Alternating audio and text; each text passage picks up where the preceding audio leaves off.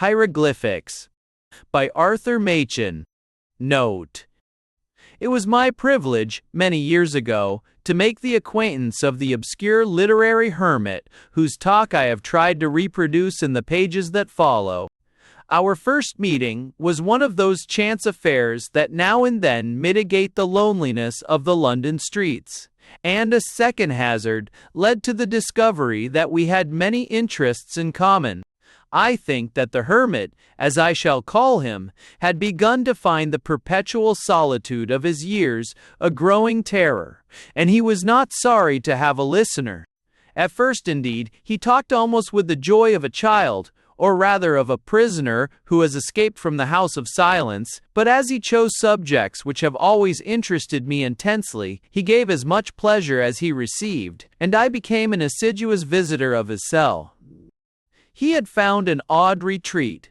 He avoided personalities and had a happy knack of forgetting any that I vouchsafed on my side. He forgot my name 3 times on the first evening that we spent together, and succeeded in repeating this feat over and over again since then, and I never gathered much of his past history.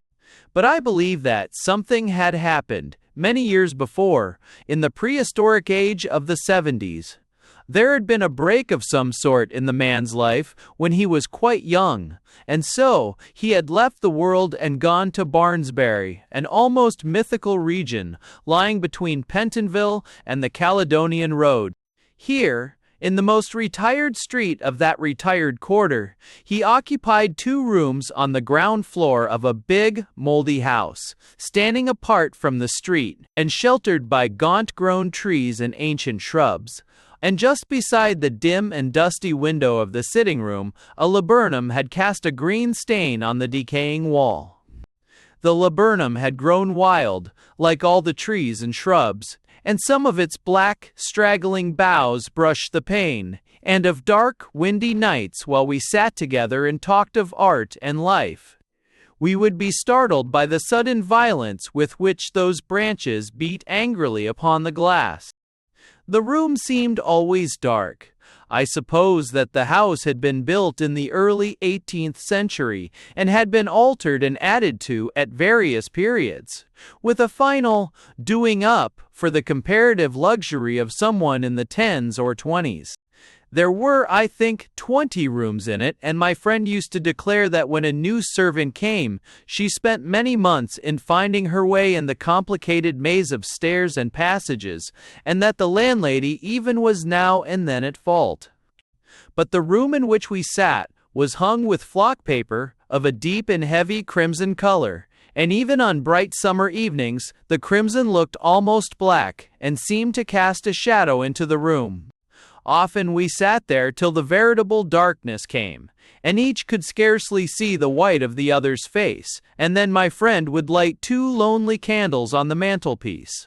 Or, if he wished to read, he set one on a table beside him, and, when the candles were lighted, I thought that the gloom grew more intense, and looking through the uncurtained window, one could not see even the friendly twinkle of the gas lamp in the street, but only the vague growth of the laburnum and the tangle of boughs beyond. It was a large room and gave me always a sense of empty space. Against one wall stood a heavy bookcase, with glass doors, solid and of dark mahogany, but made in the intermediate period that came between Chippendale and the modern school of machine-turned-rubbish. In the duskiest corner of the room, there was a secretaire of better workmanship, and 2 small tables and 3 gaunt chairs made up the furnishing. The hermit would sometimes pace up and down in the void center of the room as he talked, and if I chanced to be sitting by the window, his shape would almost disappear as he neared the secretaire on his march, and I heard the voice, and used to wonder for a moment whether the man had not vanished forever, having been resolved into the shadows about him.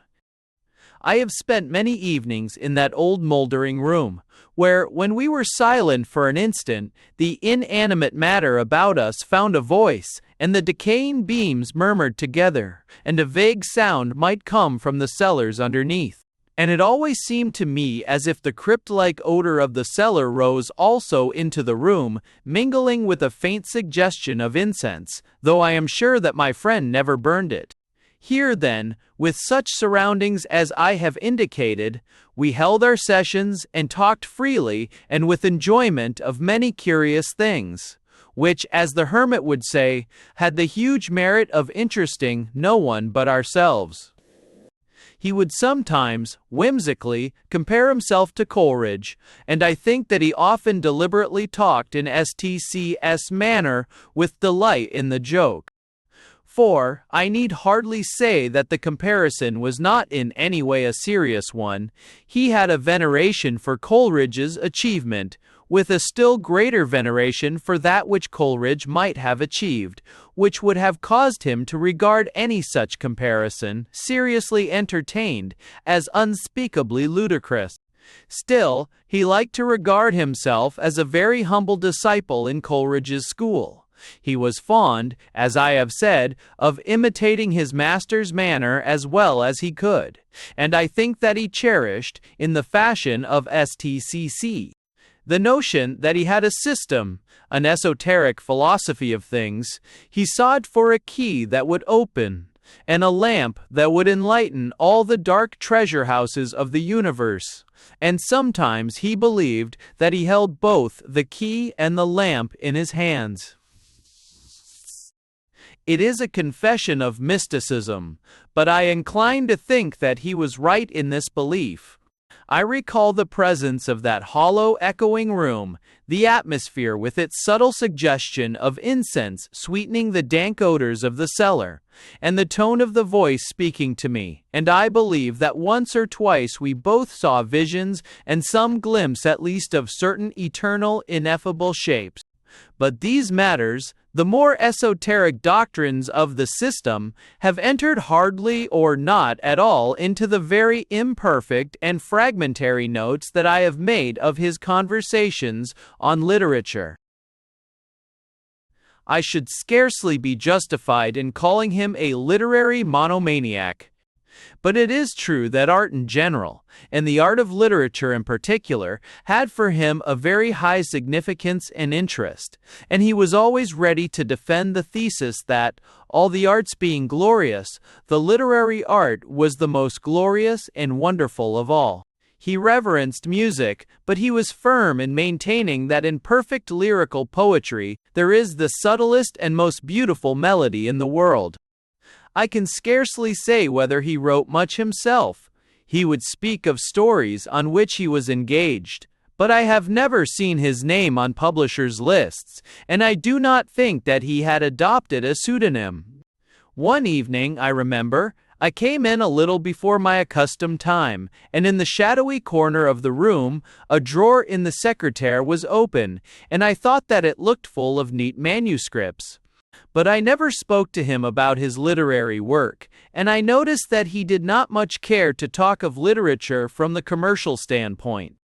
It is perhaps needless to say that I consulted my friend before publishing these notes of his conversations. I had been forced to leave London for some months, and I wrote to him from the country, requesting his permission to give to the world, if the world would have them, those judgments on books which I had listened to in Barnesbury. His reply allowed me to take my own way, with all my heart, so long as you make me sufficiently apocryphal.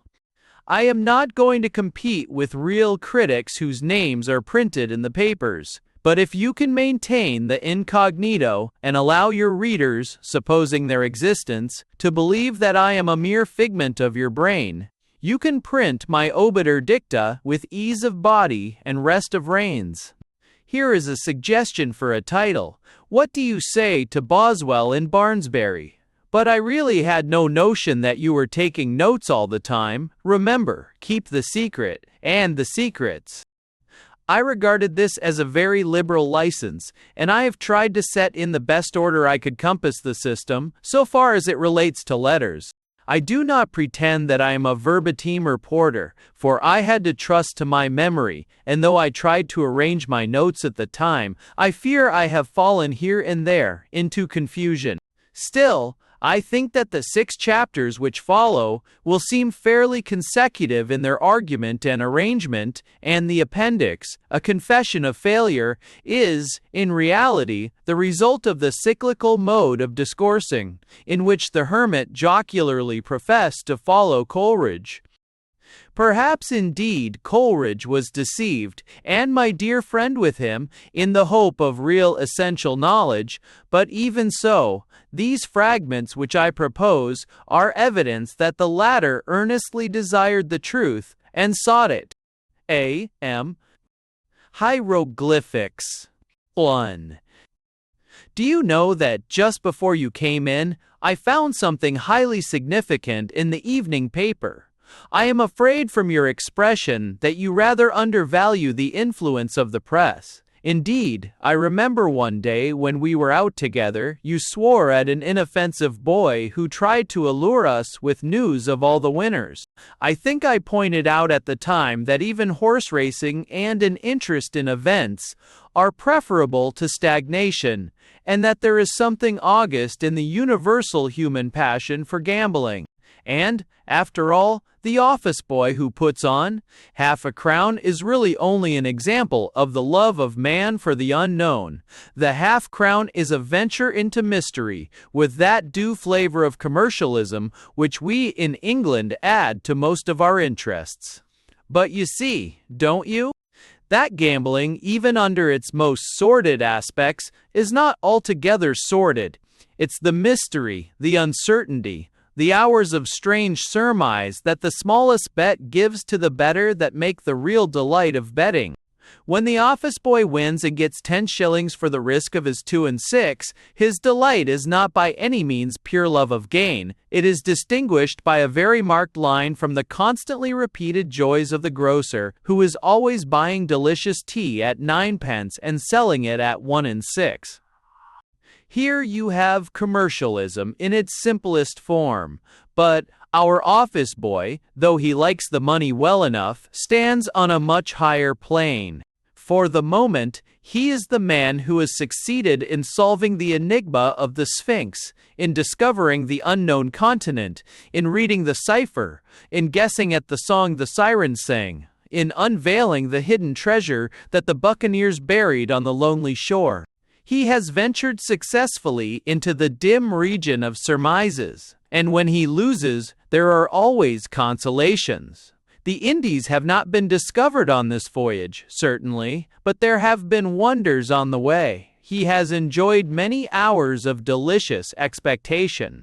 The proof that he likes the sport, even when he loses, is that he invariably takes the first opportunity of venturing again in the same manner. And, by the way, perhaps I was a little severe just now on trade, and especially on the grocer's sugary and soapy enterprise. Perhaps if we were to look with a rather finer vision into the commercial spirit, we might find that it is not wholly commercial, not altogether sordid. Of course, if the grocer opens his shop with a certainty, mathematical or almost mathematical, that the public will buy his wares, he is a wicked fellow. He is gambling with loaded dice, betting against a horse that he knows is to be made all right, playing cards with honors up his sleeve, and I am sure that if this be his enterprise, it will always meet with our sternest disapproval. Casanova died towards the close of the last century, and since then card sharping has become impossible to a man of taste. But seriously, I suspect that a good deal of the allurement that trade possesses for so many of us is the risk which it almost always implies, and risk means uncertainty, and uncertainty connotes the unknown.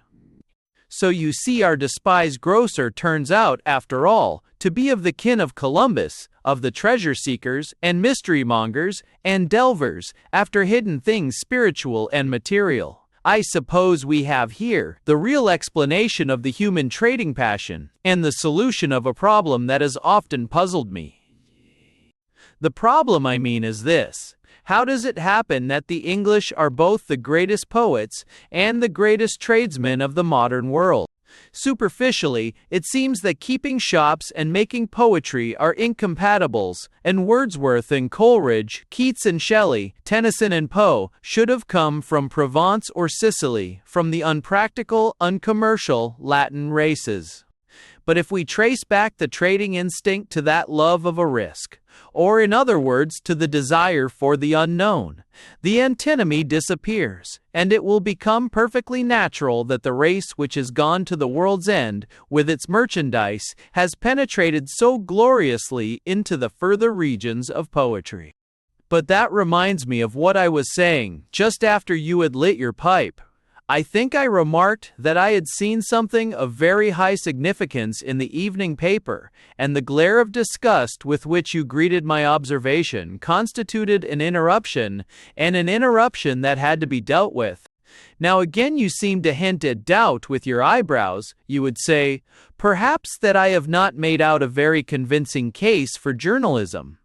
But you must remember that my mental process resembles that of Coleridge. You called on the seer at 11 o'clock in the morning and young and imprudent, asked him a question. And at the waning of the light Coleridge was still diligently engaged in answering your question for you, having talked without intermission all the summer day. A cyclical mode of discoursing. The pious Henry Nelson Coleridge called it, and he deals faithfully with certain persons who complained that they could get no answer to a question from Coleridge or Evterns on Saxt, and you will please to remember this when you think that I am wandering, a vice of which Coleridge also was accused. Tonight, for example, on the evening paper being mentioned, your face expressed disgust and contempt, which I diagnosed, and rightly I believe, as a tribute to the enormous interest taken by the editors of these agreeable journals in the very latest sporting news, an interest which allows but little space for the discussion of pure literature. Hence my remarks on the gambling spirit. And now I hope you will at least assume a thrill of interest when the boy bawls in your ear, "All the winners and SP." It is possible you may be thinking of Ulysses or of Keats at the moment, and the interruption may annoy you, but it will do so no longer when you reflect that a burning anxiety as to the running of Boulter is for many thousands the symbol, and the only possible symbol, of the doom of Troy and the wandering fields of foam, and the Isle of Calypso, and the strange surmise of Pizarro and all his men. But here is the evening paper in question. Yes, the color is, perhaps, a little sickly. A kind of pinky green it seems, doesn't it? But it forced itself on my notice in the most extraordinary manner, and I expect you will have to admit, when you have heard the story, that some powers were at work. Well, I was walking up and down the room just as it was getting dusk, and every now and then I stopped and looked out of the window. Yes, I was making phrases as usual, and thinking of a new story in the middle of the old one, hence the quarterdeck exercise. I dare say you have remarked that I do not keep my window in a very brilliant condition, and the air this evening, you will remember, was rather misty. October, I always think, wears a peculiar dim grace in Barnesbury, so I hope you will not find my impressions too incredible. I was staring then, out of the window, when to my vast astonishment, a great pale bird seemed suddenly to shoot up into the air from the road, and to flutter into the garden, where it became entangled in that sapless old laburnum that weeps green tears upon the wall. I saw, as I thought, the beating and fluttering of wings, and I ran out, imagining that I was to secure a strange companion for my solitude. It was the evening paper, not a bird, and I saw at once that it would be impious to let it flutter there unread, so I secured it and brought it in, meditating the adventure, and wondering what strange message was thus borne to my eyes. So I went through its columns patiently, even to the leaderettes, and I will do myself the justice to say that I at once recognized the communication that was addressed to me in this singular, and even I may say, Arabian fashion. It was a short comment upon some agitation that is now appealing rather strongly to progressive leaders, but the subject matter is of no consequence, since the significance lies in the last sentence. Here it is: "We are glad to hear that extensive arrangements have been made for the dissemination of literature." You don't see the immense importance of that. You surprise me. Let us go into it then. I told you I was not very precise as to the exact scope of the agitation alluded to. It may be a question of a heavy tax on persons who will say, "Lady," instead of "Liddy." It may be an affair of restricting the franchise to citizens thoroughly ignorant of history. It doesn't matter, but here are men who wish some political change to be effected, and these men are issuing printed matter, the purpose of which is to convince others of the righteousness of this particular program, and this printed matter is called literature. You know the sort of thing indicated. It may be a series of arguments, simple and fallacious. It may be in dialogue. It may be in story form. It may assume the guise of parody. It may be a brief history. And now what I want to know is this. Here we have a vast body of thought, clothed in words, ranging from the agreeable leaflets that we have been speaking of, up to, let us say, the Odyssey, and all this mass is known as literature. What is to be our criterion, our means of distinguishing between the two extremes I have mentioned, and all the innumerable links between them? Is the whole mass literature in the true sense of the word? If not, with what instrument, by what rule are we to divide the true from the false, to judge exactly in the case of any particular book whether it is literature or not? Of course, you may say that the question is rather verbal than real, that literature is a general term conveniently applied to anything in print, and that in practice everybody knows the difference between a political pamphlet and the Odyssey. I very much doubt whether people do understand precisely the distinction between the two, but for the avoidance of verbal confusion, I suggest that when we mean literature in its highest sense, we shall say, for the present at all events, fine literature, and the question will be then, what is it that differentiates fine literature from a number of grammatical or partly grammatical sentences arranged in a more or less logical order? Why is the Odyssey to come in? Why is the literature of our evening paper to be kept out? And again, to put the question in a more subtle form, to which class do the works of Jane Austen belong? Is Pride and Prejudice to stand on the Odyssey shelf or to lie in the pamphlet drawer? Where is Pope's place? Is he to be set in the class of Keats? If not, for what reason? What is the rank of Dickens, of Thackeray, of George Eliot, of Hawthorne? And in a word, how are we to sort out, as it were, this huge multitude of names, giving to each one his proper rank and station?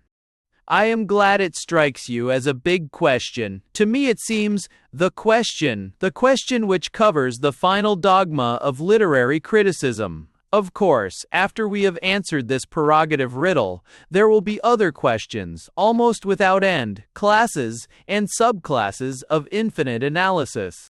But this will be detail, while the question I have propounded is the question of first principles. It marks the parting of two ways, and in a manner, it asks itself not only of literature but of life, but of philosophy, but of religion. What is the line then, the mark of division which is to separate spoken, or written, or printed thought into two great genera? Well, as you may have guessed, I have my solution, and I like it none the less, because the word of the enigma seems to me actually but a single word. Yes, for me the answer comes with the one word, ecstasy. If ecstasy be present, then I say there is fine literature. If it be absent, then in spite of all the cleverness, all the talents, all the workmanship and observation and dexterity you may show me, then I think we have a product, possibly a very interesting one, which is not fine literature. Of course, you will allow me to contradict myself, or rather, to amplify myself before we begin to discuss the matter fully. I said my answer was the word ecstasy.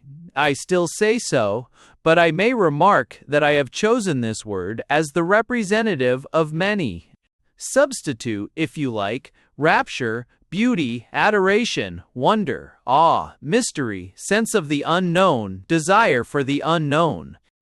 All and each will convey what I mean. For some particular case, one term may be more appropriate than another. But in every case, there will be that withdrawal from the common life and the common consciousness which justifies my choice of ecstasy as the best symbol of my meaning.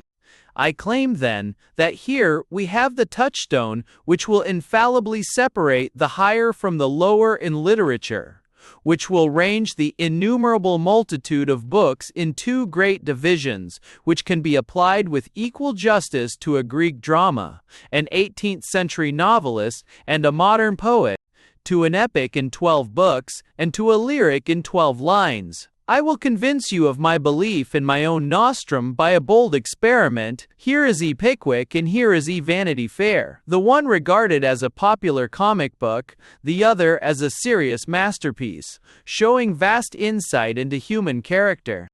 And applying my test, I set Pickwick beside the Odyssey and Vanity Fair on top of the political pamphlet. I will not argue the matter at the moment. I would merely caution you against supposing that I imply any equality of merit in the books that I have thus summarily bracketed. You mustn't suppose that I think Dickens's book as good as Homer's, or that I have any doubts as to the vast superiority of Vanity Fair over all the pamphlets in the world. Here is a temple, here is a tub. We may suppose a child to say, learning from a picture alphabet, but the temple may be a miserably designed structure, in ruinous condition, and the tub is, perhaps, a miracle of excellent workmanship. But one means worship, and the other means washing, and that is the distinction. Or, to take a better example, the bottom boy in the 6th form may be a miserable dunce compared with the top boy in the 5th, still, the dunce is in the 6th form, and the genius is in the 5th. Or, to take a third instance, I want you to understand what I'm driving at. The fact that an English orator is fluent, brilliant, profound, convincing, while a Greek orator is stuttering, stupid, shallow, illogical, does not hinder that the former, though he may speak ever so well, still speaks English, while the latter, however badly he may speak, speaks in Greek for all that. Analogies, as you know, are never perfect, and must not be pressed too far. They suggest rather than prove, but I hope you understand me, though you may not agree with me.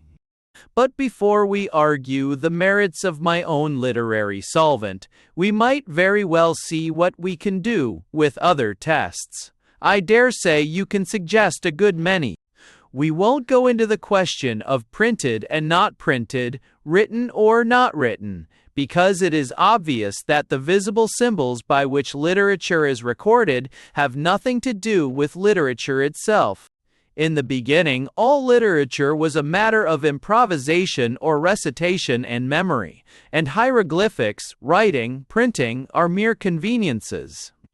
Indeed, the point is only worth mentioning because there are, I believe, simple souls who think that the invention of printing has some sort of mysterious connection with the birth of literature, and that the abolition of the paper duty was its coming of age. But I don't think we need trouble ourselves much about a view of literary art which regards the cheap press as its father and the school board as its nursing mother. Many people think, on the other hand, that literature is to be estimated by its effect on the emotions, by the shock which it gives to the system. You may say that a book which interests you so intensely that you cannot put it down, that affects you so acutely that you weep, that amuses you so immensely that you roar with laughter, must be very good. I don't object to very good, but from my point of view, very good and fine literature are two different things. You see, I believe that the difference between interesting, exciting, tear-compelling, laughter-moving reading matter and fine art is not specific but generic. Who would blaspheme against good bitter beer? Who would say that, because it is good, it is therefore Burgundy? I am not quite sure that I am not muddling up two things which are in reality distinct. I mean, I am in doubt whether the faculty of making the reader cry ought not to be distinguished from the faculty of interesting him intensely. On the whole, I think that it would be well to draw a line between the two, especially as interesting is somewhat ambiguous. And you think it a paradox, then, to maintain that the power of exciting the emotions to a high degree is not a mark of fine literature? But just think it over. Suppose that a few yards from this room, in the next house, in the next street, a woman is waiting for the return of her husband and son. A ring comes at the bell, there's a reddish-brown envelope, and inside it the message, "Railway accident, father killed." Well, you can't imagine the effect that these 4 words will have on the woman's emotions. She will either faint away, or burst into an agony of tears. She may even die of the shock. And you can't have a more striking emotional result than death, can you? Very well. But is the telegram fine art? Is it art? Is it art? Is it even artifice? It isn't art because it is true. But if I invented such a telegram and sent it to a woman whose husband and son were away, would it thereby become art? You must see perfectly well that it would be nothing of the kind, and I must ask you to explain how a book which is, virtually, a long succession of such telegrams can rise higher than its origin and source. You must see, I think, that the question of truth and falsity can make no real difference to our, no doubt pompous, high aesthetic standpoint. And if you admit that 4 words which produce an emotional result are not necessarily art, then it follows that 400 or 400,000 words woven together on the same principle are in no better position. An increased quantity means no doubt an increased artifice, but artifice and art are very different things. We may agree then that it is impossible to measure the artistic merit of a book by the emotional shock that it may give to its readers.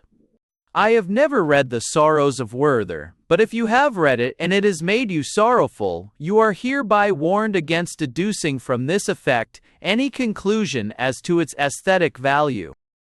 I confess all this seems ABC to me, though I see you are still inclined to think me a little paradoxical, not to say sophistical. But it grows more difficult when one gets to the question of the interesting or absorbing book. As I said, interesting seems such an ambiguous word. It may stand for that aesthetic emotion produced, say, by the Oedipus. It may denote the wide-eyed attention of the butcher's wife listening to the story of my landlady as to the love affairs of the grocer's daughter. And there are many books which are, virtually, tales of my landlady, printed and bound. We must really then omit interesting in our account of the possible criteria of fine art. The word, as it were, cancels itself out, because it may mean, on the one hand, the possession of the highest artistic value, or on the other it may serve as epithet for a book which gratifies the lowest curiosity. You know there are books which the French have kindly named romans à clef, and I suppose there is no more miserable form of bookmaking. The receipt is easy enough. The grocer's daughter, to whose amours I alluded just now, is really named Miss Buggins, and the gentleman is Mr. Tibb. Well, suppose that my landlady, relating their lyric to the butcher's wife, should, with a knowing wink, profess to tell the story of Miss Ruggins and Mr. Rib. She would simply be composing a Roman à clef without knowing it. You might say that it is hardly worthwhile to labor the point, that such interest as this is wholly and lamentably inartistic. that it is the very contrary to all true art. But it is not long since a person of some literary note, in criticizing the Heptameron, stated that its chief value lay in the fact that one could identify the persons who tell the stories and those also of whom they were told. But there is another interest of a much higher kind, and that is the sensational. We have done some excellent books of this sort in England, and perhaps you will understand the class I mean when I say that a novel of this description is hard to lay down, and harder still to take up again when you have once found out the secret. This is not high art. You are always at liberty to put down Lycidas, but then, you are compelled to take it up again and again, and the secret of Lycidas is always a secret, and one never fails to experience the joy of an artistic surprise. Still, the books I mean sometimes show very high artifice, and in itself, perhaps, the quality that I am talking about, the power of exciting a vivid curiosity, an earnest desire to know what is to come next, is not, like the vulgar Roman a clef curiosity, an actual discord from the purpose of art. Indeed, I imagine that this trick of stimulating the curiosity may be made subservient to purely aesthetic ends. It may become a handmaid to lead one towards that desire of the unknown, which I think was one of the synonyms I gave you for the master word. Ecstasy. Still, though the trick is a good one, it will not, by itself, make fine art. You may discover so much by reading The Moonstone, that monument of ingenuity and absurdity. On the face of it all, detective stories come under this heading. Formally, no doubt, they must all be reckoned as tricks, and they may vary from the infinitely ingenious to the infinitely imbecile, and so far as I remember, the famous French tales of detection verge towards the lower rather than the higher ground. But I am inclined, not very logically, perhaps, to make an exception in favor of Poe's Dupin, and to place him almost in the sphere of pure literature. Logically, he is a detective, but I almost think that in his case the detective is a symbol of the mystagogue. As I say, I should be pressed hard if I were asked to make out my case in terms and syllogisms, but if you require me to do so, I would say first of all that the atmosphere of Dupin, and you must remember that in literature everything counts. It is not alone the plot, or the style that we have to consider, has to me hints of that presence which I have called ecstasy. Listen to this. It was a freak of fancy in my friend, for what else shall I call it, to be enamored of the night for her own sake, and into this bizarrerie, as into all his others, I quietly fell, giving myself up to his wild whims with a perfect abandon. The sable divinity would not herself dwell with us always, but we could counterfeit her presence. At the first dawn of the morning we closed all the massive shutters of our old building, lighting a couple of tapers which, strongly perfumed, threw out only the ghastliest and feeblest of rays. By the aid of these we then buried our souls in dreams, reading, writing, or conversing, until warned by the clock of the advent of the true darkness. Then we sallied forth into the streets, arm in arm, continuing the topics of the day, or roaming far and wide until a late hour, seeking amid the wild lights and shadows of the populous city, that infinity of mental excitement which quiet observation can afford. And again, in the stories themselves, in the conduct of M. Dupin's detective processes, I find a faint suggestion of the underconsciousness or other consciousness of man, a mere hint, not, I think, expressed in so many words, rather latent than patent, that if you would thoroughly understand the rational man you must have sounded the irrational man, the mysterious companion that walks beside each one of us on the earthly journey. Of course, the artifice in the Dupin stories is of the very highest kind, but for the reasons I have given I am inclined to think that there is more than artifice, and the shadow, at all events, of art itself.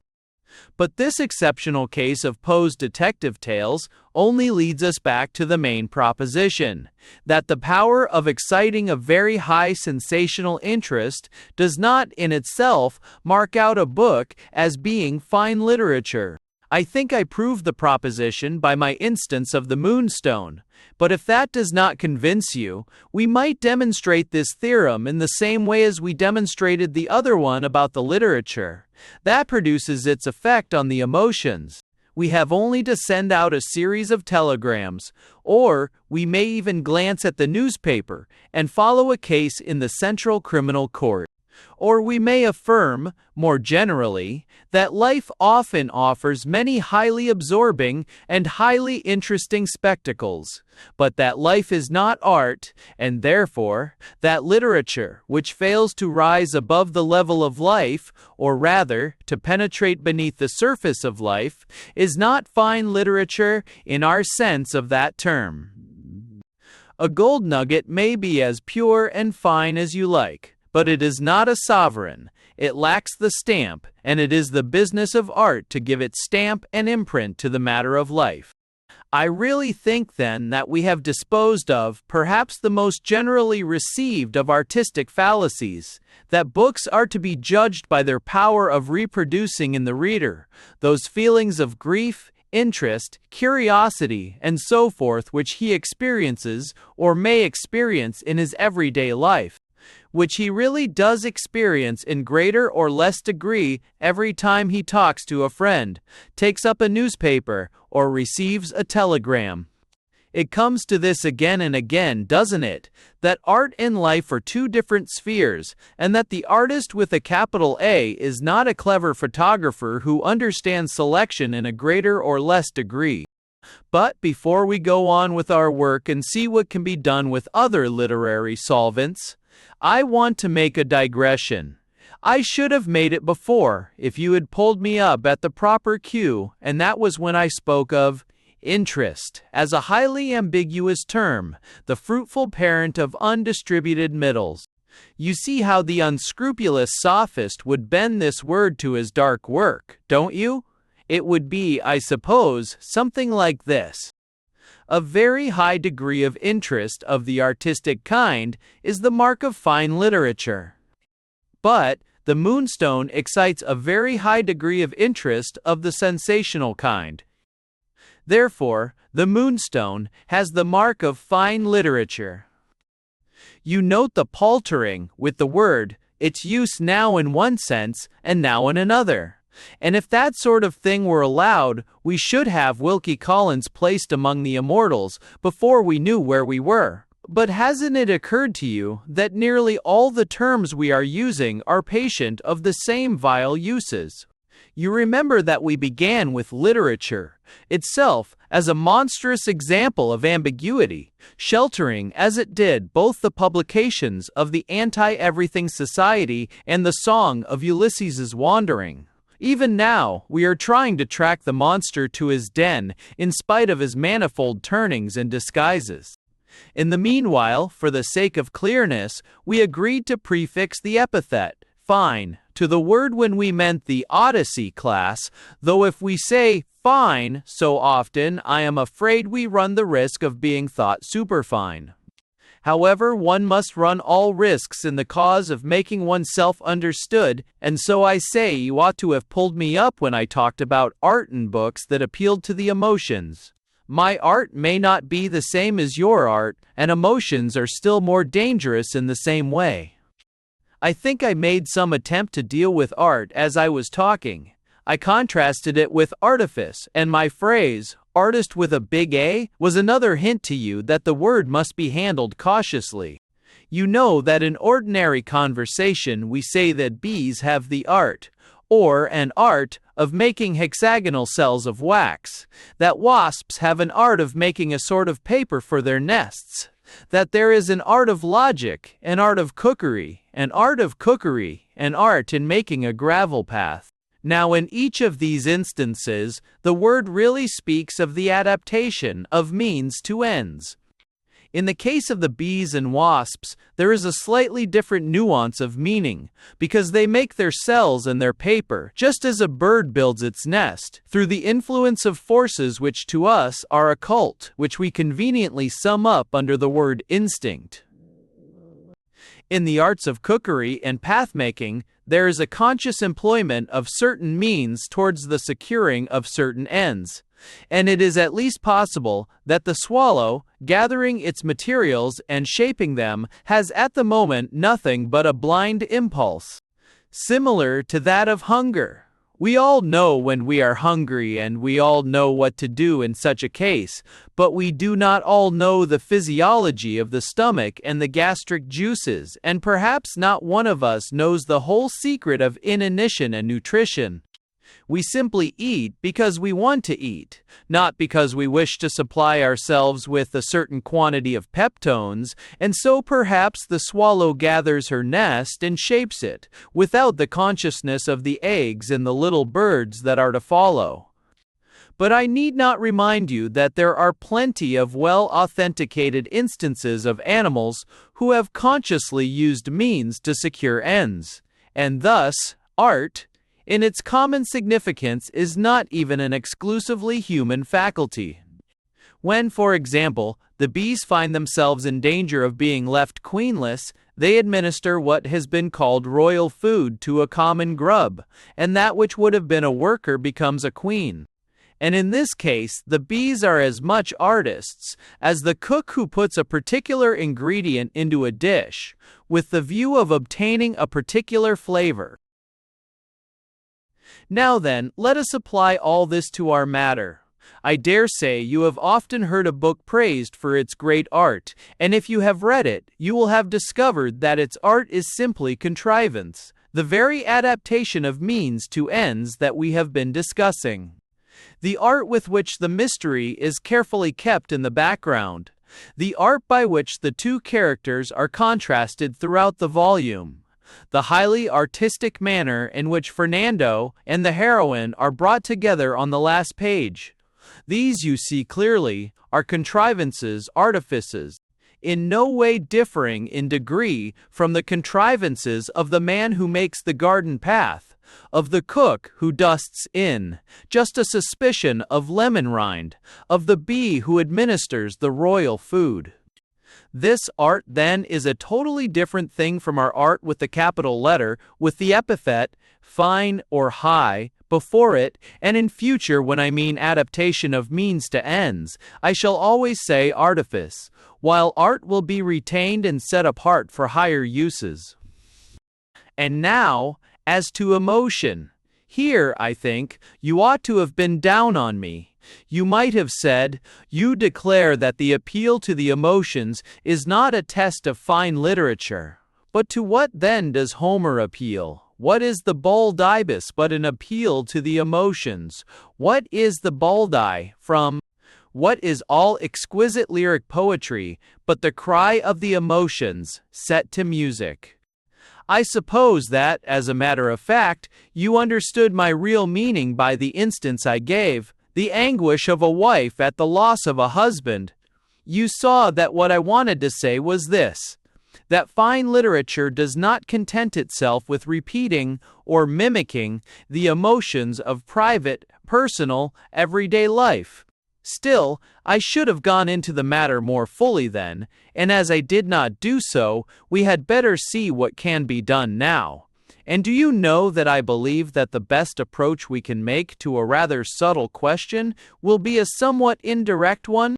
Just now I was talking about Poe's Dupin stories, and I tried, rather vaguely, to justify my tentative inclusion of them in the higher class of letters by pointing out that Poe seemed to hint at the other consciousness of man, and to suggest, at least, the presence of that shadowy, unknown, or half-known companion who walks beside each one of us all our days. I tried to realize the image of a man, followed or rather attended, by a spiritual fellow, treading a path parallel with but different from his own, and now I want you to carry out this image into the sphere of words. Already you must have a hint of it. one might draw a figure, something like this. S-Ti E-C S-Ti F-Ti Z-W-F, Fine Literature, C-W-V, S-Ti E-C-Z-W-V, S-Ti F, Notter W, C-W-V, S-Ti S-W-V, Is-Ti E-C, U-W-V, so S-Ti O-V-Zing, S-W-V, U-W-Z. And before I go into the special question, let me extend the list. It will explain itself. W.C. Perses S.T.U. Romance, romantic, romantic, affair in the West End. When T. Perses T. Persest, 3, and the West End. When T. Persest, W.C. Perses T. Persest, Trizasti in Soho. Verse T. Trizasti in Soho. Dobrame, dramatic. Bursti le drame de la rue. To Persesti Zalti. Once T. Persesti. Interest, interesting, interesting, Amera, an interesting number of snippets, 70s of fissions, avalides, and evariate, 70s entreaties, elates. Homenias, interiated, 70s entreaties are probably stridat or Arcandesian. That almost gives my secret away, doesn't it? Of course, you see the place that the words in the right-hand column take in the scheme. The romantic affair in the West End really concerned the life of a draper's assistant who robbed his master's till in order that he might make presents to Miss Claire Tilbury, one of the sisters Tilbury, now performing at the Lucifer. An unmentionable person cut his throat in some alley off Greek Street, hence the tragedy in Soho. Two peculiarly squalid servants, who beat out their master's brains, under singularly uninteresting circumstances, acted the drama of the Rue Cochon, and it was a dissolute barmaid who eloped dramatically from Peckham in the dogcart of her employer. The two varying uses of the word lyric need not be underlined for you, who know the Elizabethans and the Cavaliers. But perhaps I may say that he who tastes calyx maus inebrians will not be in an inebriated condition. It would be possible to extend these parallel columns almost to infinity, but I think the list is long enough for our purpose, and Trench on Words is a well-known handbook. But you see my right-hand column word, parallel with emotion?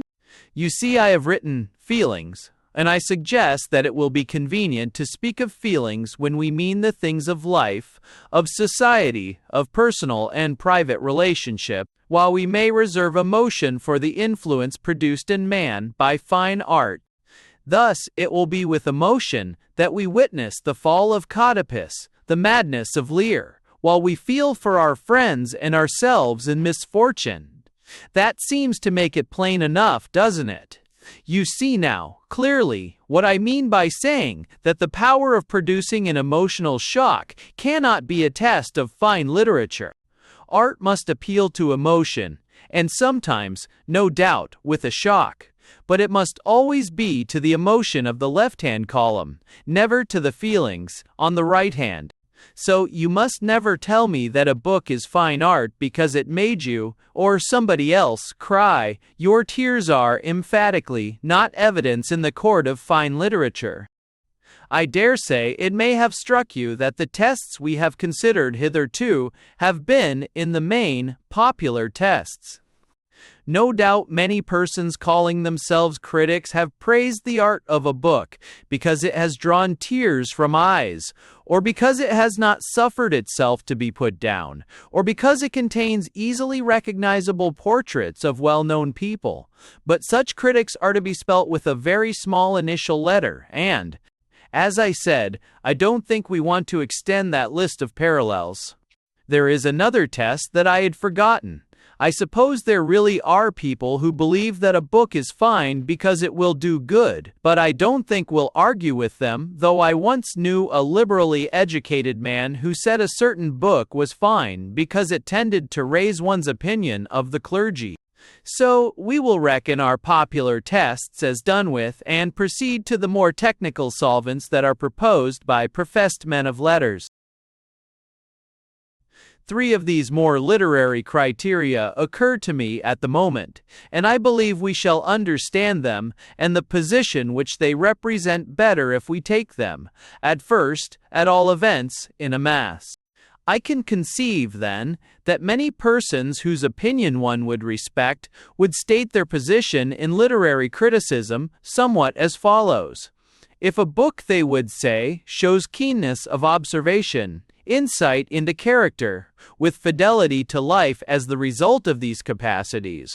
If it's art, we should say artifice in the design and laying out of the plot, in the contrivance of incident is confessedly admirable, and finally, if it is written in a good style, then you have fine literature.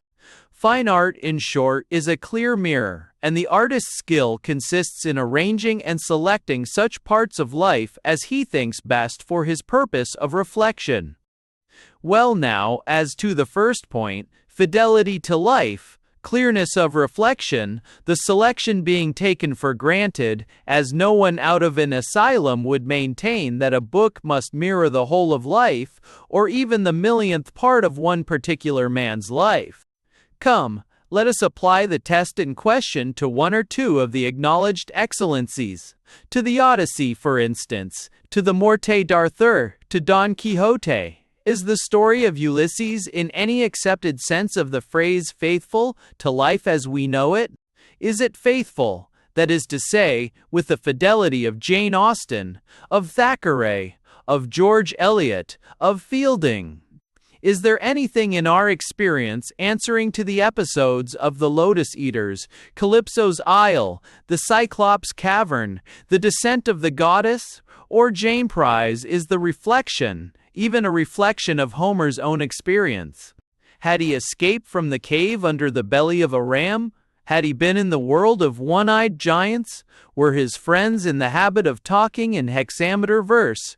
We may go on, of course, but is it worthwhile?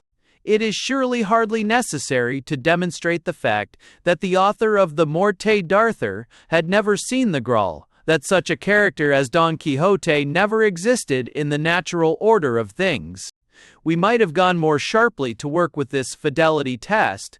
We might have said that poetry being, admittedly fine literature at its finest, and, admittedly also, being unfaithful to life as we know it, both in matter and manner, that therefore the test breaks down at once.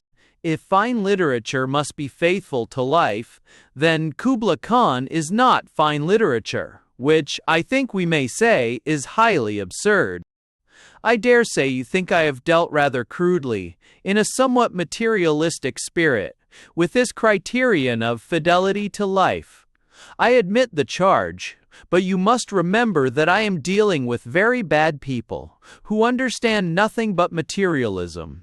And when these people tell you in so many words that it is the author's business clearly and intelligently to present the life, the common, social life around him, then, believe me, the only thing to be done is to throw Odyssey and Oedipus, Morte d'Arthur, Kubla Khan, and Don Quixote straight in their faces, Wonders and Many-Don, and to demonstrate that these eternal books were not constructed on the proposed receipt.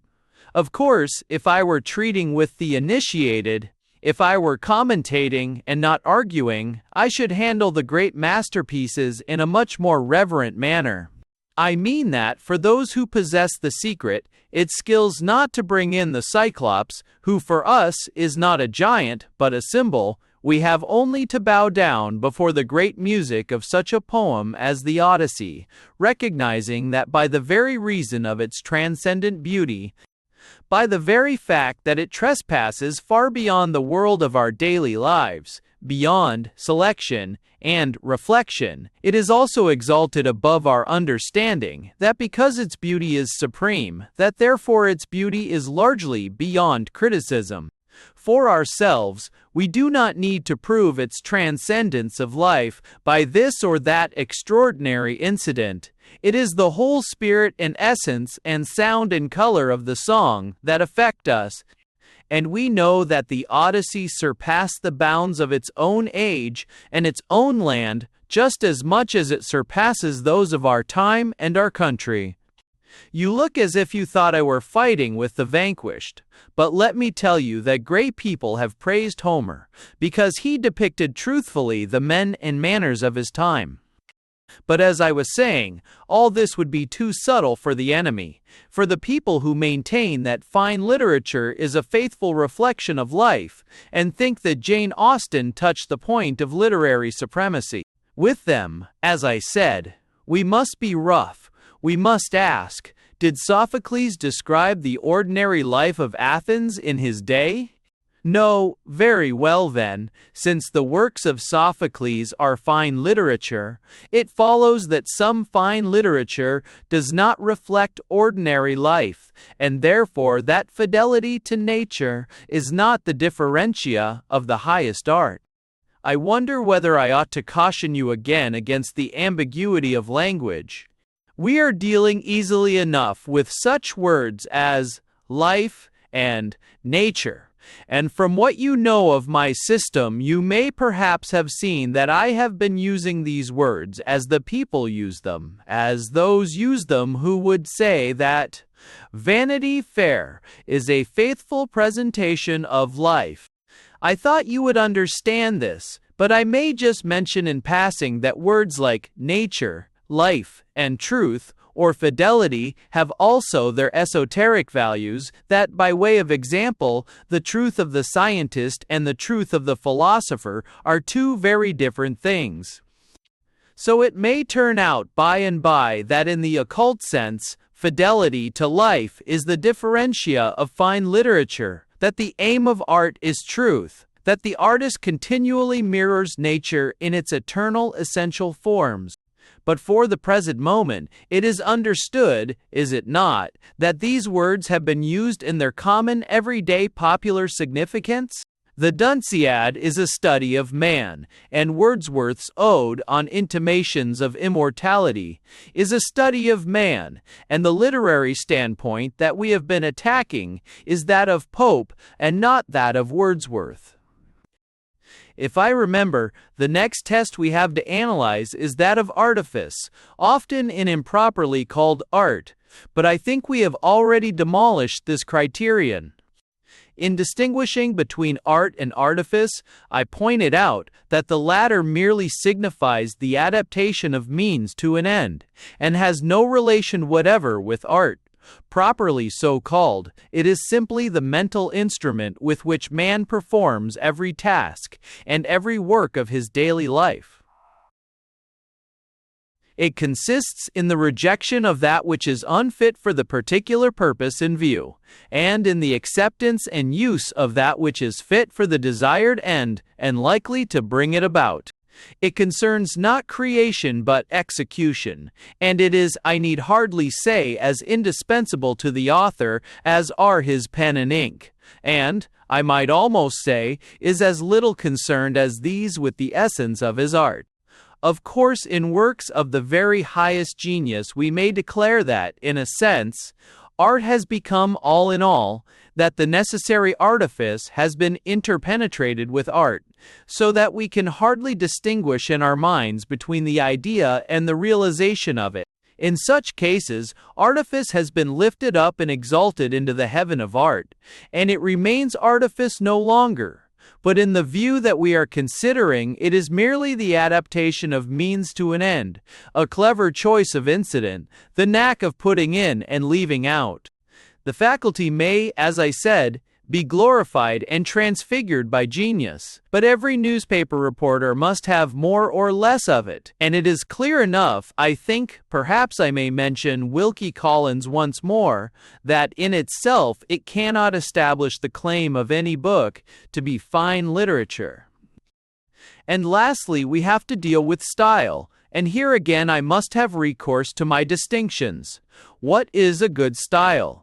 If you mean by a good style one that delivers the author's meaning in the clearest possible manner, if its purpose and effect are obviously utilitarian, if it be designed solely with the view of imparting knowledge, the knowledge of what the author intends, then I must point out that style, in this sense, is or should be amongst the accomplishments of every commercial clerk. Indeed, It will be merely a synonym for plain speaking and plain writing, and in this sense it is evidently not one of the marks of art, since the object of art is not information, but a peculiar kind of aesthetic delight.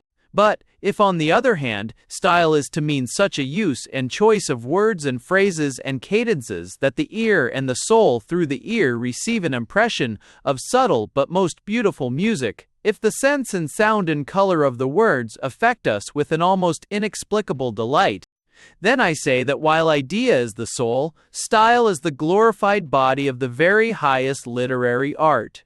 Style, in short, is the last perfection of the very best in literature. It is the outward sign of the burning grace within. But we must keep the systematic consideration of style for some other night. It's not a subject to be dealt with, by the way, and I have only said so much because it was necessary to draw the line between language, as a means of imparting facts, good style in the sense of our opponents, and language as an aesthetic instrument, which is a good, or rather a beautiful style in our sense. In the latter sense, it is the form of fine literature. In the former sense, it is the medium of all else that is expressed in words, from a bill of exchange upwards. It seems to me, then, that we have considered one by one the alternative tests of fine literature, which have been or may be proposed, and we have come to the conclusion that each and all are impossible. It is no longer permissible, I imagine, for you or for me to say, "This book is fine literature," because it makes me cry, because it was so interesting that I couldn't put it down, because it is so natural and faithful to life, because it is so well, plainly, and neatly written. We have picked these reasons to pieces one by one, and the result is that we are driven back on my word of the enigma. Ecstasy, the infallible instrument, as I think by which fine literature may be discerned from reading matter, by which art may be known from artifice, and style from intelligent expression. At any rate, we have got our hypothesis, and you remember what stress Coleridge laid on the necessity of forming some hypothesis before entering on any investigation. I believe we began tonight with the evening paper, and the strange glimpse it gives us, through a pinky green veil, through a cloud of laborious nonsense about odds and winners and tips and all such foolery, into that ancient eternal desire of man for the unknown. And that, you remember, was one of the synonyms that I offered you for ecstasy, and so, in a sense, I expect that we shall have the evening paper close beside us all the way of our long voyage in quest of the lost Atlantis. 2. I think it is a horrible thing to have such a good memory as that. I recollect, now that you remind me, that I did lay down Pickwick E.V. Davard, Vanity Fair, as a sort of test case of my theory of literature, but you surely do not expect me to work out the arguments in detail. Of course, if I were giving a series of lectures, I should set a paper after each one, but I expect you to content yourself with the suggestion, with the skeleton map, as it were. Besides, if we take that special case of two eminent Victorian novels as a concrete instance of the abstract argument, don't you see that we are answering the particular question all the while that we are investigating the general proposition? Surely, if you recollect all that we said about fine literature in general, you won't have much difficulty in adjudicating on the claims of Thackeray. Don't you see that he never withdraws himself from the common life and the common consciousness, that he is all the while nothing but a photographer, a showman with a set of pictures, a consummately clever photographer, certainly, a showman with a gift of amusing, interesting patter that is quite extraordinary, an artificer of very high merit. But where will you find ecstasy in Thackeray? Where is his adoration? You may search, I think, from one end of his books to the other, without finding any evidence that he realized the mystery of things. He was never for a moment aware of that shadowy double, that strange companion of man, who walks, as I said, foot to foot with each one of us, and yet his paces are in an unknown world. And, unless you have got any fresh arguments, I think we decided last week that the book which lacks the sense of all this is not fine literature. I hope you don't think I am abusing Thackeray. I am always reading him, and I chose his Vanity Fair because it strikes me as such a supremely clever example of its class. I suppose there is nothing more amusing than the society of a brilliant, observant man of the world. Well, Thackeray was brilliant and observant in excelsis, and besides that, he understood the artifice of storytelling, and he could write a terse, clean-cut English, which was always sufficient for his purpose. He contrives the corporal overthrow of the Marquis of Steyne. He shows you that bald old nobleman sprawling on the floor, and the words that he uses are his brisk, willing, and capable servants. He has observation, and artifice, and style, in that secondary sense which we distinguished from the real style, from those melodies unheard, which I called, I think rather picturesquely, the glorified body of the highest literary art. But these qualities, we found out, are not, separately or conjointly, the differentia of fine literature as we understand the term, and consequently, with all our admiration and all our interest, we are compelled to place Thackeray in the lower form, simply because he is clearly and decisively lacking in that one essential quality of ecstasy, because he never leaves the street and the high road to wander on the eternal hills, because he does not seem to be aware that such hills exist.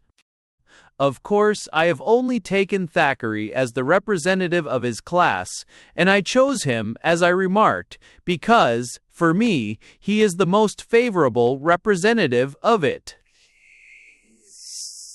I am thinking, really, of the plain man whom we have engaged in so many forms, and of his plain argument which comes to this. For me, a great book is a book that amuses me greatly, and that I enjoy reading. And I say that Thackeray amuses me greatly, and that I enjoy reading his books immensely. But that, with due respect to common sense, such an argument fails to prove that Vanity Fair is fine literature. Other people would, no doubt, have chosen other books. Many would have selected Miss Austen, and I dare say they would have a good deal to say for their choice. Undoubtedly there is a severity, a self-restraint, a fineness of observation, a delicacy of irony in Pride and Prejudice, which are unmatched of their kind. The Thackeray of the caricatures, of those queer woodblocks, comes out now and then in the books, and digression occasionally goes beyond due bounds. But I named Vanity Fair because, personally, I find it more amusing than Pride and Prejudice. In neither of these books is there art in our high sense of the word, and in preferring the one over the other, I am simply saying that I prefer the company of a brilliant and witty cosmopolitan to that of a very keen and delicate but very limited maiden lady, who lives in a remote country town and understands thoroughly the reason why the vicar bowed so low when a certain carriage rolled up the high street, and why that pretty, prim girl crossed over the way when the handsome gentleman from the hall came out of the chymist's.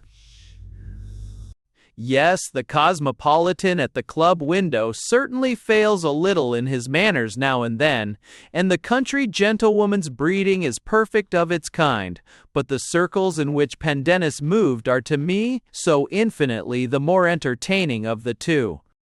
You see, I think that the question of liking a book or not liking it has nothing whatever to do with the consideration of fine art.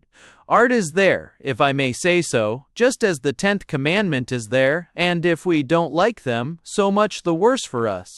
I may find Homer very dull reading. I may covet your ox and your ass and everything that is yours, but my limited and somewhat commonplace brains, and my envy of your prosperity, won't alter the fact that the Odyssey is fine literature, and that covetousness is wicked. But when we once leave the utterances of the eternal, universal human ecstasy, which we have agreed to call art, and descend to these lower levels that we are talking of now, it seems to me that the question of liking or not liking counts for a good deal. Not for everything, of course. We must still distinguish between plots, stupid or ingenious, between observation that is close and keen and observation that is vague and inaccurate, between artifice and the want of it, between sentences that are neatly constructed and mere slipshod. All these things naturally reckon in the account, but when they have been estimated and allowed their value, you will usually find that you are influenced still more by your mere liking or disliking of the subject matter, and it seems to me quite legitimately. For, if you look closely into the whole question, you will find that you are judging these secondary books as you judge of life, as you choose the scene of your holiday, as you read the newspaper. One man may say that he prefers to talk to artists. Another, quite legitimately, may love the society of brewers. You may think Norway perfection, I am going to Constantinople. A turns at once to the quotation for turpentine at Savannah. B folds down the sheet at the police news. It is not a question of art, but of taste, that is, of individual humor and constitution. You frequent the company that suits you. You go to the place you like. You read the news that happens to be most interesting from your special standpoint. And in the same way, if I find the conversation of Miss Becky Sharp, as reported by Mr. W. M. Thackeray, more amusing than the conversation of Miss Elizabeth Bennet, as reported by Miss Jane Austen, it seems to me that there is no more to be said. Elizabeth's remarks are more skillfully reported. Very likely, but, granting that, I had rather listen to the record, imperfect if you please, of the other lady's conversation. Here is a speech on bimetallism, given at great length, and, let us presume, with great accuracy. Here is a short summary of Professor L.'s lecture on the Eleusinian Mysteries, very badly sub-edited. But, you see, I happen not to care twopence about bimetallism, so I turn away from the careful report, growling, while I cut out that wretched summary of the lecture with the purpose of pasting it in my scrapbook, since every word about the Eleusinian Mysteries has a vivid interest for me. It often amuses me to hear people quarreling about the rival artistic merit of books which have, in most cases, no artistic merits at all. Onday writes a book about greengrocers, and you, who find something singularly piquant and entertaining in the manners, speech, and habits of the class in question, pronounce A to be a great artist who has written the masterpiece, I Love Dukes and B's novel of the peerage strikes me as a marvel of artistic accomplishment, while I pronounce the work that has charmed you to be as stupid and tiresome as the class it represents. Each of us is talking nonsense. There is no art in the question, which is purely a matter of individual taste. The stock exchange column interests one man, while the latest football news absorbs the other. That is all. Of course, as I said, artifice counts for something. There is a pleasure in seeing the thing neatly done, and I suppose it is this pleasure that has secured Miss Austen her fervent admirers. It is a little difficult to treat this form of pleasure quite fairly. A musician perhaps would find it difficult to answer the question whether he would rather hear Palestrina badly rendered or Zingarelli executed to perfection. In the latter case there would certainly be the charm of exquisite voices in perfect order and accord, though the music were nothing or worse than nothing. Still, our musician might say, on the other hand, that Palestrina martyred was better than Zingarelli triumphant. I am afraid I can imagine myself saying, limited country people, as seen by Jane Austen, are so slows that they rather bore me, though the author has portrayed them with wonderful skill. But I can hardly fancy myself affirming that Becky Sharp is such an interesting personage that she would still delight me, even if the author of 10,000 a Year had written her history. On the other hand, I believe that the plot of Jekyll and Hyde would still have had some fascination, though it had been treated by the veriest dolt in letters. But that is not a good example, since Jekyll and Hyde is certainly in its conception, though not in its execution, a work of fine art. Let us take the Moonstone, again, as an example. I believe then, that if the events related in it had caught our eyes in a brief newspaper paragraph, they would still have interested. It seems to me that, after all, this question of artifice, of how the thing is done, comes under the same category as liking and disliking. I mean, it is largely a matter of the personal equation, about which no very strict laws can be laid down. You might say, for example, that Becky would entertain you in any hands, however indifferent, provided that her facts were preserved, and I don't see that I could argue the point with you. It reminds me again of the way in which men choose their friends. One lays stress on pleasant manners, another on sterling goodness of character, a third on wit, a fourth on distinction of some kind. An argument is really voiceless. Yes, but I don't want a bookcase, whereas that table, rickety as it is, will be really useful. But if you were to say, look at Westminster Abbey, you can hardly imagine my answering, bother Westminster Abbey? I want a pigsty. You see how, here again, we come to the generic difference between fine literature and interesting reading matter. We read the Odyssey because we are supernatural, because we hear in it the echoes of the eternal song, because it symbolizes for us certain amazing and beautiful things, because it is music. We read Miss Austen and Thackeray because we like to recognize the faces of our friends aptly reproduced, to see the external face of humanity so deftly mimicked because we are natural. The question of our preference for one over the other is, making due allowance for analogy, the question of our preference for a table over a bookcase or a vice versa, and the workmanship in each case is largely a matter of detail. And the great poem may be equated with the great church. Each is made for beauty, the one is ecstasy in words, the other ecstasy in stone. But the church and the pigsty, on the other hand, are not to be compared together. Incidentally, no doubt, the former is rainproof or in ill repair, has good or bad acoustic properties, while the latter may be either an aesthetic pest in the backyard or an agreeable-looking little shed enough.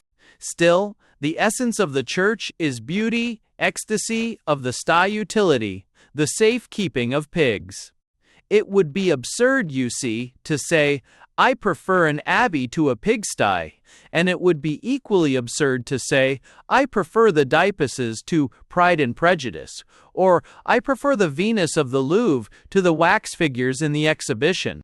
Of course, these are only analogies, and you mustn't press them, but they may help to make my meaning clearer, to enforce the vast distinction between art and artifice. Please don't think that I wish to establish a proportion, as a pigsty is to an abbey, so is Jane Austen to Sophocles.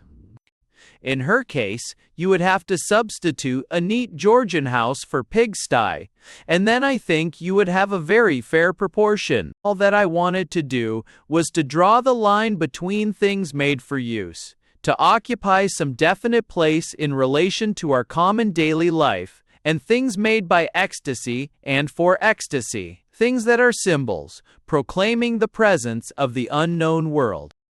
And I chose Pickwick as the antithesis to Vanity Fair deliberately. Thackeray, in my private judgment, is the chief of those who have provided interesting reading matter. Dickens is by no means in the first rank of literary artists.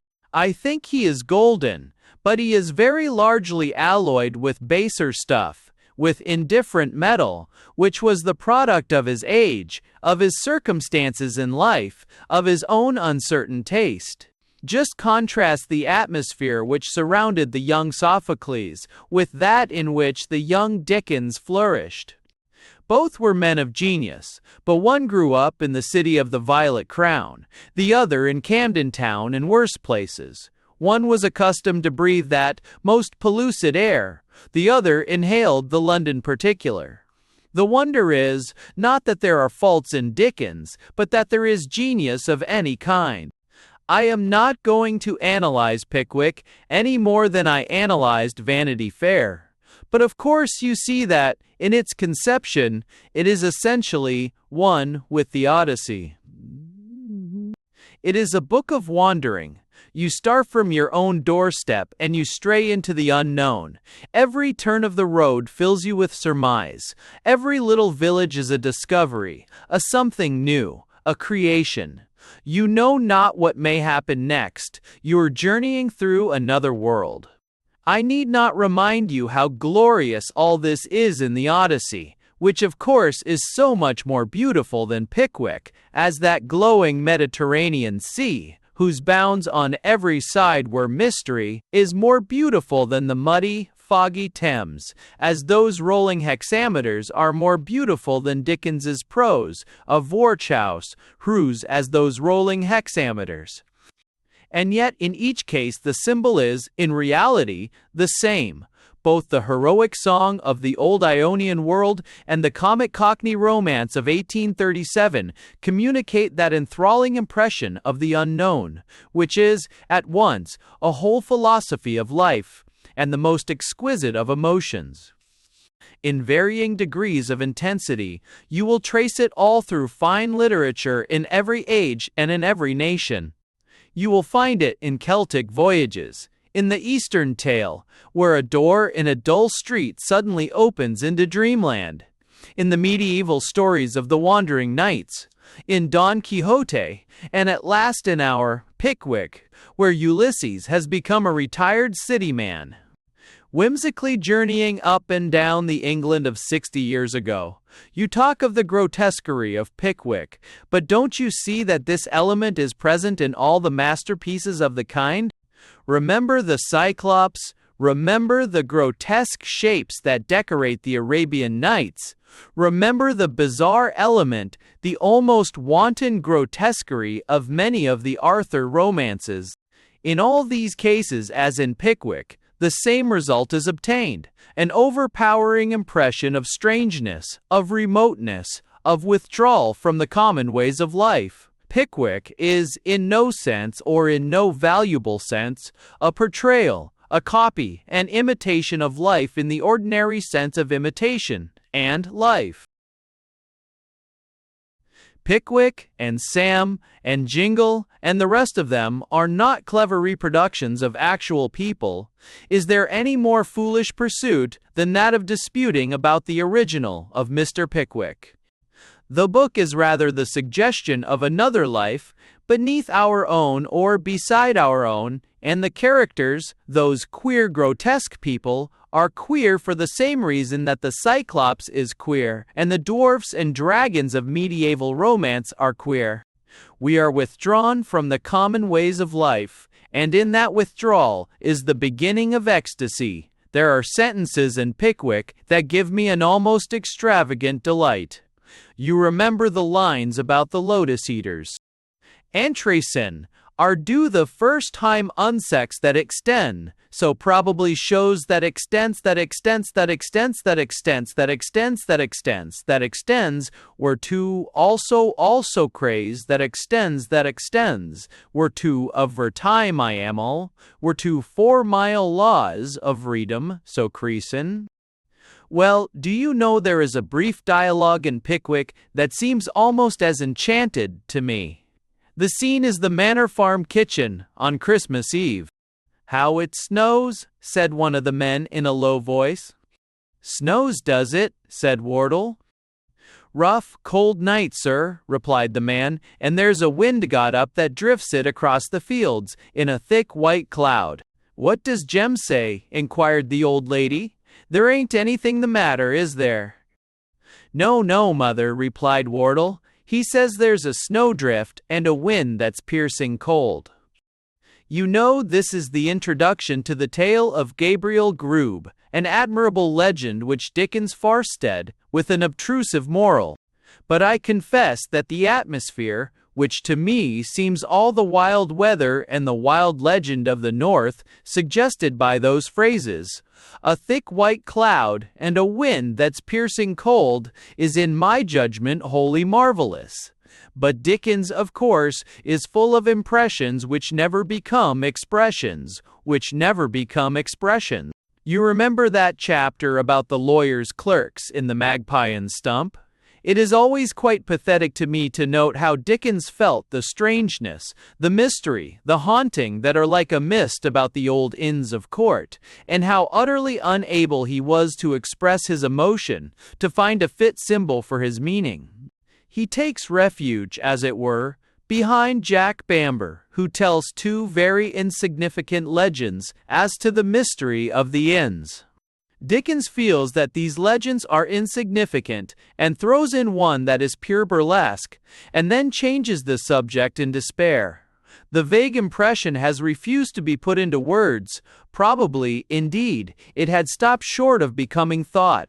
But I am afraid that if I once begin to talk about the defects and faults of Dickens, I shall run on forever, and I think you will be able to find out his laches quite well for yourself. What I want to insist on is his sense of mystery, his withdrawal from common life, and, finally, his ecstasy. I have not proved my case up to the hilt by a thoroughgoing analysis of Pickwick, but I think I have suggested the heads of such an analysis. There is ecstasy in the main idea, in the thought of the man who wanders away from his familiar streets into unknown tracks and lanes and villages. There is ecstasy in the conception of all those queer, grotesque characters, reminders each one of the strangeness of life. There is ecstasy in the thought of the wild Christmas Eve, of the fields and woods scourged by a wind that's piercing cold, hidden by the thick cloud of snow. There is ecstasy in that vague impression of the old, dark inns, of the rotten chambers that had been shut up for years and years. In a word, Pickwick is fine literature.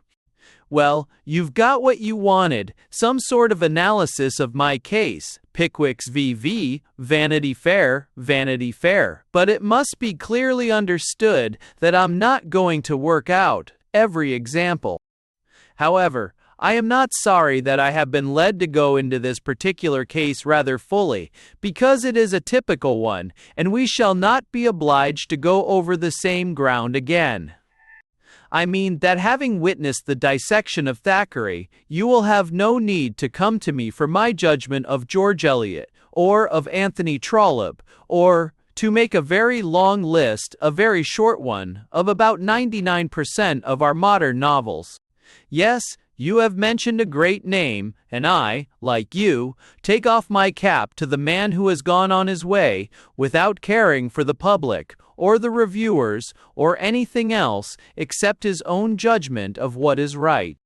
But, frankly, if you pass from the man and come to his work, my plain opinion is this, that he has written about ordinary life, regarded from an ordinary standpoint, in a style which is extraordinary, certainly, but very far from beautiful.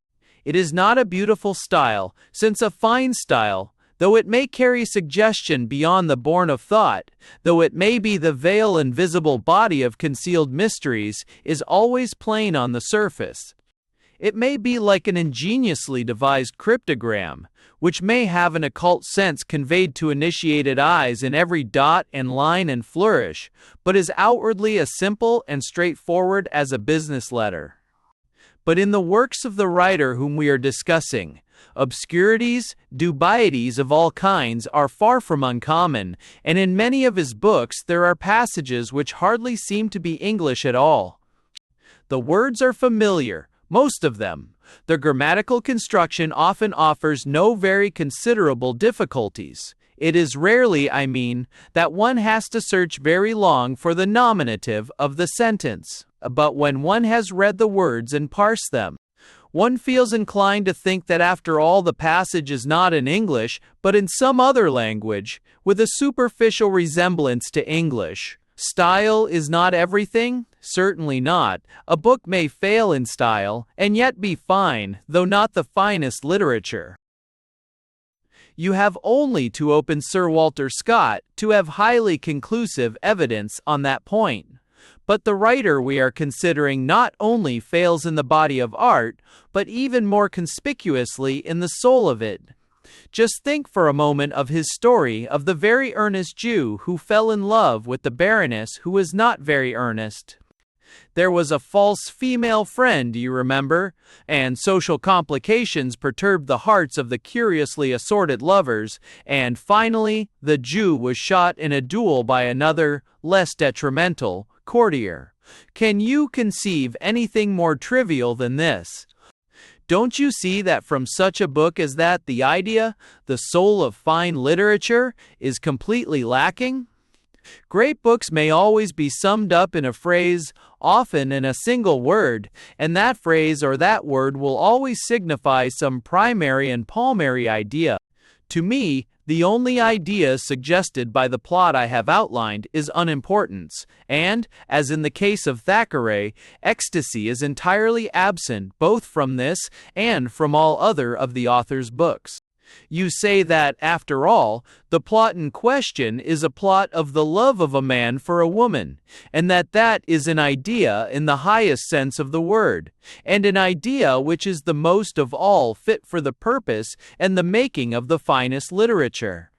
I agree with you in the latter clause of your sentence, but I must point out that the book is not the story of the love of a man for a woman. It is the story of the flirtation of a baroness with a German Jew socialist, a very different matter. In a word, it is a tale of the accidental, of the particular, of the inessential. It is completely the play of Hamlet, with the part of Hamlet omitted, and the greatest stress laid on the minor characters. It is quite true that when an author writes a romance containing a hero and a heroine, he must tell you who they are. He must give, briefly and succinctly, the necessary details, names, ages, conditions, and so forth. In short, he must poise his feet on earth, but his way is to the stars. Think of the Scarlet Letter. Open it again and see how admirably Hawthorne has omitted a world of unessential details that a lesser man would have put in. He has left out a whole encyclopedia of useless and tedious information. There is the dim, necessary background of time and place, but in reality, the scene is eternity, and the drama is the mystery of love and vengeance and hellfire. Of course, fine literature must have its gross and carnal body. We must know who's who, for I don't think an old-fashioned receipt that I remember was ever very successful. Oh, you must have read some of the tales.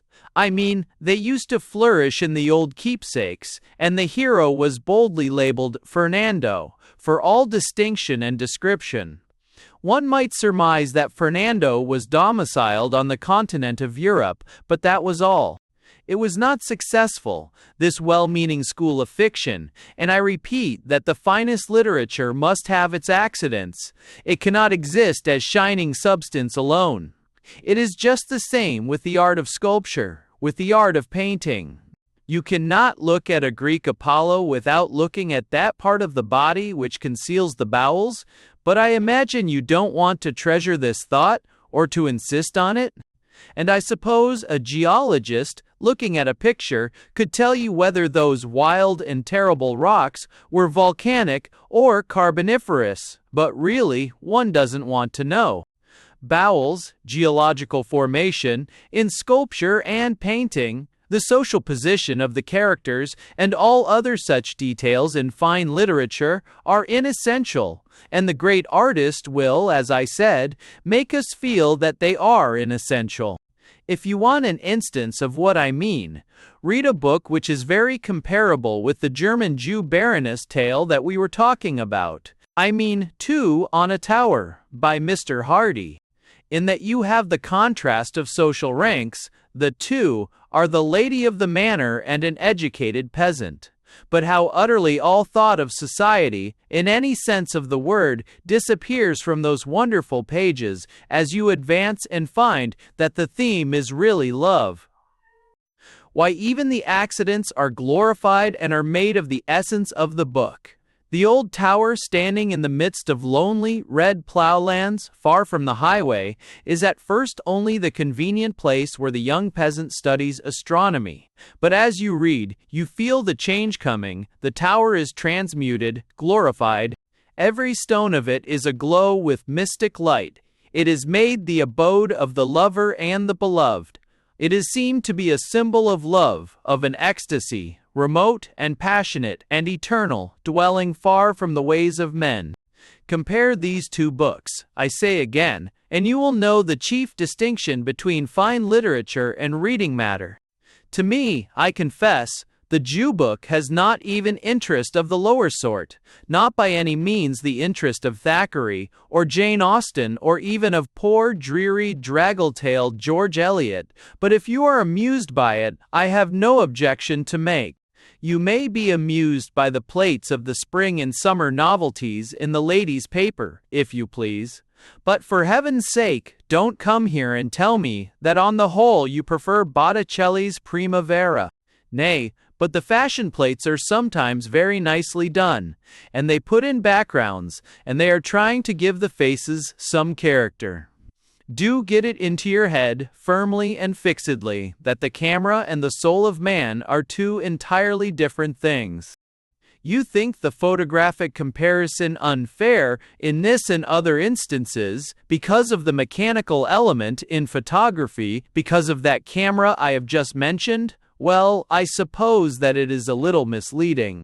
The sun and the camera between them certainly do your picture for you. And as you urge, there is more of artifice in the merest Sunday school tale than in the best of photographs. Still, you must remember that photography too has its artifice, its choice of the right and the wrong way, and its exercise of judgment. There is a great deal in it that is not mechanical, and in its essence it is of the same class as the books I have been alluding to. The means employed are different, and a higher and finer artifice is required for making books than for taking photographs. But the end of each is the same, and that end is to portray the surface of life, to make a picture of the outside of things. It is on this ground that I defend my use of the analogy, and you must understand me to speak only of the object which is common to each, when I compare the secondary writer to a photographer. The writers, to be sure, have invention in a greater or less degree, but you will remark that the artists in literature have the power of creation, a totally different process. Invention is the finding of a thing in its more or less obscure hiding place. Creation is the making of a new thing, the invocation of something from nothingness. Don Quixote is a creation. The clergyman in Pride and Prejudice is an invention. Colonel Newcome is, in all probability, a composite portrait, while the Jew socialist who fell in love with the Baroness is simply a portrait of Ferdinand Lassalle. You must remember that while the two classes, fine literature and reading matter, differ the one from the other generically, the individuals of each class differ from each other only specifically. Thus the difference in merit between the Odyssey and Pickwick is enormous, but it is a specific difference. In the same way, it is hard to measure with the imagination the difference between Madame Bovary and that famous Sunday school story, Jackie's Holiday. The former is immensely clever, the latter is immensely silly, but the two are, emphatically, of the same genus. In each case, the effort of the author is to describe life.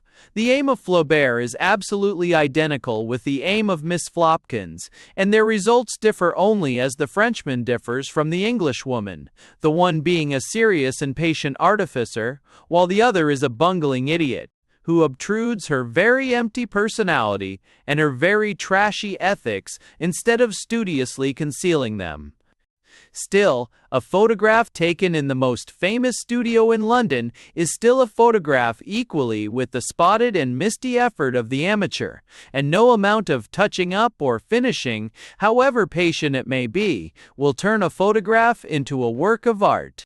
And, in like manner, no labor, no care, no polishing of the phrase, no patience in investigation, no artifice in plot or in construction will ever make reading matter into fine literature.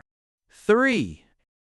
I see that I shall be obliged to keep on reiterating the difference between fine literature and literature, or, in other words, between art and observation expressed with artifice.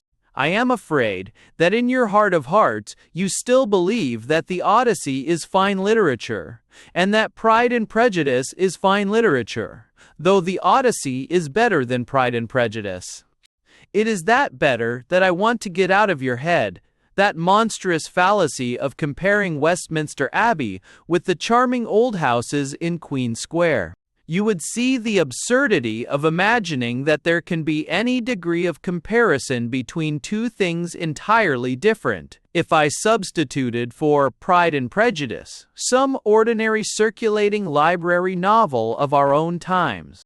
At least I hope you would see, though, as I told you a few weeks ago, I doubt very much whether many people realize the distinction between the Odyssey and a political pamphlet. The general opinion, I expect, is that both belong to the same class, though the Greek poem is much more important than the pamphlet. I think we succeeded in demonstrating the falsity of this idea, in showing clearly and decisively that fine literature means the expression of the eternal human ecstasy in the medium of words, and that it means nothing else whatsoever. Words, it is true, are used for other ends than this. They are used in sending telegrams to stockbrokers, for example. But why should this double office create any confusion? A tub and a tabernacle may each be made of wood, but you don't mix the two things up on that account? The other day, you gave me a most amusing account of your landlady's quarrels with her servant girls. I remember that I laughed consumedly, and at the moment, that solemn preconization of the servant Mabel, to the effect that her mistress, Mrs. Stickings, was not a lady, was more to my taste than the recitation of the ode on a Grecian urn. But you surely didn't think that you were making literature all the while, or that the history of Mrs. Stickings and Mabel would have mysteriously become literature if you had written it down and got somebody to print it, or that it would have been literature if some of the details had been a little exaggerated.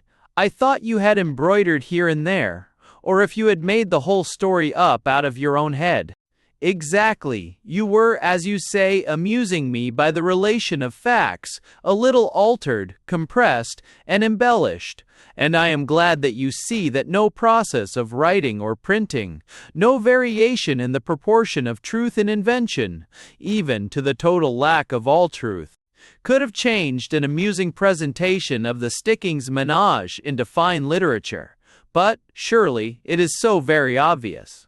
Did any cook ever think that he could change a turkey into a bird of paradise by careful attention to the farce and the sauce? The farmer might as well expect to breed early phoenixes for Leadenhall Market by the simple process of lighting a bonfire in the farmyard. The young ducks would jump into the blaze, and the transformation would be the work of a second.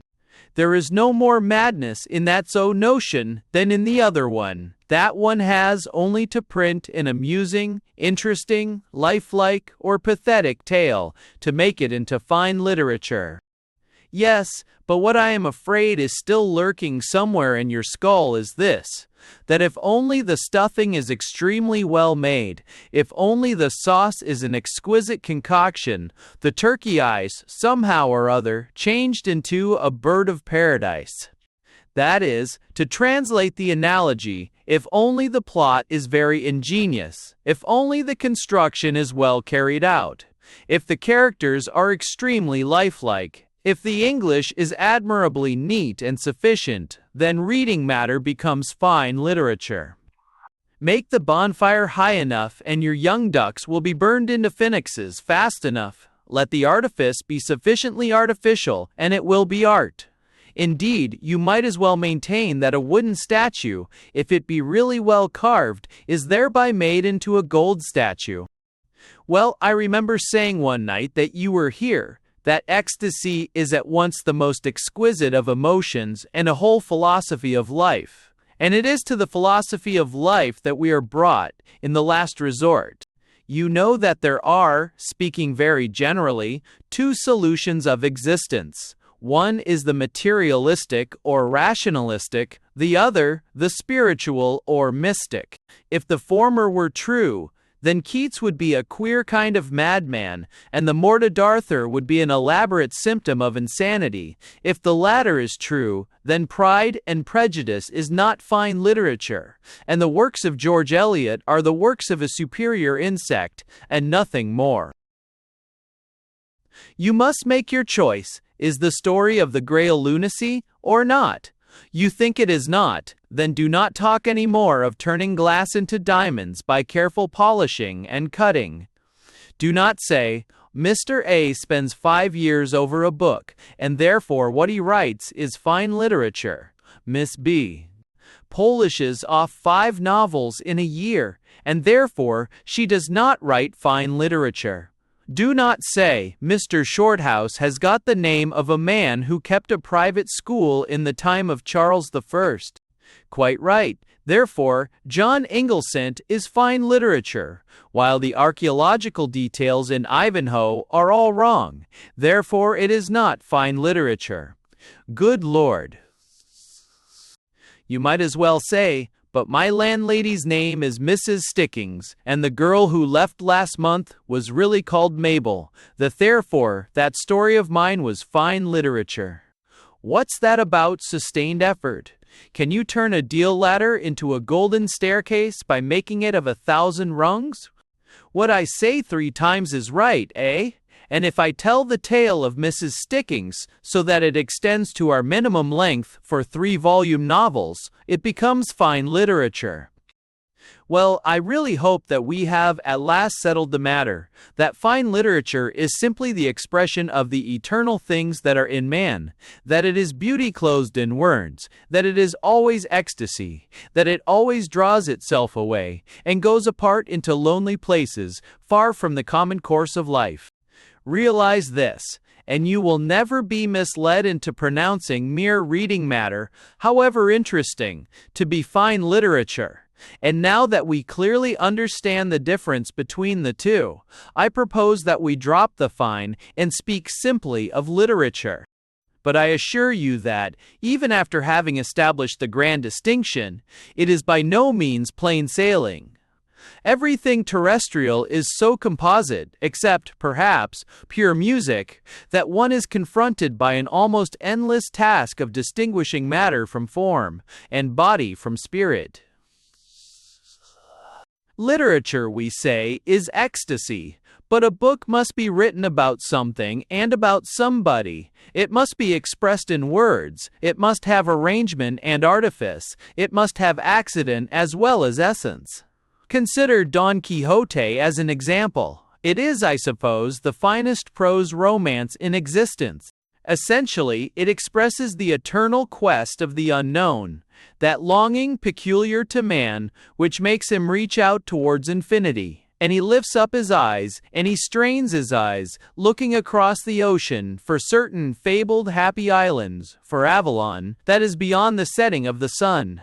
And he comes into life from the unknown world, from glorious places, and all his days he journeys through the world, spying about him, going on and ever on, expecting beyond every hill to find the holy city, seeing signs and omens and tokens by the way, reminded every hour of his everlasting citizenship. From the great deep to the great deep he goes. It is true of King Arthur and of each one of us. And this, I take it, is the essence of Don Quixote, and of all his forerunners and successors. Then, in the second place, you get the eternal moral of the book, and you will understand that I am not using moral in the vulgar sense. The eternal moral, then, of Don Quixote is the strife between temporal and eternal, between the soul and the body, between things spiritual and things corporal, between ecstasy and the common life. You read the book and you see that there is a perpetual jar. You are continually confronted by the great antinomy of life. It seems a mere comic incident when the knight dreaming of enchantment is knocked about and made ridiculous. But I tell you, it is the perpetual tragedy of life itself, symbolized. I say that it is, under a figure, the picture of humanity in the world, that you will find the truth it represents, repeated again and again throughout all history. You know that if one goes back resolutely to the first principles of things, one finds oneself, as it were, in a place where all lines that seemed parallel and eternally divided meet, and so it is with this tragedy symbolized by the Don Quixote. It is, you may say, the tragedy of the unknown and the known, of the soul and body, of the idea and the fact, of ecstasy and common life, at last, I suppose, of good and evil. Then, there is a third element in the book. The author intended to write a burlesque on the current romances of chivalry, and he wrote, I suppose, the best burlesque that has ever been written, or ever will be written. If you unhappily so choose, you can shut your eyes to everything serious and everything beautiful, and read merely of Amadis and Arthur taken off, of the highest ideals turned into nonsense, of the best motives shown to be, in effect, mischievous. You will read how the knight, in the approved manner of knights, helped the oppressed and the wretched, and how he usually worsened their condition tenfold. You may lend your ear to Sancho, grumbling and quoting common-sense proverbs, all the road, as he rides on his ass, and if it were not for the wit and the comedy, you might fancy yourself in a suburban train bound for the city. Why, if you so please, Don Quixote is the institute of cynicism, the reduction of every generous impulse to absurdity.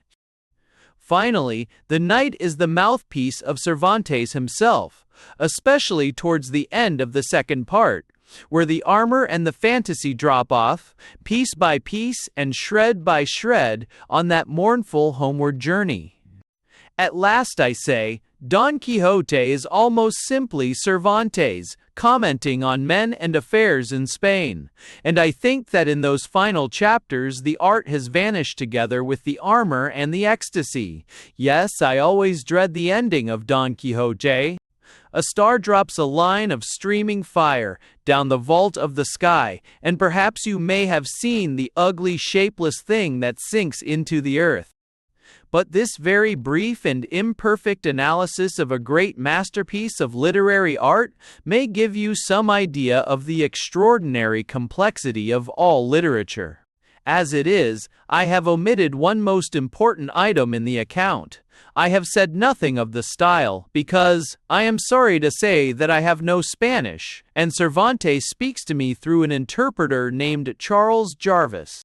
But, omitting style, you see that we have, in this particular case, 5 books in one. We have the utterance of pure ecstasy, the strife between ecstasy and the common life, the burlesque of chivalry, the institutes of cynicism, and the comments on affairs. Each of these different themes is managed with consummate ability, and always excepting the last chapters of the book, each keeps its due place, so that it really rests with the reader, in a manner, to choose which book he is to read. And then, there are other elements which must be accounted for if one is to judge a book as a whole, fairly and thoroughly.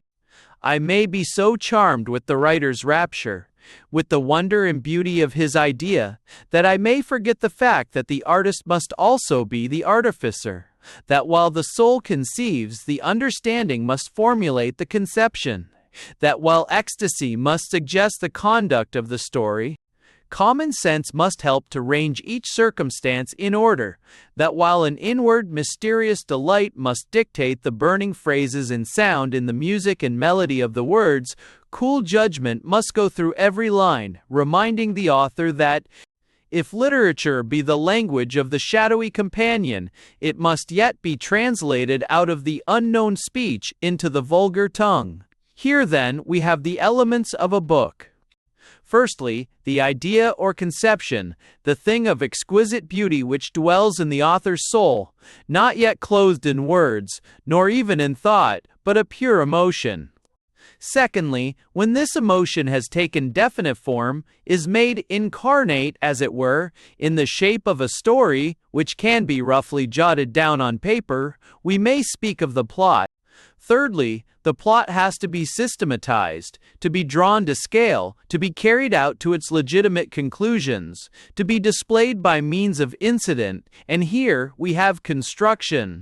Fourthly, the story is to be written down, and style is the invention of beautiful words which shall affect the reader by their meaning, by their sound, by their mysterious suggestion. This, then, is the fourfold work of literature. And if you want to be perfect, you must be perfect in each part. Art must inspire and shape each and all. But only the first, the idea, is pure art.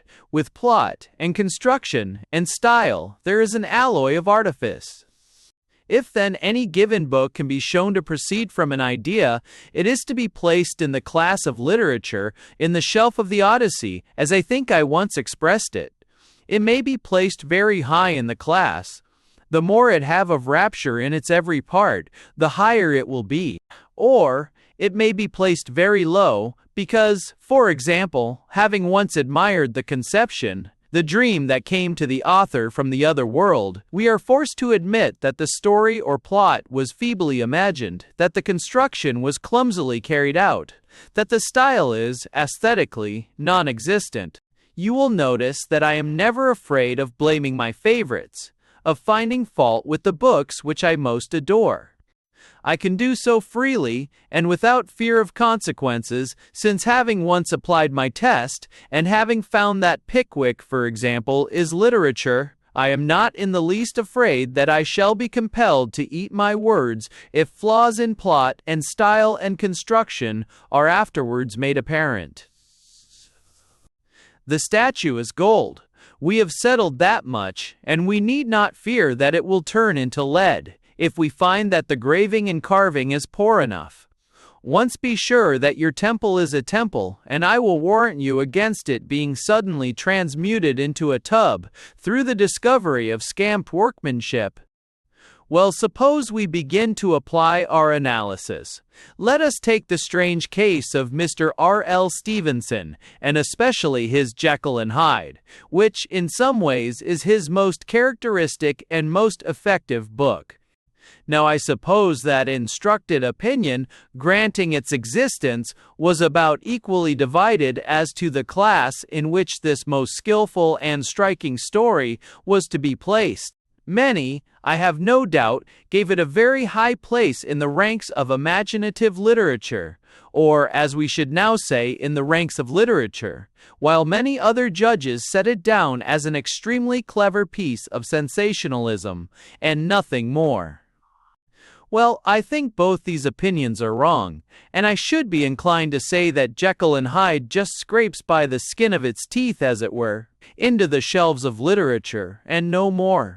On the surface, it would seem to be merely sensationalism. I expect that when you read it, you did so with breathless absorption, hurrying over the pages in your eagerness to find out the secret. And this secret once discovered, I imagine that Jekyll and Hyde retired to your shelf, and stays there, rather dusty.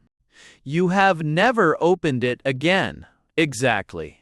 I have read it for a second time, and I was astonished to find how it had, if I may say so, evaporated.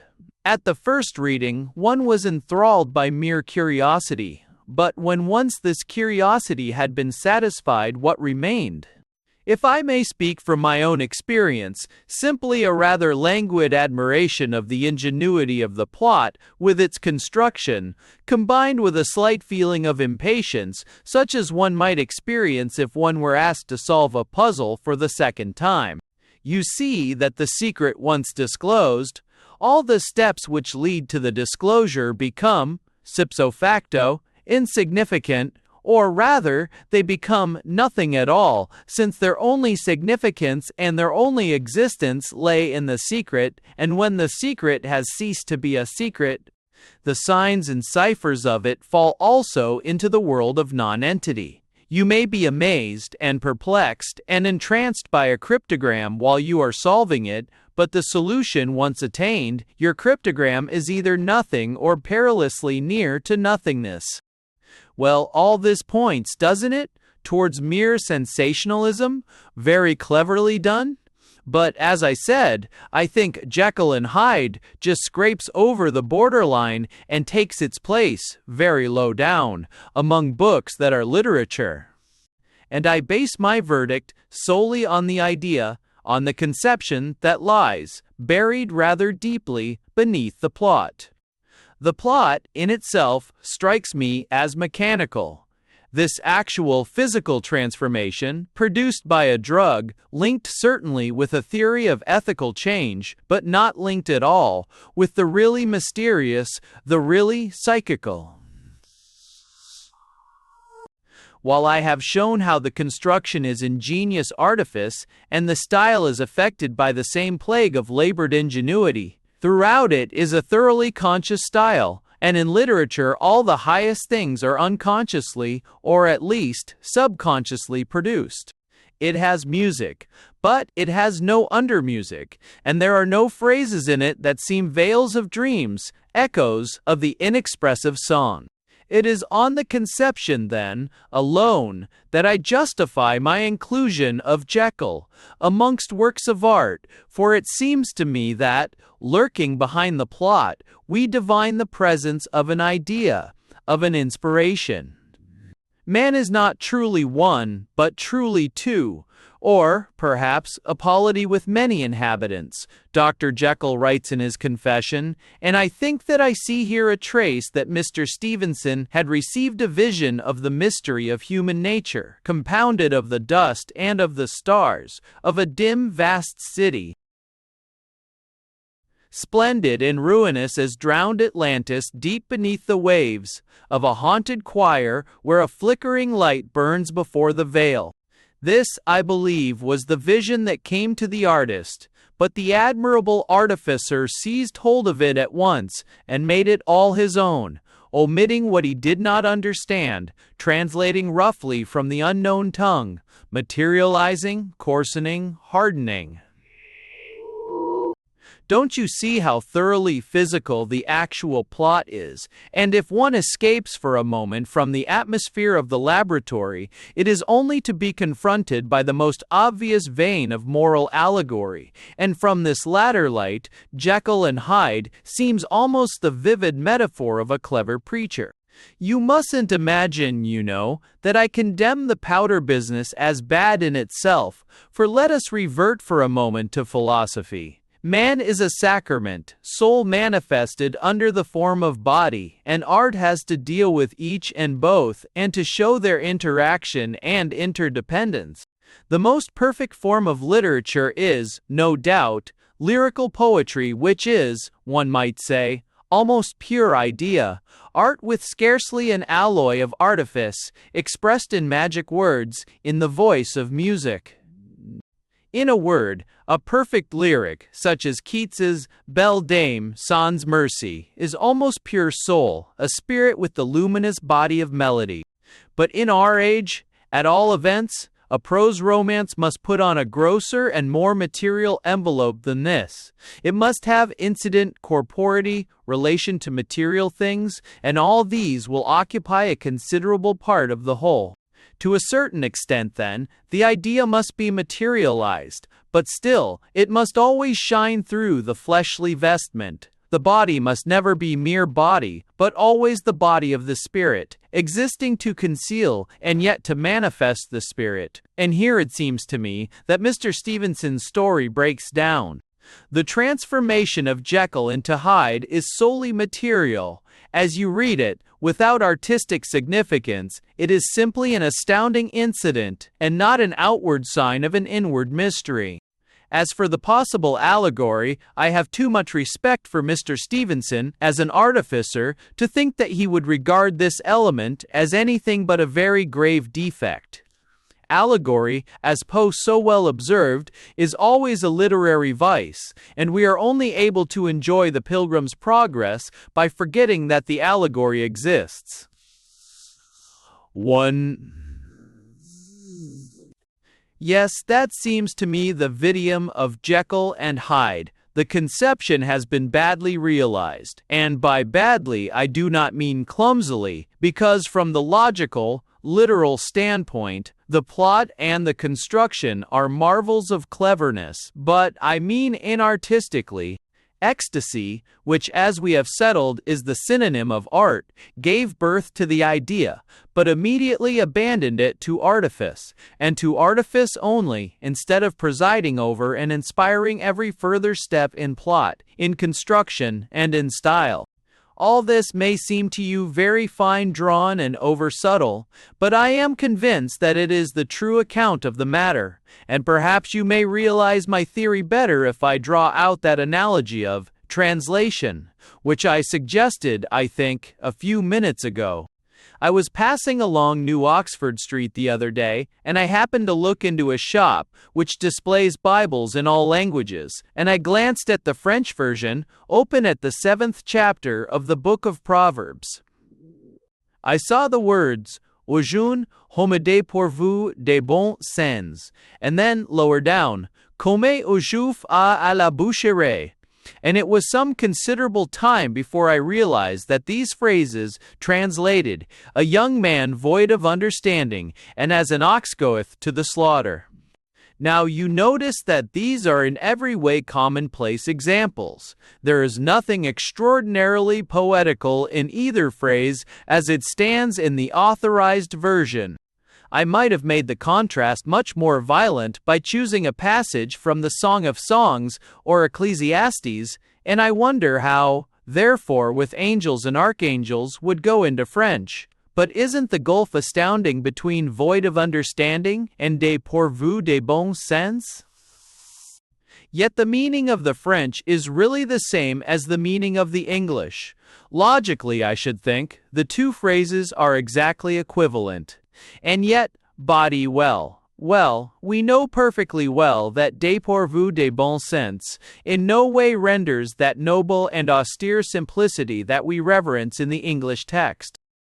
Now, I think you ought to see what I have been trying to express about the gulf that may open always between the conception and the plot, or story, that does divide the conception from the plot of Jekyll and Hyde.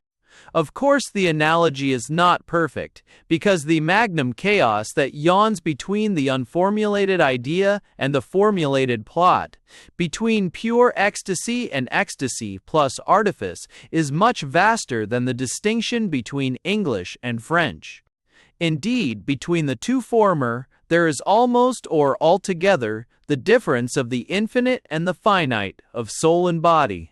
Still, you see how a book is a rendering, a translation of an idea, and how a very fine idea may be embodied in a very mechanical plot. You remember the Socialist and Baroness's novel that we were talking about the other night. We placed it outside of literature firstly, and chiefly because it was not based on ecstasy, on an idea of any kind, and secondly, and by way of consequence, because in its execution and detail it was so thoroughly insignificant, because it played Hamlet with the part of the prince omitted. Now I think that it is strong evidence of the soundness of my literary theory that we are enabled by it to take two books so utterly dissimilar in manner and method, in story and treatment, and to judge them both by the same scale. For this is what it really comes to. We say that the tragic comedians is not literature, because it simply tells of facts without their significance, because it deals with the outward show and not with the inward spirit, because it is accidental and not essential. And in just the same way we say that Jekyll and Hyde, its conception apart, is not literature, inasmuch as it too has the body of a story without the soul of a story, the incident, the fact, without the inward thing of which the fact is a symbol. For if you will consider the matter, you will see that a fact qua fact has no existence in art at all. It is not the painter's business to make us a likeness of a tree or a rock. It is his business to communicate to us an emotion, an ecstasy, if you please. And that he may do so, he uses a tree or a rock as a symbol, a word in his language of color and form. It is not the business of the sculptor to chisel likenesses of men in marble. The human form is to him also a symbol which stands for an idea. In the same manner, it is not the business of the literary artist to describe facts, real or imaginary. In words, he is possessed with an idea which he symbolizes by incident, by a story of men and women and things. He is possessed, let us say, by the idea of love. Then he must write a story of lovers, but he must never forget that A and B, his actual lovers in the tale, with their social positions, their whims and fancies, their sayings and doings, are only of consequence in the degree that they symbolize the universal human passion, which in its turn is a copy of certain eternal and ineffable things. One guy, if A and B do not do this, then they are nothing and worse than nothing so far as art is concerned. But my tree is like a tree, says the dull painter, and my anatomy is faultless, says the bad sculptor, and my characters are lifelike, says the novelist. And one can apply exactly the same reasoning to Mr. Stevenson's ingenious story. I do not know whether there is, or has been, or will be a salt in existence which can turn a man into another person, that is of not the slightest consequence to the argument. The result of the powder, as it is described in the book, is an incident, and it makes no difference to the critical judgment whether the incident is true or false, probable or improbable. The only point, absolutely the only point is this: is the incident significant or insignificant? Is it related for its own sake, or is it posited because it is a sign, a symbol, a word which veils and reveals the artist's ecstasy and inspiration? The socialist fell in love with the Baroness. It is true, you say, it really happened so in Germany some 25 years ago. But in the book it is insignificant. The doctor took the powder and became another man. It is probably untrue.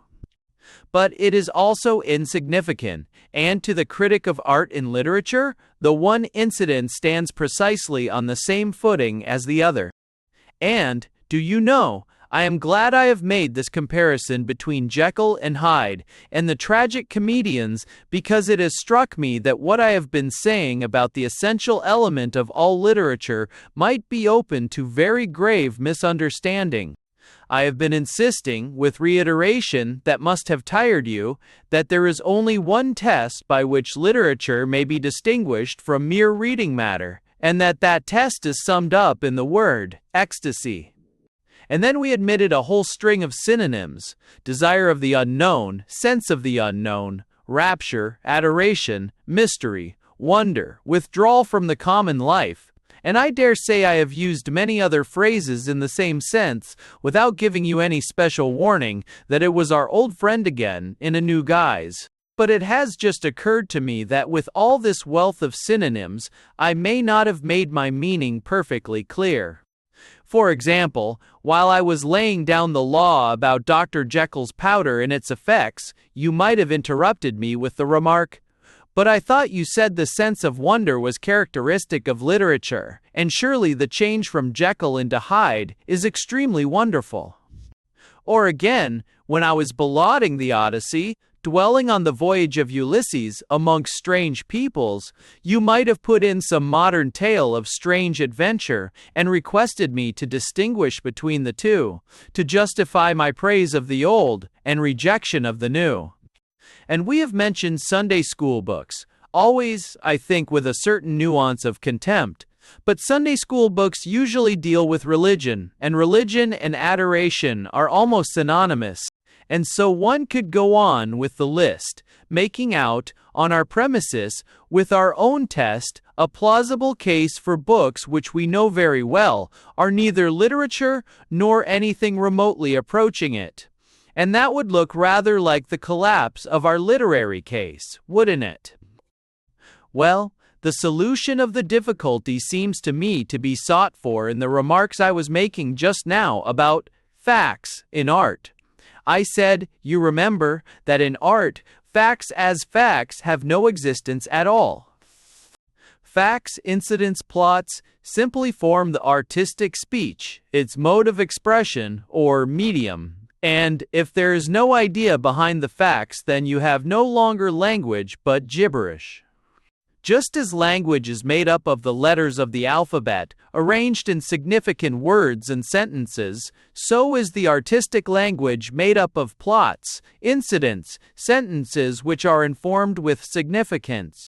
If I heap up letters of the alphabet and arrange them in an arbitrary collocation without meaning, I am forming gibberish, and not a language.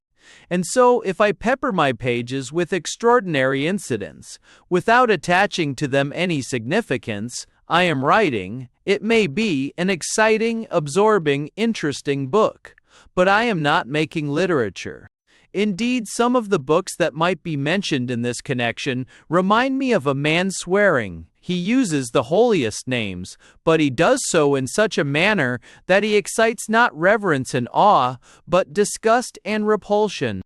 Tell the bare plot of the Odyssey to one of these writers, and hint that it might be made into a successful Christmas book for boys, and he will produce you a book which will contain the Lotus Eaters and Calypso and the Cyclops, but which will have just the same relation to literature as blasphemy bears to the liturgy. That seems to me the explanation.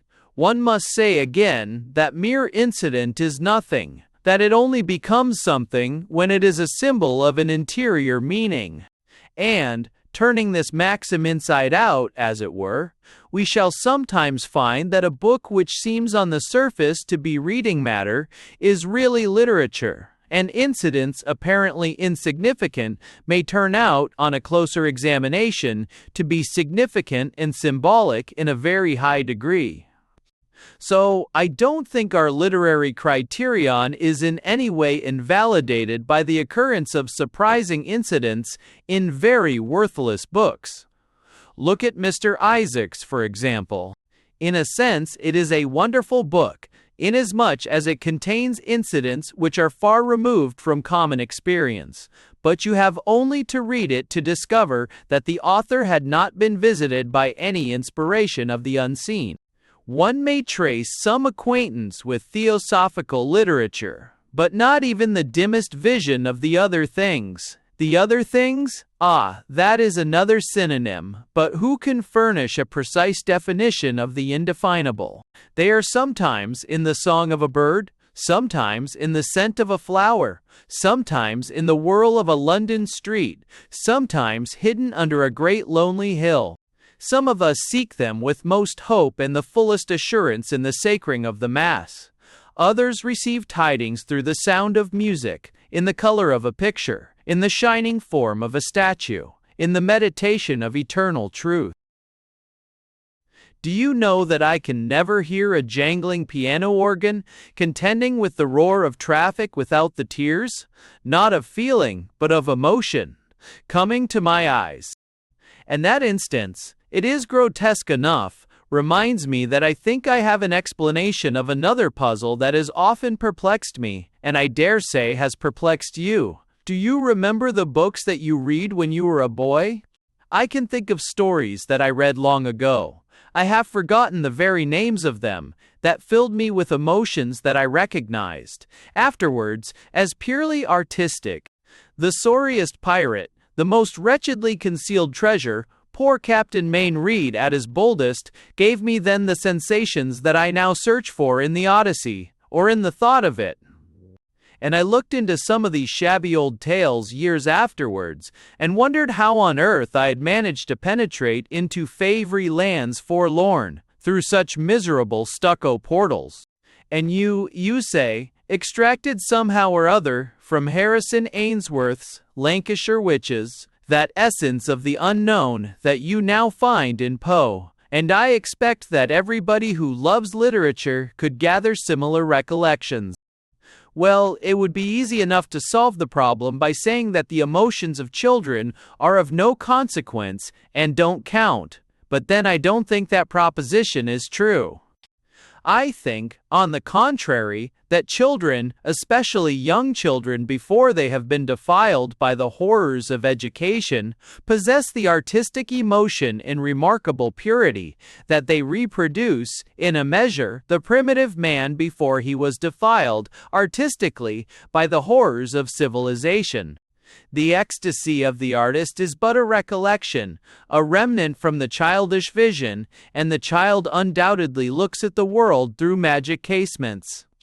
But you see, all this is unconscious, or subconscious. To a less degree it is so in later life. And artists are rare simply because it is their almost impossible task to translate the emotion of the subconsciousness into the speech of consciousness.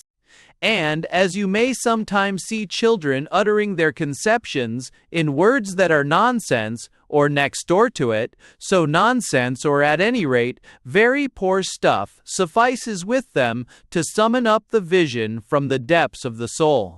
Suppose we could catch a genius at the age of 9 or 10, and request him to utter what he felt. The boy would speak or write rubbish, and in the same way, you would find that he read rubbish, and that it excited in him an ineffable joy and ecstasy.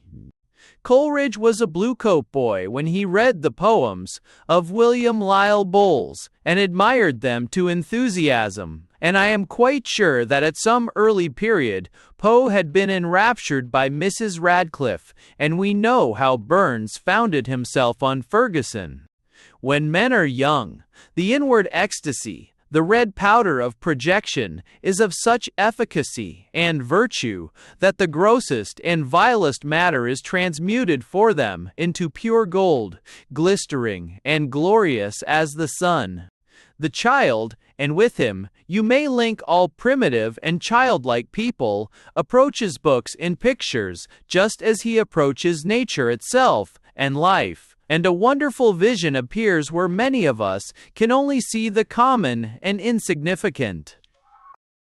But all this has been a digression. It has come by the way in a talk about worthless and insignificant books. But I think that we should by this time have brought our testing apparatus into working order.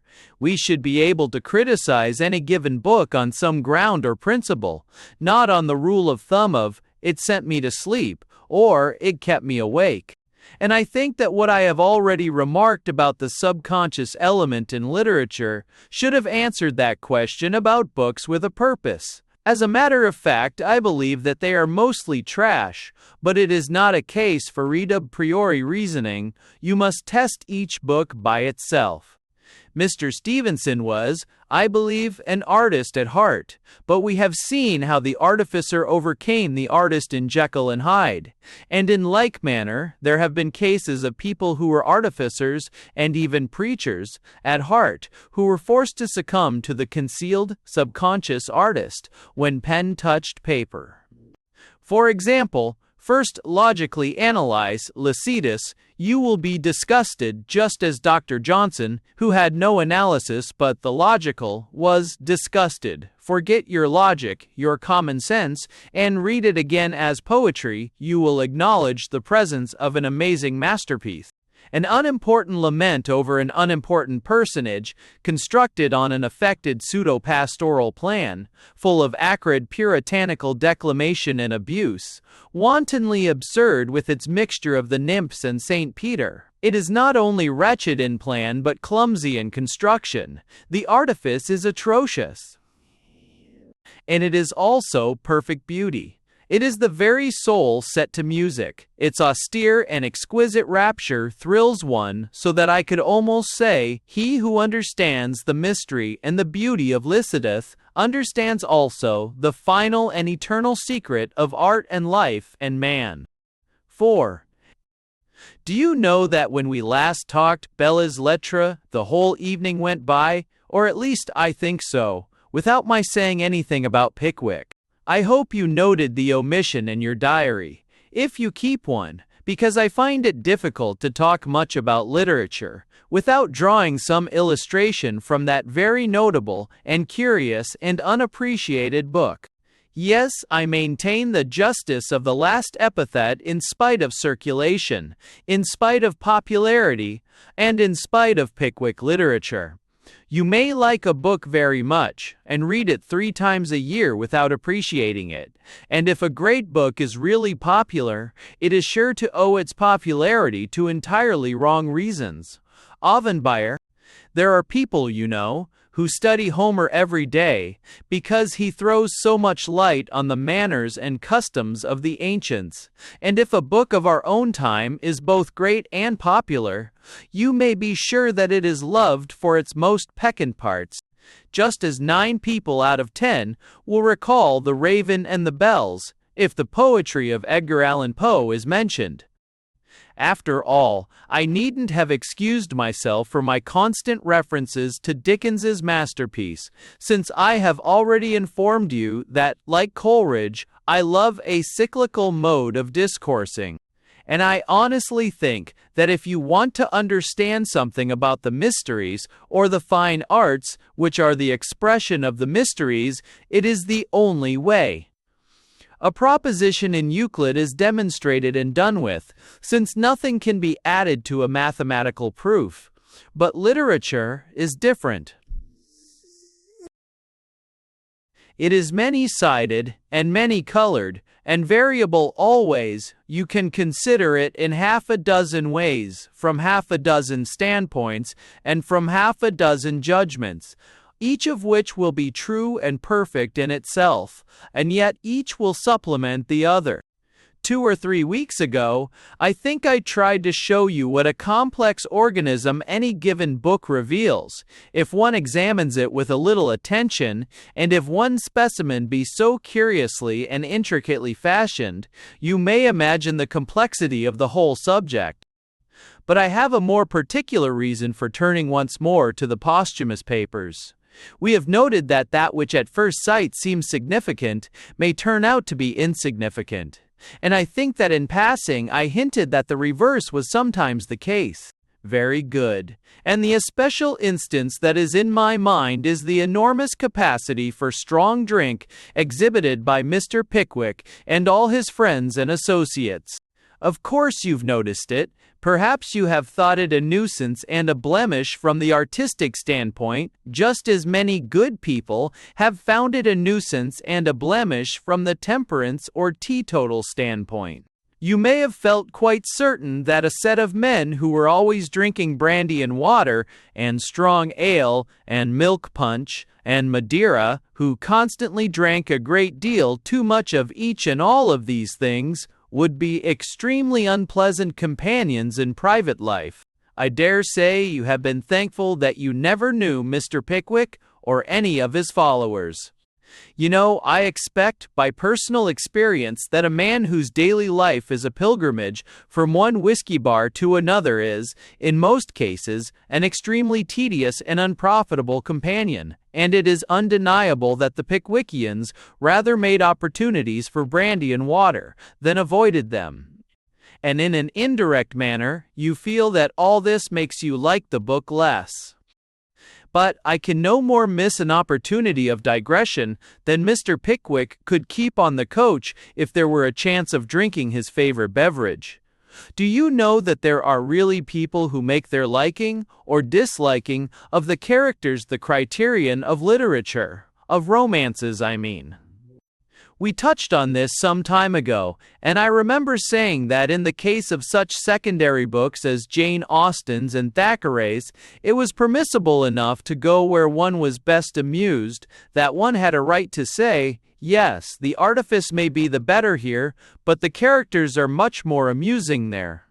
And I had rather talk to the cosmopolitan whose manners are now and then a little to seek, than to the maiden lady in the village, whose decorum is so unexceptionable. But I confess that at the time it had not dawned upon me that there are people who try to judge fine art, the true literature, on the same grounds. I believe, however, that such is the case. I believe, indeed, that the egregious M. Voltaire was dimly moved by some such feeling when he wrote his famous criticism of the prophet Habakkuk.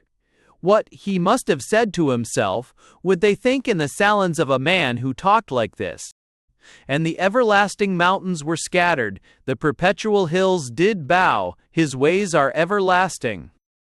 Evidently, Habakkuk could never hope for a second invitation, and therefore he wrote rubbish. And I believe, as I said, that there are many people who more or less unconsciously judge literature by this measure, by asking, would these people be pleasant to meet? Would one like to hear this kind of thing in one's drawing room? And this is well enough with secondary books, since they contain nothing but characters, and incidents, and scenes, and facts. But it is by no means well in literature, in which, as we found out, all these things are symbols, words of a language, used, not for themselves, but because they are significant.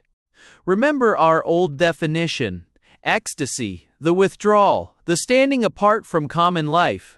And you will see that we may almost reverse this popular method of judgment and turn it into another test, or rather, another way of putting the test, of art.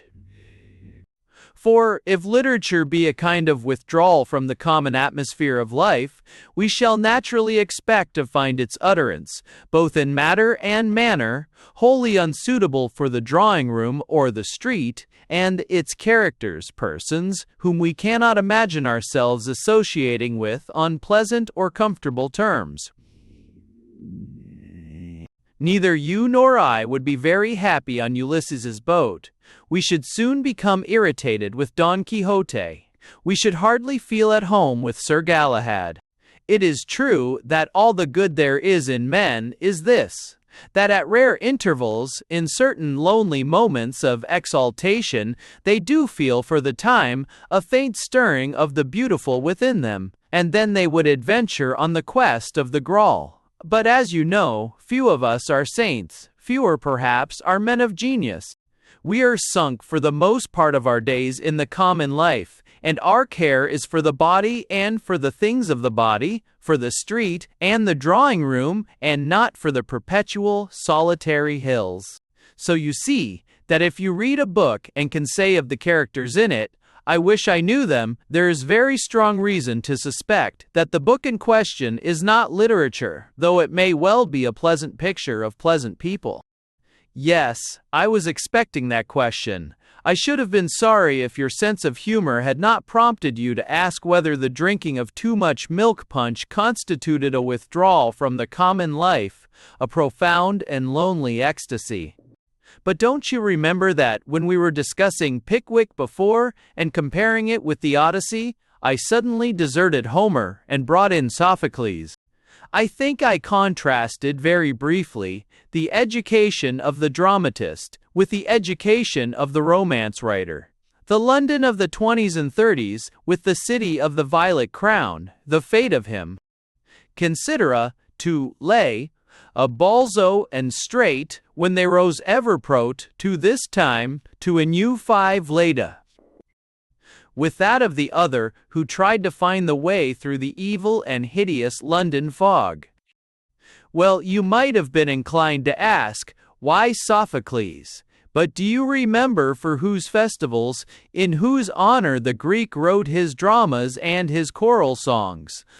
It was the god of wine who was worshipped and invoked at the Dionysiaca in the praise of Dionysus. The chorus sang and danced about the altar, and all the drama arose from the celebration of the Bacchic mysteries. So you get, I think, a pretty fair proportion. As the Athens of Sophocles is to the cockneydom of Dickens, so is the cult of Dionysus to the cult of cold punch and brandy and water. The interior meaning is in each case the same. The artistic expression has lamentably deteriorated in the degree that the artistic atmosphere on the banks of Fleet Ditch, the mother of dead dogs, was inferior to the artistic atmosphere on the banks of the Ilissus. I expect you have gathered from all this talk the point I want to make, that the brandy and water and punch business in Pickwick, which at first sight seems trivial and insignificant, and even disgusting, is, in fact, full of the highest significance. Don't you notice the insistence with which the writer dwells on drinking, the unction and enthusiasm with which he describes it? We have admitted the poverty of the materials with which Dickens works, and of course, it would be as idle to expect him to write a choral song in honor of Dionysus as it would be to expect him to write in Greek. He expressed himself as best he could in the language, that is, with the incidents and in the atmosphere that he knew, but there can be no possible doubt as to his meaning. In a word, I absolutely identify the brandy and water scenes with the Bacchic cultus and all that it implies. This is a little too much for you, is it? Well, let us take another well-known book, the Gargantua and Pantagruel. You know it well, and I have only to remind you of the name, to remind you that as Pickwick has been said to reek with brandy and water, so does Rabelais assuredly reek of wine. Grand Goussier estoit bon ralliard dans son temps, aimant à boire net. It ends with the oracle of the holy bottle, with the word. Trinch en notin for, un mot panom fait, célébrer entendu de toutes nations, et nous signifie beauvais, and I refer you to the allocution of Bacbuc, the priestess of the bottle, at large. By wine, she says, is man made divine, and I may say that if you have not got the key to these Rabelaisian riddles, much of the value, the highest value, of the book is lost to you. You know how they drink, those strange figures, the giants and their followers. You know the aroma of the vintage, the odor of the wine vat that fills all those marvelous and enigmatic pages, and I tell you that here again I recognize the same signs as in Pickwick. The same music as that of the dithyrambic choruses in honor of Dionysus, which were eventually amplified into that magnificent literary product, the Greek drama. And if we wish to penetrate the secret, we must not forget the Hebrew psalmist, with his exelix meus inebrians, quam proclarus esda. And remember too, if you feel inclined to shudder at the milk punch, that the words which I have just quoted might be rendered, "How splendid is this cup of wine that makes me drunk!" And we may say that, in a manner, poor Dickens did so render them, since, as I have reminded you, he belonged, after the flesh, to the Camden town of the 20s, and was forced to use its unbeautiful dialect because he knew no other. And after all then, what does this Bacchic cultus mean? We have seen that under various disguises the one spirit appeared in Greece, in the France of the Renaissance, and in Victorian England, and that in each instance there is an apparent glorification of drunkenness. The Greeks, indeed, a sober people by necessity, as all Southerners are, impersonated the genius of intoxication, and made excessive drinking, as it would seem, an elaborate religion, with rites and festivals and mysteries. The Turanian, whose personal habit was that not of a drunkard, but of a learned physician and restorer of ancient letters, who probably drank very much in the manner of the good curé I once knew. My God, he said to me, after the third small glass of small white wine, "'tis a veritable debauch." has, on the face of it, dedicated all his enormous book to the same cause, so that to read Pantagruel is like walking through a French village in the vintage season, when the whole world, as Zola unpleasantly and nastily expresses it, puait le raisin. Thirdly, Dickens, who loved to talk of concocting gin punch, and left it, when concocted, to be drunk by his guests, shows us Mr. Pickwick dead drunk in the wheelbarrow. And, for a final touch of apparent absurdity, you remember that the Dionysus myth represents wine as a civilizing influence. You may well think of the public house at the corner, and ask yourself how strong drink can contribute to civilization. Well, that is, in very brief outline, the problem and the puzzle, and I may say at once that to the literalist, the rationalist, the materialist critic, the problem is quite insoluble. But to you and me, who do not end in any kind of ist, is dies canta, the enigma will not be quite so hopeless.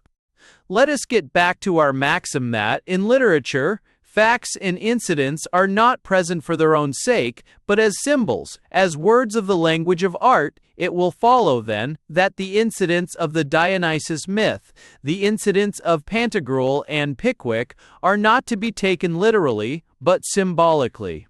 We are not to conclude that the Greeks were a race of drunkards, or that Rabelais and Dickens preached habitual excess in drink as the highest virtue. We are to conclude that both the ancient people and the modern writers recognized ecstasy as the supreme gift and state of man, and that they chose the vine and the juice of the vine as the most beautiful and significant symbol of that power which withdraws a man from the common life and the common consciousness, and taking him from the dust of the earth, sets him in high places, in the eternal world of ideas. And, after all, I cannot do better than quote, at length, the sermon of Bacbuc, priestess of the Dive Bouteille. Et ici maintenance, que non rire, en rire, est le propre de l'homme. Je ne disboirai simplement et absolument, car aussi bien boivant les bestes, je disboirai vin bon et phrase. Notes, amis que devinant deviant et niais. Argument tant sur. Vos académiques l'affirment, rendant l'étymologie des vins lesquels ils descendent en grec, orstre comme vis, force, puissance, quor pouvoir, or shame de toute vérité, toi savoir et philosophie, at philosophie. Si avez noté ce qui est en lettres ioniques écrit dessus la porte du temple, vous avez pu entendre qu'en vin est vérité cachée. You see how that passage lights up the whole book, and you see what Rabelais meant in the prologue to the first book by that reference to certain little boxes, such as we see nowadays in apothecary shops. The witch boxes are painted on the outside with joyous and fantastic figures, but within, they hold rare drugs, as balm, ambergris, amomum, musk, civet, certain stones of high virtue, and all manner of precious things. I do not know whether you have read any of our English commentators on Rabelais. If not, I would not advise you to do so, unless you take pleasure in futility. For instance, they take the passage from the prologue, and seeing the hint that something is concealed, try by some complicated chain of argument to show that Rabelais veiled his attacks on the church under a mask of wild buffoonery. Of course, the attacks on the church, the secondary and comparatively unimportant element in the book, fairly answering to the attacks on books of chivalry in the Don Quixote, are as open as any attack can well be. And anyone who finds a veil drawn between Rabelais' dislike for the clergy and his expression of it must have a very singular notion of what constitutes concealment, and a still more singular misapprehension of the motive forces which make and shape great books. Art, you may feel quite assured, proceeds always from love and rapture, never from hatred and disdain, and satire of every kind quasi-satire is eternally condemned to that Gehenna where the pamphlets, the literature of the subject, and the lifelike books lie all together. In Don Quixote, one perceives that Cervantes loved the romances he condemns, and the satire is therefore good-humored, and, one may say, does his book little harm or none at all. But Rabelais had been harshly treated by the friars, and his consequent ill humor, his very violent abuse are in disaccord with the eternal melodies which may be discerned in Pantagruel, noted there under strange symbols. Yes, the satire in Rabelais is an accident, which one has to accept and to make the best of. Some of it is amusing enough, joyous and fantastic, like the apes and owls and antiques that adorn the little boxes of the apothecaries. Some of it is a little acrid, as I said, but let us never forget that the essence of the book is its splendid celebration of ecstasy under the figure of the vine. You know I have not opened the door, I have only put the key into your hands. In this, as in other instances, there are things which, strange to say, are better left unsaid, and this, no doubt, Rabelais perceived when he devised his symbolism and set many traps in the paths of the shallow commentator. It was not from dread of the consequences of attacking the clergy that he devised curious veils and concealments, since, as I have noted, his hatred of the Church is quite open and unconcealed. He chose the method of symbolism, firstly because he was an artist, and symbolism is the speech of art, and secondly because the high truth that he prophesied was not, and is not, fit for vulgar ears. The secret places of the human nature are not heedlessly to be exposed to the uninitiated, who would merely profane this occult knowledge if they had it. By consequence, the complete works of Rabelais are obtainable in Holywell Street, and many, seeking the libidinous, have found merely the tiresome, and have cursed their bargain. No, I will positively say no more. The key is in your hands, and with it you may open what chambers you can. There is only this to be mentioned, that, if I were you, I would not be afraid with any amazement. Should Mr. Pickwick's overdose of milk punch prove, ultimately, a clue to the labyrinth of mystic theology. There are, however, one or two minor points in Rabelais that may be worth notice. I might, analyze it as I attempted to analyze Don Quixote. There is, in Gargantua and Pantagruel, that same complexity of thought and construction. You may note, first of all, the great essence which is common to these masterpieces, as to all literature. Ecstasy, expressed in the one case under the similitude of knight-errantry, in the other by the symbol of the vine.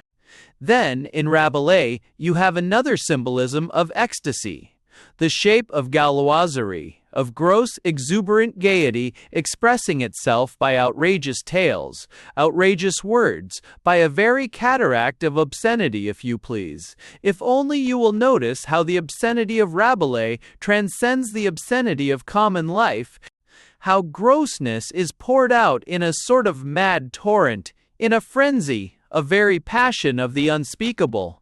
Then, thirdly, there is the impression one collects from the book, a transfigured picture of that wonderful age. There is the note of the vast, interminable argument of the schools, and, for a respond, the clear, enchanted voice of Plato. There is the vision, there is the mystery of the vast, far-lifted Gothic choir. And those fair, ornate, and smiling chateaux rise smiling from the rich banks of the Loire and the Vienne. The old tales told in farmhouse kitchens in the Cheninés, the exultation of the new learning, of lost beauty recovered, the joy of the vintage, the old legends, the ancient turns of speech, the new style and manner of speaking, so to the old world answers the new. Then one has the satire of clergy and lawyers, the criticism of life, analogous, as I said, with much that is in Cervantes, and so from divers elements you see how a literary masterpiece is made into a whole. But now, do you know, I am going to make a confession. You have heard me say more than once that in art, in literature properly so called, liking and disliking count for nothing. We have understood, I think, that when once amusing reading matter has been put out of court, the question of how often, with what absorption one reads, a work of art, matters nothing. Well, I want to contradict, or rather to modify that axiom. We have been speaking of 3 great books, each of which I believe firmly to be true literature: Pickwick, Don Quixote, and Pantagruel. Here is my confession. I read Pickwick, say, once a year, Don Quixote, once every 3 years, while I read Rabelais in fragments perhaps once in 6 years. You might suppose that I have indicated the order of merit. Well, I have, but you must reverse the order, since I firmly believe that Pantagruel is the finest of the 3. We will leave Dickens out of account, since we are agreed that though the message was that of angels, the accent and the speech were of Camden Town. He, that is to say, approaches most nearly to the common life, to the common passages in which we live, and hence he, naturally, pleases us the most in our ordinary and common humors. But, of the other 2, I confess that Cervantes pleases me much the more. The vulgarity of Dickens is absent, or, rather, it is concentrated in Sancho, in a much milder form than that of Pickwick, for a Spanish peasant of the 16th century, with all his common sense and practical reason, is less remote from beauty than the retired businessman of the early 19th century. Just as poor Mr. Pickwick, an honest, kindly creature, is vastly superior to the blatant, pretentious, diamond-bedecked swindlers who represent the city in our day. But Cervantes, who lacks, as I say, the commonness of Dickens, has something of the urbanity, the cosmopolitanism of Thackeray. He is, to a certain degree, a Colonel Newcome of his time, but he has seen the world more sagaciously than Colonel Newcome ever could. So while Rabelais appals me with his extravagance, his torrents of obscene words, I am charmed with the good-humored and observing companionship of Cervantes. And hence I conclude that Pantagruel is the finer book. It may sound paradoxical to say so, but don't you see that the very grotesquerie of Rabelais shows a further remove from the daily round, a purer metal, less tinged with the personal, material interest than Don Quixote? Mind you, I find greater deftness, a finer artifice in Cervantes, who I think expressed his conception the more perfectly, but I think that the conception of Rabelais the higher, precisely because it is the more remote. Look at the Pantagruel, consider those lists, that more than frankness, that ebullition of grossness, plainly intentional, designed. It is either the merest lunacy, or else it is sublime.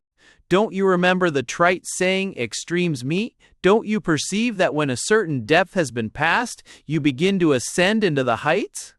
The Persian poet expresses the most transcendental secrets of the divine love by the grossest phrases of the carnal love. So Rabelais soars above the common life, above the streets and the gutter, by going far lower than the streets and the gutter. He brings before you the highest by positing that which is lower than the lowest, and if you have the prepared, initiated mind, a Rabelaisian list is the best preface to the angelic song. All this may strike you as extreme paradox, but it has the disadvantage of being true, and perhaps you may assure yourself of its truth by recollecting the converse proposition, that it is when one is absorbed in the highest emotions that the most degrading images will intrude themselves. No, you are right, This is not the psychology of the scientific persons who write handbooks on the subject. It is not the psychology of the serious novelists, of those who write the annals of the engaged, but it happens to be the psychology of man. I don't know that very much can be made of the signification of the characters in Pantagruel, as I hardly think that Rabelais was anxious to be systematic or consistent in delineating them. I believe that there are two reasons for the gigantic stature of Pantagruel, or perhaps three. The form of the whole story came from popular legends about a giant named Gargantua, and that is the first and least important reason. Secondly, the giant conception does something to remove the book from common experience. It is a signpost, warning you not to expect a faithful picture of life, but rather a withdrawal from life and from common experience, and you are in a position to appreciate the value of that motive, since I have never ceased from telling you that it is the principal motive of all literature. And, thirdly, I hesitate and doubt, but nothing more, whether the giant Pantagruel, he who is all thirst and ever athirst, may not be a hint of the stature of the perfect man, of the ideal man, freed from the bonds of the common life, and common appetites, having only the eternal thirst for the eternal vine. Candidly, I am inclined to favor this view, but only as a private interpretation. It may be all nonsense, and I shall not be offended or surprised if you can prove to me that it is nonsense. But have you noticed how Pantagruel is at once the most important and the least important figure in the book? He is the most important personage. He is the hero, the leader, the son of the king, the giant, wiser than any or all of his followers. Formally, he is to Rabelais that which Don Quixote is to Cervantes, and yet, actually, he is little more than a vague, tremendous shadow. The living, speaking, impressive personages are Frere Jean and Panurge, who occupy the stage and capture our attention. Doesn't this rather suggest to you the part played by the real man in life itself, a subordinate, unobtrusive part usually, hidden very often by an exterior, which bears little resemblance to the true man within? Pantagruel is the reason, Panurge the understanding, the pollarded man, the man with every faculty except the reason. I scarcely know an example more illustrative of the distinction between the two. Rabelais had no mode of speaking the truth in those days, but in such form as this, as it was, he was indebted to the king's protection for his life. I must cavil at the last sentence, in which Coleridge seems to hint that Rabelais was in danger, because he had hinted the distinction between the reason and the understanding. With all respect to Coleridge, Rabelais might have gone to the limits of psychology and metaphysics without incurring any danger. He was threatened on account of his very open satire of the church and the clergy, which, as I have pointed out, is as plain-spoken as satire well can be. Still, I think that Coleridge, using the technical language of German philosophy, had a glimpse of the truth. And Mr. Besant's remark that Panurge is a careful portrait of a man without a soul is virtually the same definition in another terminology. As I have already said, I don't think that Rabelais kept his characters within the strict limits of consistence. They are only significant, perhaps, now and then, and I want to say again that I speak under correction in this matter, not feeling at all sure of my ground, but I am inclined to think that Pantagruel, Panurge, and the monk are not so much three different characters as the representative of man in his three persons. Frere Jean is, perhaps, the natural man, the healthy animal. Panurge is the rational man, and Pantagruel, as I said, is the spiritual or perfect man, who looms gigantic in the background, almost invisible, and yet all-important, and the three are, in reality, one. If I may apply the case to our own subject, I may say that while Pantagruel conceives the idea, Panurge writes the book, and Brother John has the courage to take it to the publishers. The first is the artist, the second the artificer, and the third the social being, ready to battle for his place in the material world. The giant is always calm, since his head is high above earth, evidit nubis, etc. But the other two have to face the compromises of life, and suffer its defeats. All this may be purely fantastical, and at any rate, I am sure that anyone who knows his Rabelais could pick many holes in my interpretation. For example, I said that the monk was the healthy animal, and Panurge the rational man, but there are occasions when Panurge assumes the character of the unhealthy beast, the hairy-legged hybrid creature of the Greek myth, who uses the superior human artifice for ends that are wholly bestial or worse than bestial. Still, is this a valid objection? Are there not such men in life itself? Is it not perhaps the peculiar and terrible privilege of humanity that it may, if it pleases, prostitute its most holy and most blessed gifts to the worst and most horrible uses?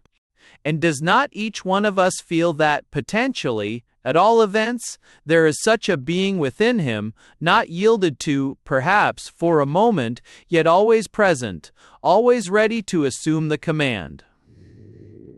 The greatest saints, we are told, have suffered the most fiery temptations. In other words, Pantagruel is always attended by Panurge Diabolicus. I have talked once or twice of the shadowy companion, but one must not forget that there is the muddy companion also, a being often of exquisite wit and deep understanding, but given to evil ways if one do not hold him in check. But, in any case, I think I have shown that the Pantagruel is one of the most extraordinary efforts of the human mind, full of Pantagruelism, and that word stands for many concealed and wonderful mysteries. It is not in the least a pleasant, or a lifelike, or even an interesting book. I think that when one knows of the key, or rather of the keys, one opens the pages almost with a sensation of dread. So it is a book that one consults at long intervals, because it is only at rare moments that a man can bear the spectacle of his own naked soul, and a vision that is splendid, certainly, but awful also, in its constant apposition of the eternal heights and the eternal depths. 5. I have been waiting for that question for a very long time, and I only wonder that you have been able to restrain yourself so well, through such a series of what I know you believe to be paradoxes, though I have assured you that I deal merely in the plainest truth. But, after all, your question is quite a legitimate one, and I remember when I first began to think of these things I went astray, simply because I did not recognize the existence of the difficulty that has been bothering you, ever since that talk of ours about the halte sagesse Pantagrueline et Pickwickienne and Joe, and perhaps before it. Yes, I will put the question in its plainest, crudest form, and I will make you ask, if you please, whether Charles Dickens had any consciousness of the interior significance of the milk punch, strong ale and brandy and water, which he caused Mr. Pickwick and his friends to consume in such outrageous quantities. It sounds plain enough and simple enough, doesn't it? And yet I must tell you that to answer that question fairly, you must first analyze human nature, and I needn't remind you that that is a task very far from simple. Man.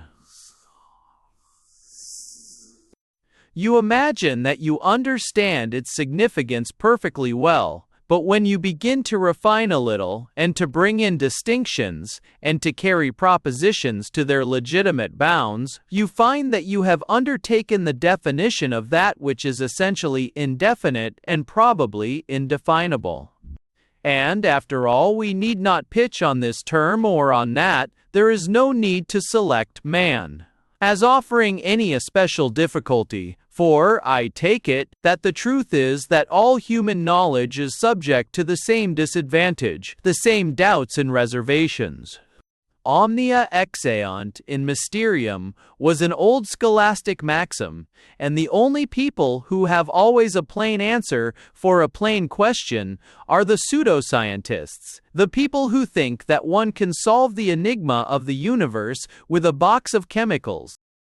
But all this is a caution. Necessary, I suppose, that you need not expect me to give you a plain, cut-and-dried answer to your question whether literature is a conscious production. Or, in more particular form, was Dickens aware that by milk punch he meant ecstasy? I shall ask you another, in the approved Scotch manner.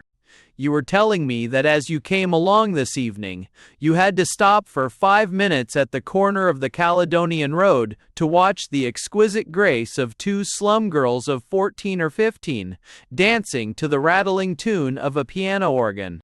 You spoke of the charm of their movements, modus ionici, some of them I fear, of the purely aesthetic delight there was in the sight of young girls, disguised as horrible little slatterns, leaping and dancing as young girls have always leapt and danced, I suppose, from the time of the cave-dwellers onwards. Well, but do you suppose that this charm you have remarked was conscious? Do you think that Harriet and Emily realized that they were of the kin of the ecstatic dancers of all time, that they were beautiful because they were naturally expressing, by a symbol that is universal, the universal and eternal ecstasy of life? Look back in your memory for illustrations. I, as you know, am rather the enemy of facts, and it is rarely that I am able to support a theory by a systematic catena of instances and authorities. But, if one had the industry and energy, one might make a most curious history of the dance. Remember the Hebrew dances of religious joy, of ecstasy in its highest form. Remember that strange survival of the choristers' dance before the high altar in Spain on certain solemn feasts, a survival which has persisted in spite of the strong Roman influences which make for rigid uniformity. Think of the Greek Menades and Bacchantes, of the Dionysiac chorus in the theatre, of our old English peasants treading the mazes and dancing round the maypole, of dances at Breton pardons, of the fairies, supposed to dance in the forest glade beneath the moon. Why, dancing is as much an expression of the human secret as literature itself, and I expect it is even more ancient. And Harriet and Emily, leaping on the pavement to that jingling, clattering tune, were merely showing that though they were the children of the slum and the stepchildren of the school board, they were yet human, and partakers of the universal sacrament. But if you ask, were they conscious of all this, it will be very difficult to give a direct answer. I need hardly say that they could not have put their very real emotion into the terms I have used, nor perhaps into any terms at all, and yet they know the delight of what they do, as much as if they had been initiated in all the mysteries. If someone with the genius of Socrates for propounding searching questions could corner Harriet and Emily and face and overcome that preliminary, inevitable garn, it is possible that he might find that they were fully conscious of the reasons why they danced and delighted in dancing. Just as Socrates demonstrated to the slave that he was perfectly acquainted with geometry, but failing a Socrates and using words in their usual senses, I suppose we must say that they are not conscious. They dance and leap without calculation, as they eat and drink, and as birds sing in springtime. And very much the same answer must be given to the similar question as to literature.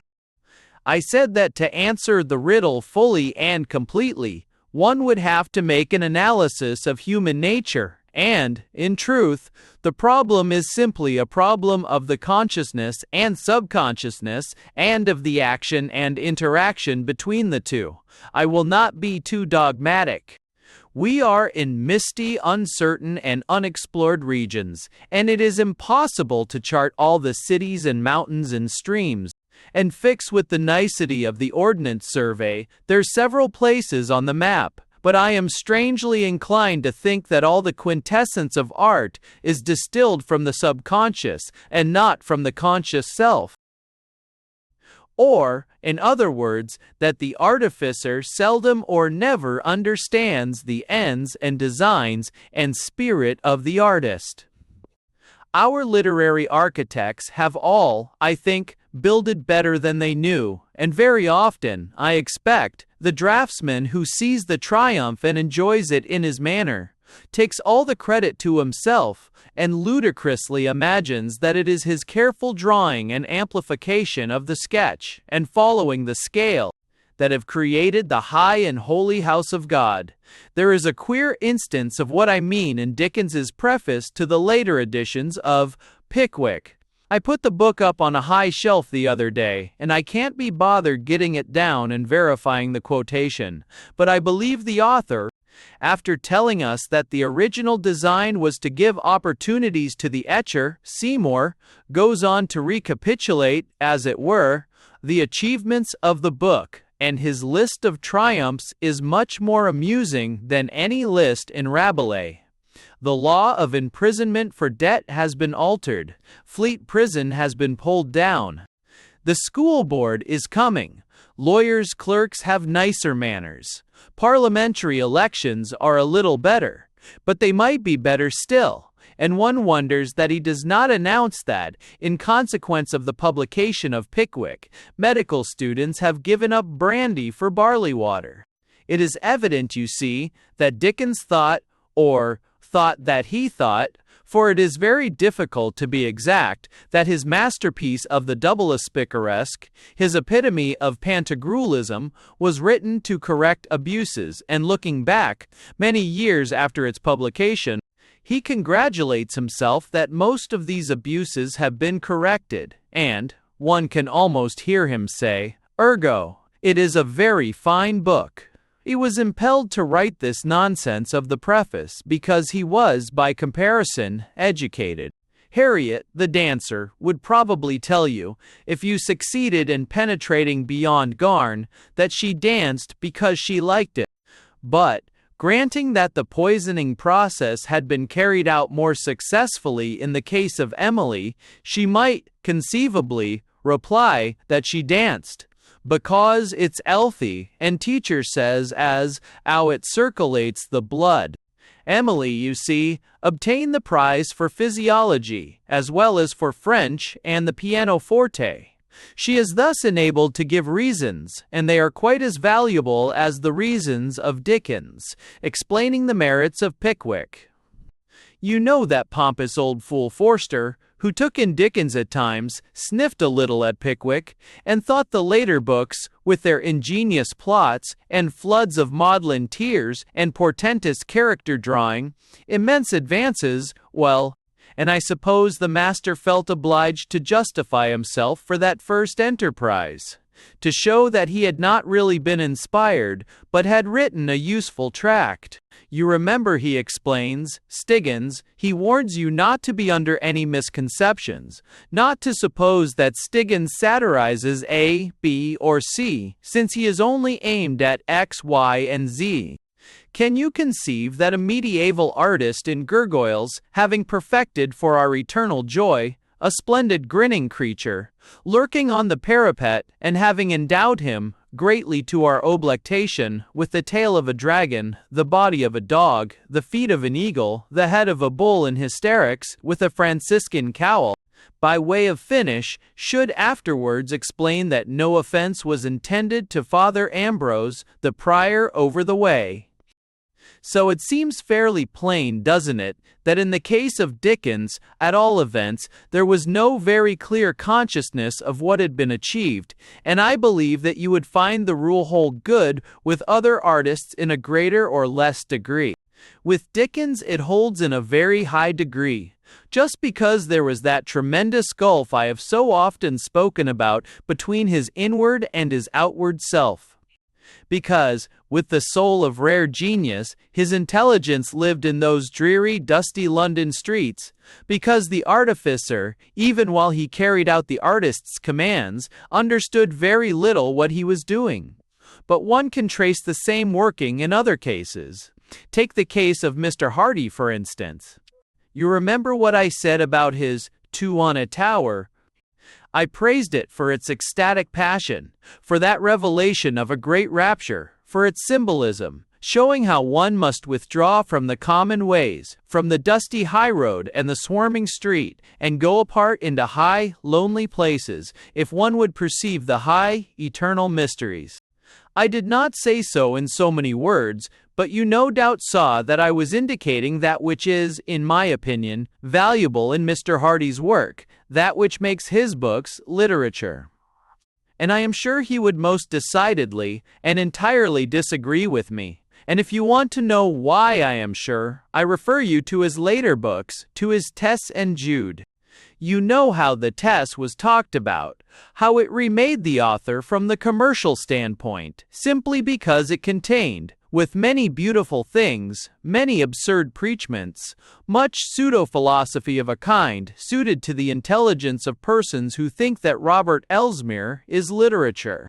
If Mr. Hardy had been a conscious artist, if he had understood, what makes the charm and the wonder of Two on a Tower, he could never have adulterated the tale of Tess.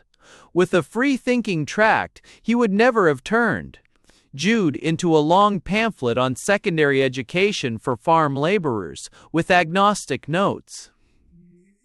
It is pathetic in the latter book, amidst much weary and futile writing, to come across a passage here and there that shows the artist striving for utterance, longing to sing us his incantations in spite of the preacher who howls him down.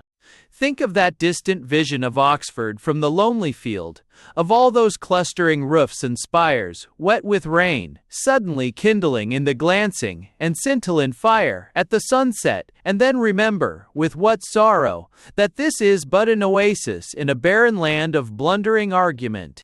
It is almost as if literature had become literature, the literature of the subject.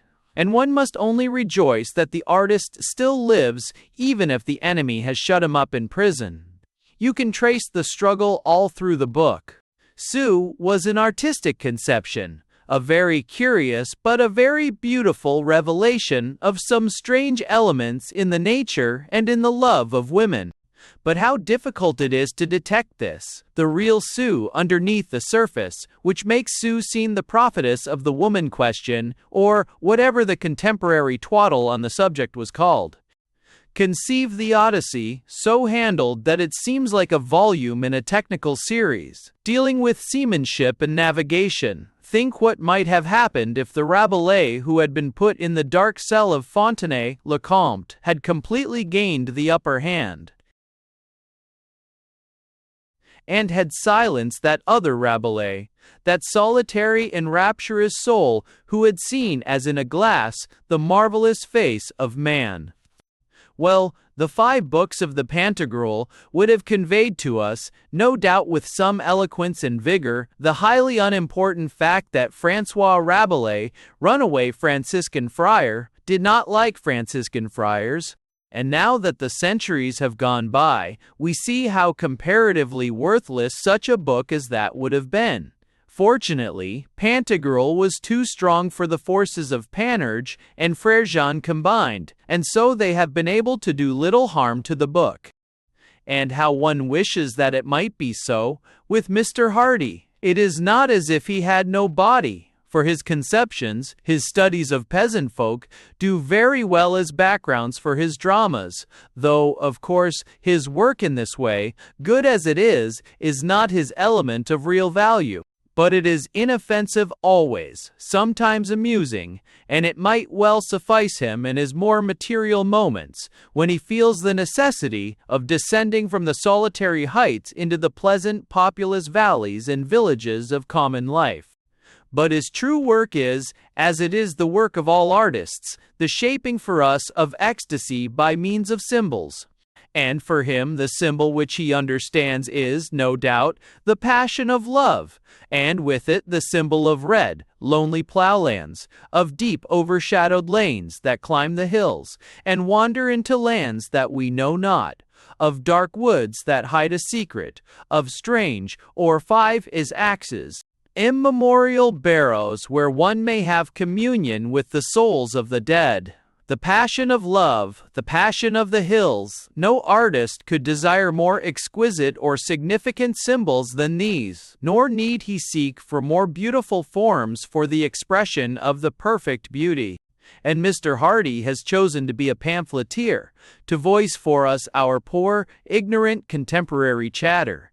It is as if an angel's pen were to be occupied in inditing society small talk.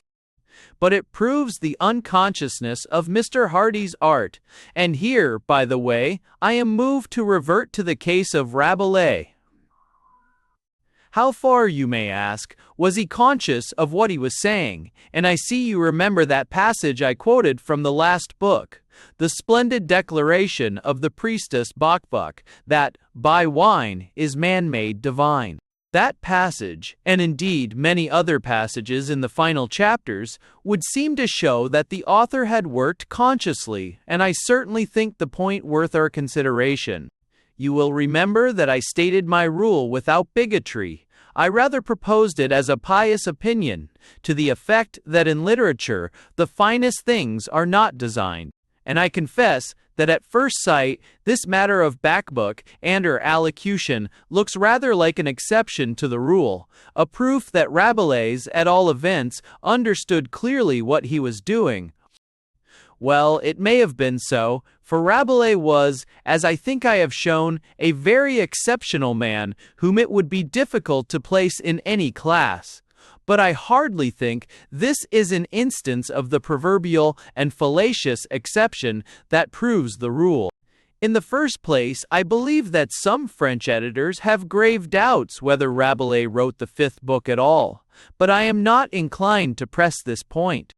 My point is that the allocution of Bacbuc and all those chapters which describe the oracle of the holy bottle are the last in the book, the last words of the author, and I am in no way concerned to defend the position that an author must always remain unconscious of the work that he has done. As a matter of fact, I think that always, or almost always, he is unconscious while he is writing, but I see no reason why the revelation may not come to him afterwards, especially in such a case as the Pantagruel, which was the affair of many years, of a lifetime indeed. In the beginning of production, in the youth, the springtime of artistic work, the creative influence prevails, and this, it seems to me, always or almost always operates secretly. But in later years the critical spirit is apt to assert itself, and this will lead, very naturally, to the artist's understanding, more plainly, the nature of his accomplishment. Rabelais had a long, wonderful career. His life was full of incident, of violent breaks, and his books were produced at intervals, and it seems to me very possible that, towards the end, he may have reflected on what he had done, and have understood in part, at all events, the sense of the amazing message that he had delivered. This, I think, is the explanation of the Holy Bottle chapters, and you will note that, admirable as criticism, they are inferior as art to those astounding early pages where there is no hint of conscious workmanship, but rather evidence of a man for whom the world has been transformed, who has been visited by an astounding vision. He takes an old popular story about a giant. He takes the vine that flourishes in his native Cheninés. He takes the new learning that seems to him like the new wine. He takes the gross tale of the farmhouse and the tavern, the rank speech of the people. And with these elements, with these facts, he symbolizes the revelation that he has received. He writes. He writes on. He writes madly, and every line is written in a fury of delight, but, I think I may say, there is at the moment of writing no conscious apperception of all that that torrent of words conveys and implies. That may well come later, one may well begin with legend. Grangousier was a good drinker, and end with the interpretation, all truth and every philosophy is contained in wine. But I believe that if Rabelais had perceived this at the beginning, he would have been not an artist, but a philosopher. Well, if you are content with this comment on Bacbuc, I should like to give you a very curious instance of our own day, in which the unconscious artist has been subdued by the conscious preacher. You remember those very notable books, Keynotes and Discords?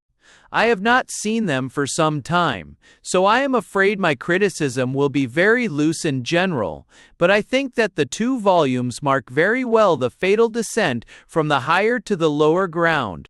In the first, it seems to me, there is a somewhat slight, but very genuine, note of ecstasy. I mean that you can collect a certain distinct image of real womanhood. Not the labored, foolish, inane psychology of Mr. Meredith and those who work with him. Not the analysis of the surface of the society belonging to a particular grade and a particular period, but of the very woman who remains really the same in all social grades and in all ages. I remember thinking when I read Keynotes that it was a lonely book. It hinted, I think, a soul apart, and afar from the secondary, tertiary problems of an organized civilization. And though there was an undertone of preaching and arguing, the total impression was curiously and beautifully artistic. I found, if I remember rightly, that subordination of the accidental to the essential that I praised in Two in a Tower. And I am the more convinced that this is so by my own recollections.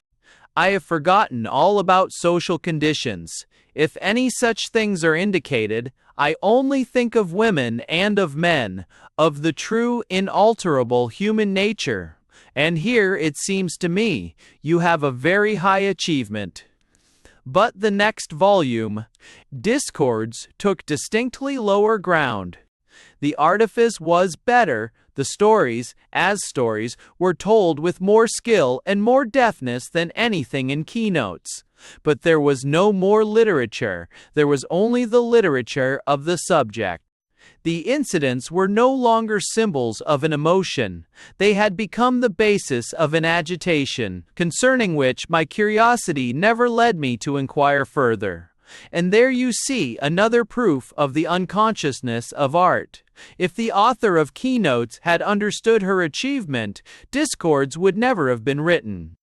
One might continue the catena almost ad infinitum. Would not Wordsworth, supposing him to have been a conscious artist, have rather cut off his right hand than have suffered such a magisterium as the Ode on Intimations of Immortality? To have the companionship of the enormous mass of futility and stupidity which constitutes the greater part of the complete works. Well, there is the evidence that must guide us in answering the question you propounded, and it shows conclusively enough, I think, that art is not, in the ordinary acceptation of the term, a conscious product.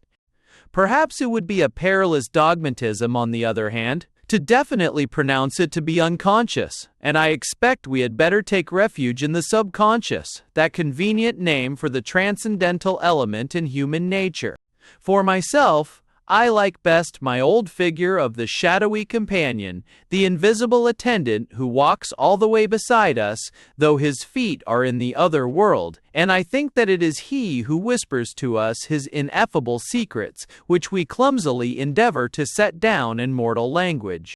I think that while the artist works, he is conscious of joy, and of nothing more. He works beautifully, but he could give no rationale of the process, and when he endeavors to explain himself, we are often perplexed by this strange spectacle of a man wholly ignorant of his own creation.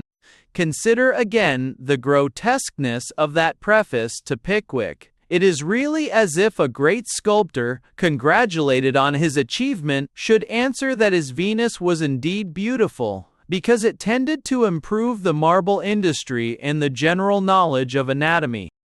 and after all the conclusion does return to us from other than literary sources. You cannot conceive a builder of the 14th century hesitating as to the respective merits of Romanesque, Norman, first and second pointed. To him, there was only one possible method, and he built, as he spoke, without calculation and without conscious effort, only knowing the joy of his work. So indeed we all speak and live when we are not bound by convention and acquired usages and manners, and you see that art, properly so called, takes its place in the great scheme of things. It is no studied contortion, no strange trick acquired by the late ingenuity of man, but as natural and as supernatural as the blossoming of a flower and the singing of the nightingale. Art, indeed, is wholly natural. Artifice is more or less acquired, the creature of reason, of experiment, of systematized intelligence. It is doubtful, I suppose, whether the natural untaught man has of himself, by endowment, any artifice at all. Doubtful, perhaps, whether in the beginning his artifice was not the product of his art, whether he did not learn to speak with artifice because he had received from nature the art of singing. Certainly the child entering the world has not the inborn artifice of the swallow and the bee. This artifice, it seems, man has been forced to acquire by slow and painful degrees, and perhaps it only differs from the artifice of animals in that it has been aided and reinforced by imagination, that is by art. That is by the power the human soul possesses of projecting itself into the unknown, and adventuring in the realm of nothingness.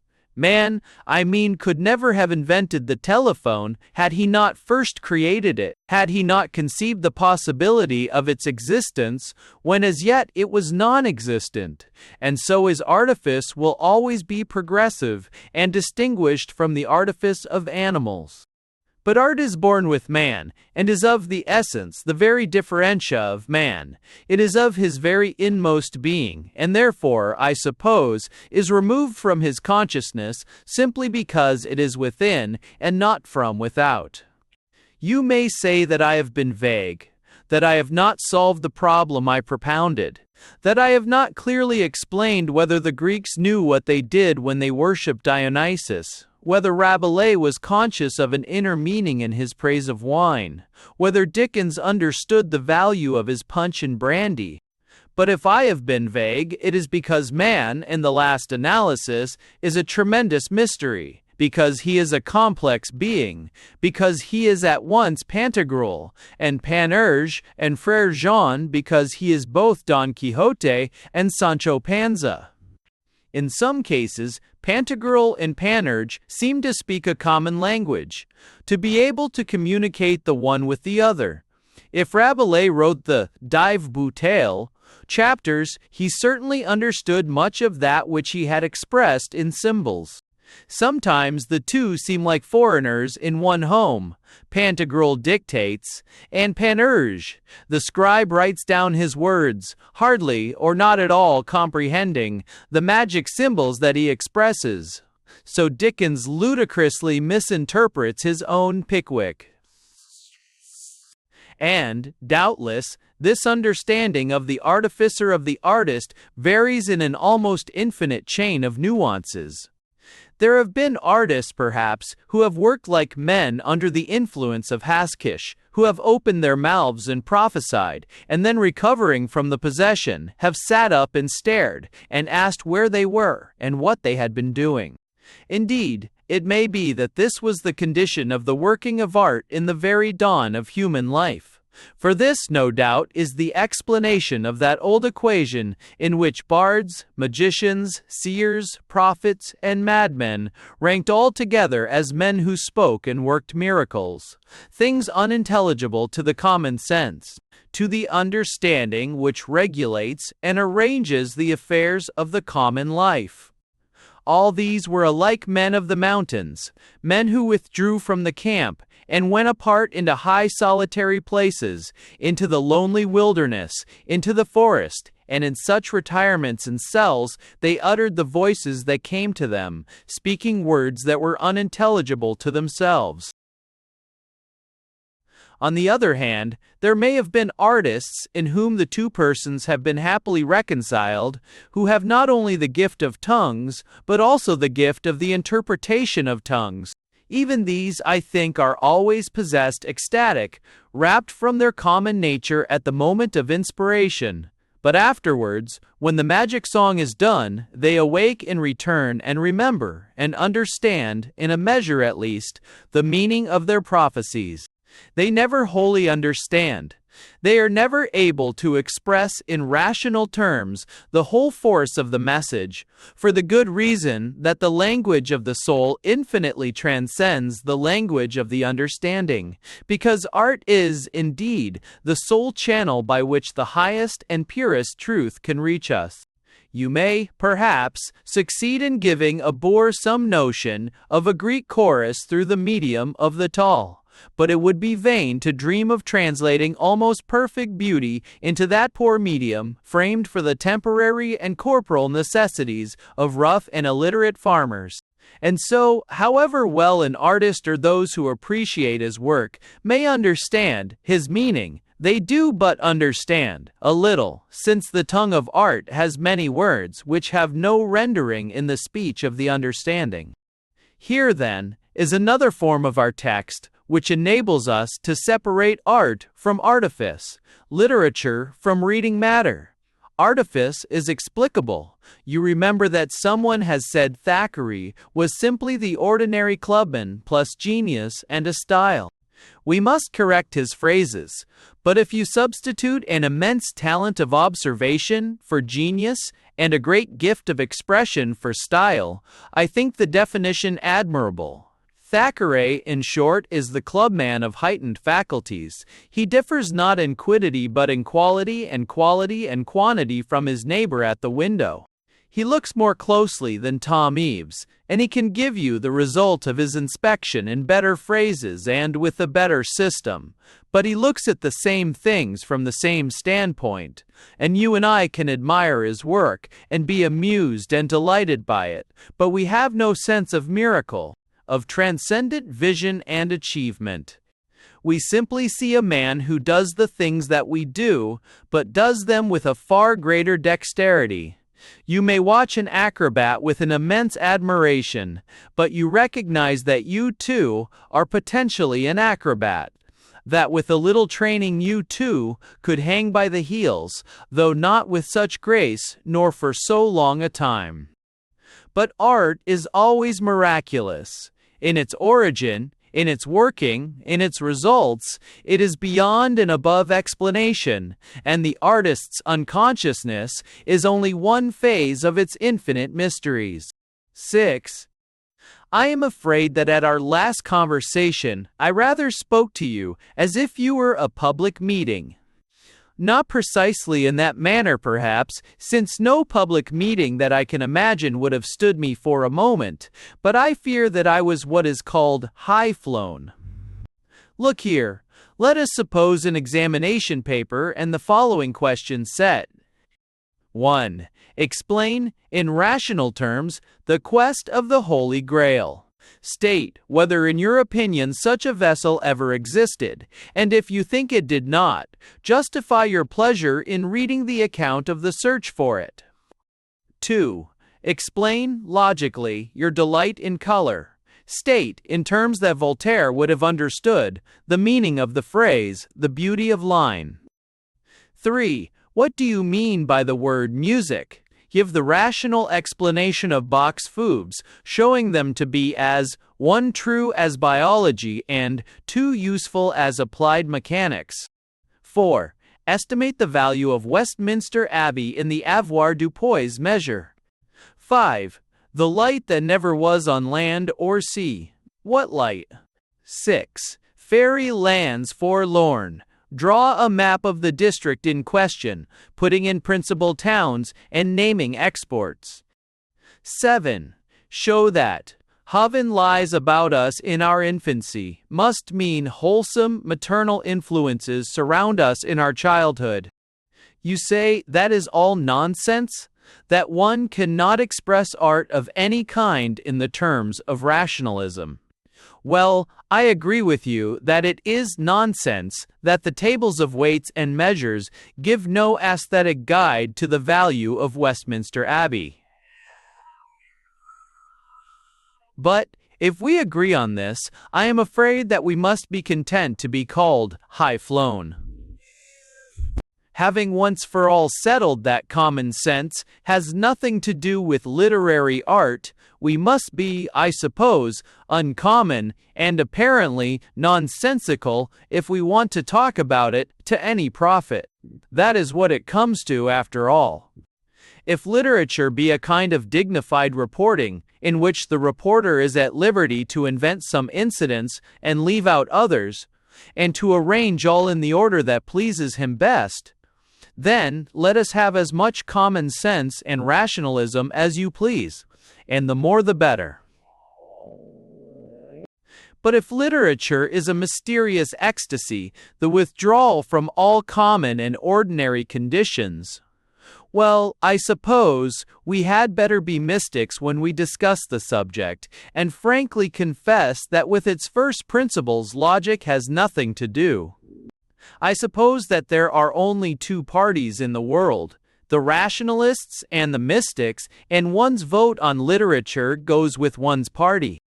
One might leave the matter there and amiably agree to differ with the other side, but I, personally, have the ferocity to insist that my side, the mystical, is wholly right, and the other, the rationalist, wholly wrong, and moreover, I shall be so indecent as to prove the truth of my position. But I have done so, and with that examination paper, I just read out to you. For if rationalism be the truth, then all literature, all that both sides agree in thinking the finest literature, is simple lunacy, and all the world of the arts must go into the region of mania. Take the lowest, the simplest instance. Here is a knife with a wooden handle, and the handle has certain curious carved designs on it, which do not enable it to be held better. Why is this knife better, more to be valued than that other knife which is not decorated at all? It does not cut better, it does not justify its existence and purpose as a knife, more than the other. Where is its superiority? Because I find pleasure in seeing those designs. But why do I find any pleasure in ornament? What is the rationalistic justification for that pleasure? By logical definition, a knife is an instrument for cutting, and nothing else. The plain cuts as well as the ornate. Why then are you sorry if you lose the one, while you don't care twopence for the loss of the other? You have at last to answer that you have a joy, which you cannot in any way define in the purely decorative pattern, and with that answer, the whole system of rationalism topples over. Rationalism may say to you, either give a definite reason for going to Mass, or leave off going. You have only to answer, your command is based on the premise that one should do nothing without being able to give a definite reason for it. But I can give no definite reason for liking the Odyssey or a curiously carved knife, and yet you confess that I am right in liking these things. Then I have proved the contradictory of your premise, as you have admitted that there are things that one may do without being able to give a definite reason for doing them. Or go, I shall not neglect the parson's bell. Of course, all this is altogether outside of my business, but I confess I am fond of carrying things to their limits. You remember how poor STC used to talk, humbly and yet proudly, of my system, though I am afraid my system never emerged from the state of fragments and disjecta membra. And I too, though I have only broken morsels and ruinous stones to show for the splendid outlines and indicated arches of Coleridge, still like to follow up an argument whithersoever it will lead me, regardless of consequences, and this, I am sure, should count for righteousness with our friends the rationalists. I love to start a Sorites, something as follows. I admire that odd but beautiful little decorative scheme on the 17th century chest, and therefore, I think poetry, as poetry, finer than prose, as prose. Hence, I approve of ritualism in the service of the church, and from the same premise, I draw the conclusion that Keats was a poet and that Pope was not. Pope not being a poet, it follows that to intone is in every way better than to read. The liturgy and the offices, and reading, the service being wrong, you will easily infer that I dislike Mr. Frith's pictures. And after learning that I do not care for the Derby Day, you will scarcely require my opinion as to the theoretical righteousness of the first Reform Bill, and from my attitude towards Lord John Russell's measure, you can, of course, guess my opinion on the respective merits of the French and English languages as literary instruments. And French being vastly inferior to English, it necessarily follows that the English Reformation was a great, though perhaps unavoidable, misfortune. Hence, you see, admiring certain lines cut in an old oaken box, I am led by the strictest logic to dislike the religious policy of Edward VI, with all the other consequences in order, and on the other hand, if I saw no sense in that rude ornament I should be an atheist, or at the mildest an attendant at pleasant Sunday afternoons, with George Eliot for my favorite reading. Yes, I like my theories to work through, and I confess that my belief in the truth of my system is very much strengthened by the fact that it does work through, that it seems to me justified by the facts of life. I mean that the premise which enables me to declare Keats to be a poet and Pope not to be a poet does really enable me to pronounce democracy to be a bad system in theory, and the premise baldly stated is simply this: that logic does not cover life, or, in other words, that life cannot be judged by the rules of logic, of common sense. But yet I am using logic all the time, you say? Certainly, but I am using it in its right place, to do the work for which it is competent. If I say that a scythe is not exactly the instrument for performing a surgical operation, I am not therefore bound to have my meadow mown with a by-story. A microscope is good and a telescope is good, but it is the microscope that one uses in bacteriology. You know, don't you, that ever since that unhappy Reformation of ours, people have been talking nonsense about the Aristotelian logic and fumbling in the most grotesque manner for some new logic. Our great false prophet Bacon, a wretch infinitely more guilty than Hobbes, began it in England with his Novum Organum. And if you wish to really estimate educated folly, to touch the bottom of the incredible depths to which a man of information may sink, read Macaulay's comparison of the old philosophy and the new philosophy. The essayist says that the old philosophy was no good because it never led up to the steam engine and the telegraph post. Isn't it almost humiliating to think that we have to acknowledge ourselves of the same genus as that brilliant Macaulay, White?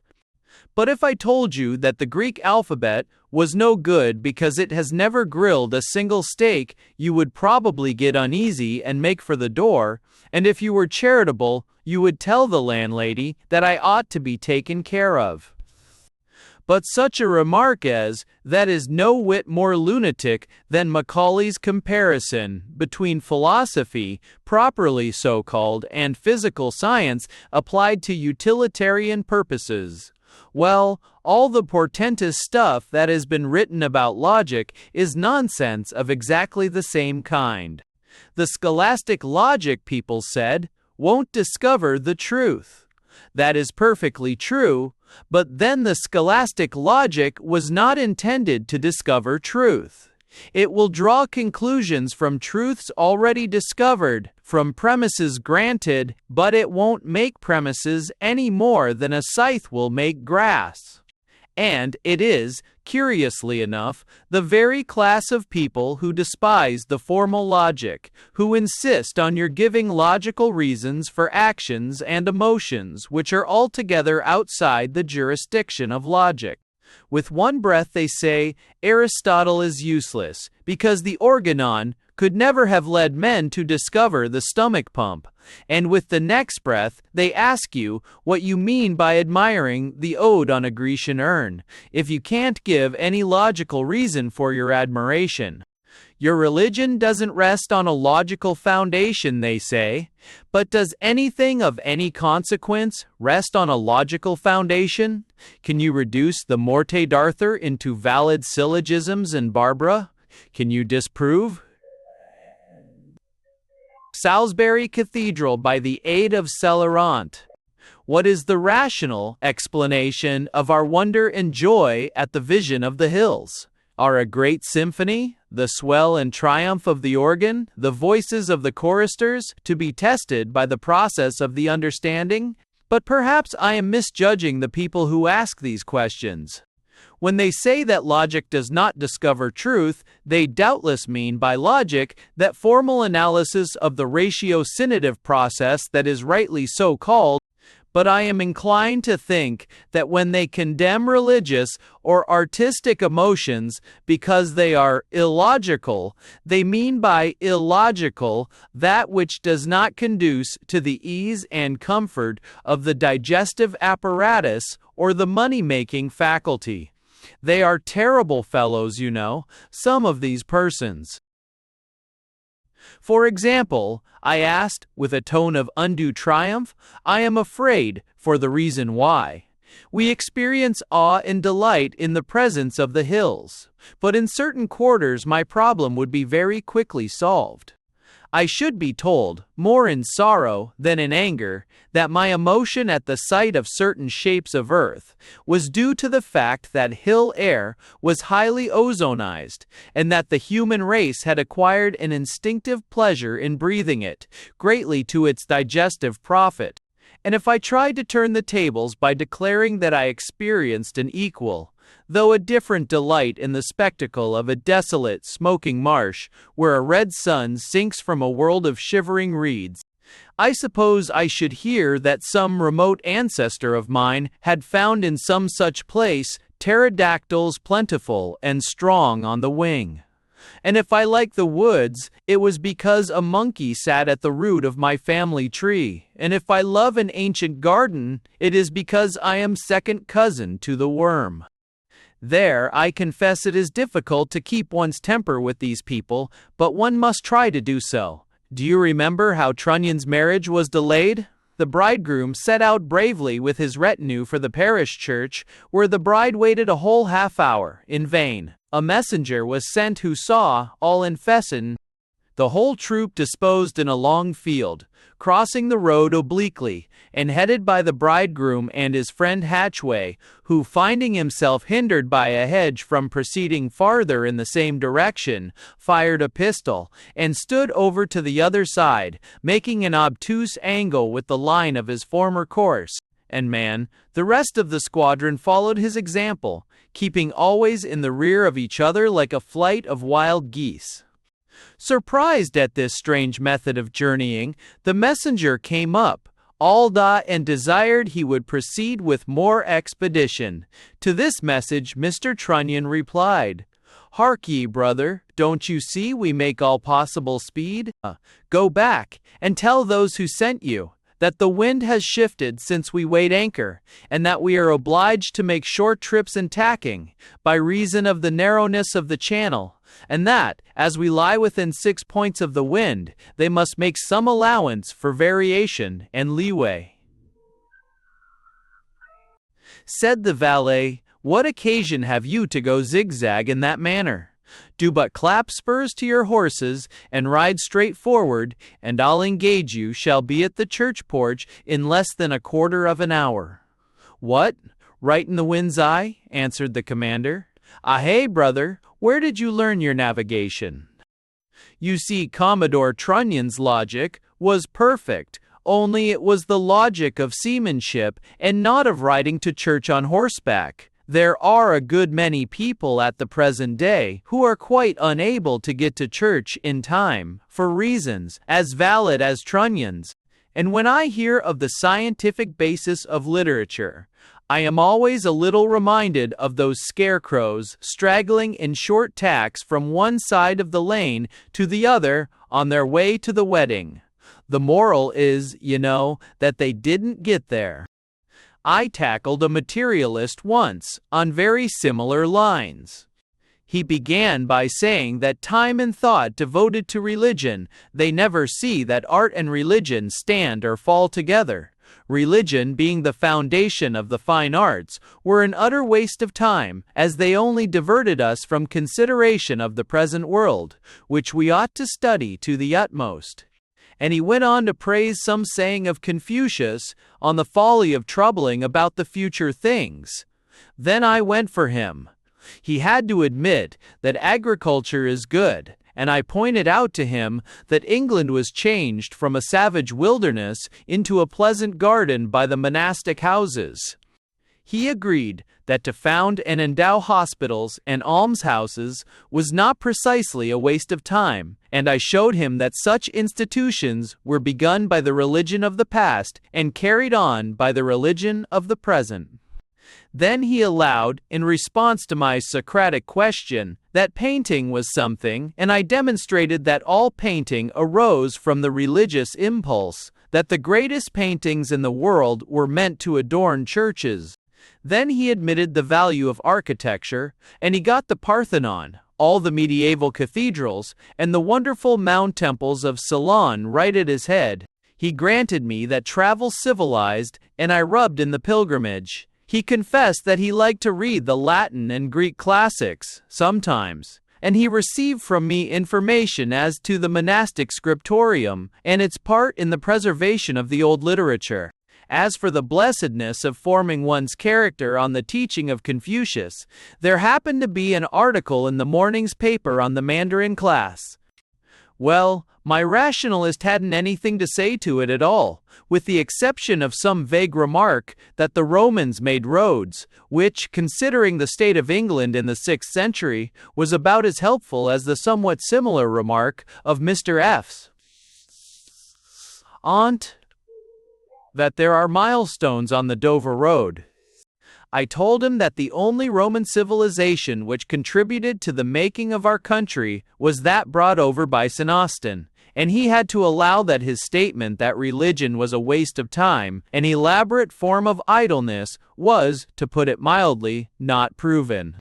Then he said, kindly but firmly, that religion wasn't rational, and I used up most of the arguments that I have used tonight. I showed him that it is good to paint pictures, to write poems, to devise romances, and to compose symphonies, and that it is also good to meditate and enjoy all these things. Hence, he was forced to admit that his suppressed premise had been disproved, and that he must no longer say, that which is not rational is absurd. And then, I think, the fun really began. I carried the war into the very camp of the enemy. That is, into actual observable life, into the everyday world of fact and experience. You talk about reason, I said, and I presume you won't mind if I substitute, occasionally, common sense, for reason, as I think that in your phraseology the two terms are very fairly equated. Very well then, don't you think that there is a good deal of common sense in many of the actions of animals? Take the case of the small birds who mob an owl all day, in order that their enemy may be kept awake, and so unable to hoot at night. Take the case of the ants, who milk the aphids and go slave hunting. Take the bees, who rise to an emergency and remedy, with singular contrivance, the threatened lack of a queen. Take the dog, who brought a wounded fellow to the hospital where he had been cured. All these are instances of common sense, aren't they? As rational as the telegram, sell cobras at once. Very good. Animals, then, have a plentiful supply of reason, and not of a mere mechanical reason, but of reason that can rise to the height of unforeseen cases, and remedy unexpected evils. When the experimenter tilted the bee's house to one side, so that the equilibrium was in danger, A sufficient number of bees climbed up and placed themselves on the other side, so that they constituted a balance. Here there was no mechanism, but a calculated and rational contrivance. Animals then have reason and its effect artifice, the adaptation of means to secure ends. But, then, how about instinct? By what motion does the swallow make her nest in spring? Can the bee demonstrate the advantages of the hexagon cell? Does the fly, laying its eggs here and there, in this or in that according to its kind, in meat or in dung, or in the crevices of a wall, rationally foresee that it is providing for the future grub its only possible food? No. But then animals, even, perform irrational actions. Though they have common sense, they do things which must be troublesome to them, at some instance which is not common sense. But if a bluebottle lays her eggs in my beef, and knows not why, perhaps I, a man, may sing the Sanctus, and pray that I may be joined, cum angelis et archangelis, cum thronis et dominationibus, cumque omni militia celestis exercitus. And consider our own human life, the great coups of war, commerce, diplomacy, of all the conduct of life, are often, or usually, the result of intuitions, that is, of irrational and inexplicable mental processes which elude all analysis. If the knowledge, the successful and triumphant knowledge of men and affairs and strategy, were a rational product, then, indeed, Carlyle's dictum were true, and each one of us were, at choice, a man of genius in diplomacy, or business, or battle. We know that it is not so, and that no man by taking thought can make himself, say, a Stonewall Jackson. And we have all heard of the woman's reason. I don't know why I am sure that XTA, but I am sure, and this extremely irrational process often corresponds with the truth. So, I finished up, your reason, far from being the despot of the world, turns out to be a humble, though useful, Deputy Assistant Counselor General, and is by no means a prerogative force, even in affairs of common everyday existence. Why reason alone and unassisted won't enable you to make a decent living by selling ribbons and laces. And you have been trying to make me accept its dictation in the highest affairs of the soul. You have been appealing from the King's Majesty in Council to the magistrates of Little Peddlington in petty sessions assembled. Then my rationalist made a point. You know, he said, that some men seem to have an almost miraculous skill in solving mathematical problems. Would you, therefore, give up teaching the ordinary arithmetic? I was not alarmed. I pointed out that the analogy was not quite perfect. The case, I said, was this. A certain number of problems were, confessedly, beyond the jurisdiction of the ordinary arithmetic altogether, but offered no difficulties to the lightning calculator, who obtained results that were demonstratively correct, and I therefore thought it well to trust to him in all problems of a similar character. Even though the ordinary arithmetic, confessedly incompetent, assured me that his answers were wholly unreliable. A case of a schoolboy, well on in Colenso, scouting the binomial theorem because one couldn't prove it by practice or the rule of three. I left then, unanswered, and I suppose my friend passed the rest of the evening in showing that Salisbury Cathedral was opposed to the facts of biology, and that Sisters of Charity are to be classed with criminal lunatics.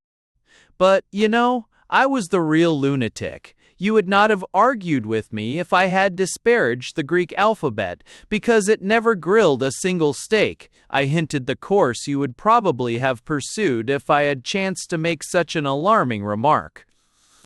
And why should I argue with the sect of Macaulay, with the tribe which utters such stuff as this? Assuredly, if the tree which Socrates planted and Plato watered is to be judged of by its flowers and leaves, it is the noblest of trees. But if we take the homely test of Bacon, if we judge the tree by its fruits, our opinion of it may be less favorable. When we sum up the useful truths which we owe to that philosophy, to what do they amount?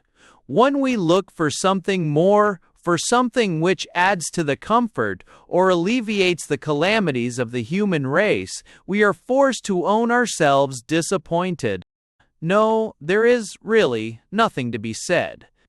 If the learned pig found voice and articulate speech, and expressed his scorn of the poet's art, since it added nothing to the pleasures of the washtub, we might wonder, but we should not argue, and it were idle to contend with a laughing jackass, contemptuously amused by the chanting of the cathedral choir. And perhaps you are wondering what all this talk of mine has to do with our main subject, literature? But don't you see that all the while I have merely been reiterating our old conclusions in a new phraseology?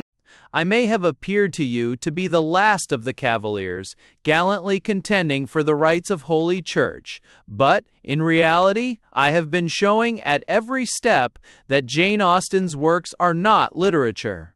What's there to? What's there to? Yes, but it is so. If the science of life, if philosophy consisted of a series of mathematical propositions capable of rational demonstration, then Pride and Prejudice would be the highest pinnacle of the literary art.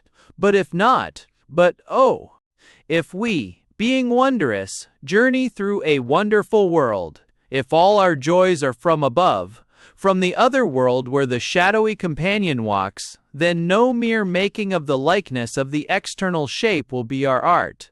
No veracious document will be our truth. But to us, initiated, the symbol will be offered, and we shall take the sign and adore, beneath the outward and perhaps unlovely accidents, the very presence and eternal indwelling of God. We have tracked ecstasy by many strange paths, in divers strange disguises, but I think that now, and only now, we have discovered its full and perfect definition.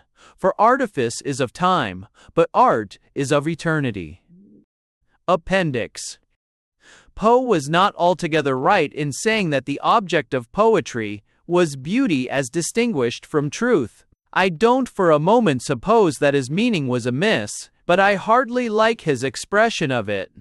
I should contend, on the other hand, that poetry as does, or as series, perstend, or as the Sedicary, and literature, generally, are the sole media by which the very highest truth can be conveyed. Poe, no doubt, meant to state a proposition which is true and self-evident, that poetry has nothing to do with scientific truth, or facts, or information of any kind. And I say that that proposition is self-evident, because we have already seen that in literature, facts as facts have no existence at all. They are only words in the language of literary art, and are used as symbols of something else. That A is in love with B is a scientific truth, a fact, but if it be not also a symbol, it has no literary existence whatever, and this of course is what Poe wished to say. Literature is not a matter of information. But I doubt, after all, whether Poe had quite grasped the theory of literature, of all the arts. You remember that he says that he yields to no man in his love of the truth, and unless he meant the highest truth, the statement is almost nonsensical. No one, I should imagine, surely not Poe, would express his enthusiasm for facts as facts, would adore correct information in the abstract. You remember what Rossetti said, that he neither knew nor cared whether the sun went round the earth or the earth round the sun, and so far as art is concerned, this is, no doubt, the expression of the true faith, which, from what we know of Poe, would be his faith also. We should therefore conclude that by truth he meant philosophical truth, the highest truth, the essential truth as distinguished from the accidental, the universal as distinguished from the particular. Yet in the next breath he contrasts this truth with beauty, being clearly under the impression that they were two different things. Of course, he was completely mistaken. In the last analysis, it is entirely true that beauty is truth and truth beauty. They are one and the same entity, seen from different points of view. You will see how this fits in with all we have been saying about literature lately, how we can, if we please, put our test of literature into yet another phraseology. For instance, Vanity Fair is information, while Pickwick is truth. The one tells you a number of facts about Becky Sharp and other people, while the other symbolizes certain eternal and essential elements in human nature by means of incidents. And, as I said, it is doubtful whether truth in this, its highest and its real significance, can be adequately expressed in any other way. All the profound verities which have been revealed to man have come to him under the guise of myths and symbols, such as the myth of Dionysus, and truth in the form of a mathematical demonstration or a rational statement is a contradiction in terms. Yet note the profound vice of language. We are obliged to use the same word to imply things which are separated by an immeasurable gulf. It is true that Mrs. Stickings sent away Ethelberta tonight. You imparted that interesting fact, and I rely on your testimony, and the Don Quixote is true. That is, it conveys to us by means of symbols the verities of our own nature. But Poe had not grasped the essential distinction between literature and literature. He thought that poetry alone should be beautiful, or as we should say, ecstatic. He did not see that the qualities which make poetry to be what it is must also be present in prose if it is to be something more than reading matter. Poetry, of course, is literature in its purest state. It is, as I think I once said, almost the soul without the body. At its highest, it is almost pure art, unmixed with the alloy of artifice. And to carry on the analysis, the finest form of poetry is necessarily the lyrical. Where you get the element of narrative, you are apt also to get the element of prose. There have to be passages linking the raptures together, and these will, probably, or indeed necessarily, run on lower levels. Of course, primitive man had moods in which rapture seemed to embrace everything, to invest every detail of existence with its own singular and inexplicable glory. A meal by the seashore, the dry wood flaming and crackling on the sand, the roasting goat's flesh, the honey-sweet wine, dark and almost as glorious as the sea itself. A mere dinner of half-savages, one might think it, but it too seems to have its solemnity and its inner meaning. I believe this element in the early poetry has often been noticed. People have wondered at the naive delight with which the writers describe the work of man's hands, and they are, I think, inclined to account for it on the ground that then everything was new. This might pass, perhaps, since, as you, no doubt, perceive, everything new means everything unknown. That which is known is no longer new, but I hardly think that the explanation can stand in its present form. I am not at all up in the theories which assign this or that age to the appearance of man on the earth, but I presume that on the gentlest and most antiquated computation, man must have long known the world before Homer wrote. So one scarcely sees that human skill in art, the knack of making things and the gift of adorning them, could have been novelties, or in any sense, things unknown. I repeat, I know nothing or next to nothing about these dates in anthropology, but one has heard something about the Neolithic age, and the Paleolithic age, about the very early man who scratched the rude likeness of a reindeer on the brute's own bone. And so there hardly seems room for this theory of novelty. And besides, as we have seen, the rapture is universal, or all but universal. It colors the whole of life, including the meal by the seashore. And there, we see, there was no possibility of invention or sense of newness. No, the theory is tempting, and it would fall in perfectly, as I dare say you see, with all that we have concluded about literature. But I really think that it must be definitely abandoned.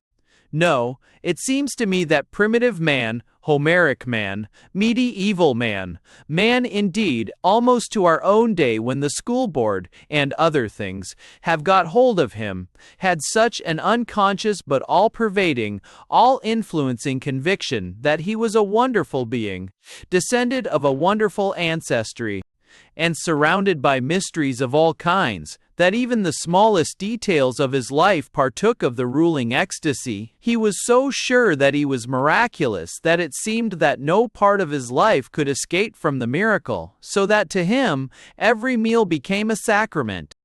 It is the attitude of the primitive man, of the real man, of the child, always and everywhere. It may be briefly summed up in the phrase, "Things are because they are wonderful." This, of course, is the atmosphere in which poets ought to live, and in which poetry should be produced. Formerly it was natural to all men, or almost all. Now, perhaps, it has to be regained by a conscious effort, and the difficulty of the effort, the impossibility of sustaining it for long, explain the supremacy of lyrical poetry. If you lived in a world that could regard a common meal as a sacrament, you could be supreme in narrative poetry.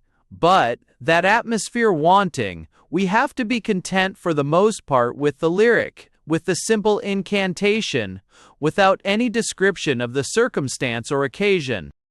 Yet prose, though it yields in much to the world, must still keep the same ideal before it as poetry.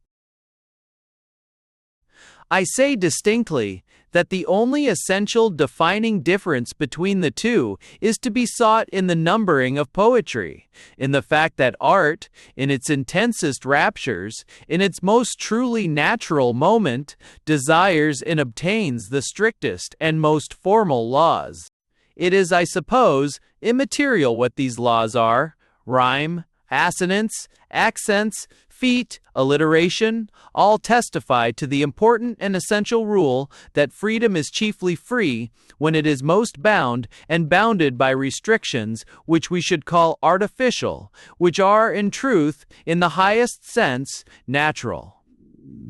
And this, I am sure, is the only possible distinction that can be established between such a book as the Odyssey and such a book as the Morte d'Arthur. Neither is prosaic. In the common sense of the word, each is poetical, but the Greek book is poetry because it is numbered, and the English is prose because it lacks number. Of course there are difficult cases, hybrids, as there always are, whatever laws one may lay down. 6. That lever is amale. That word natural is another of the many traps that language sets us. I think that its real meaning has become almost reversed.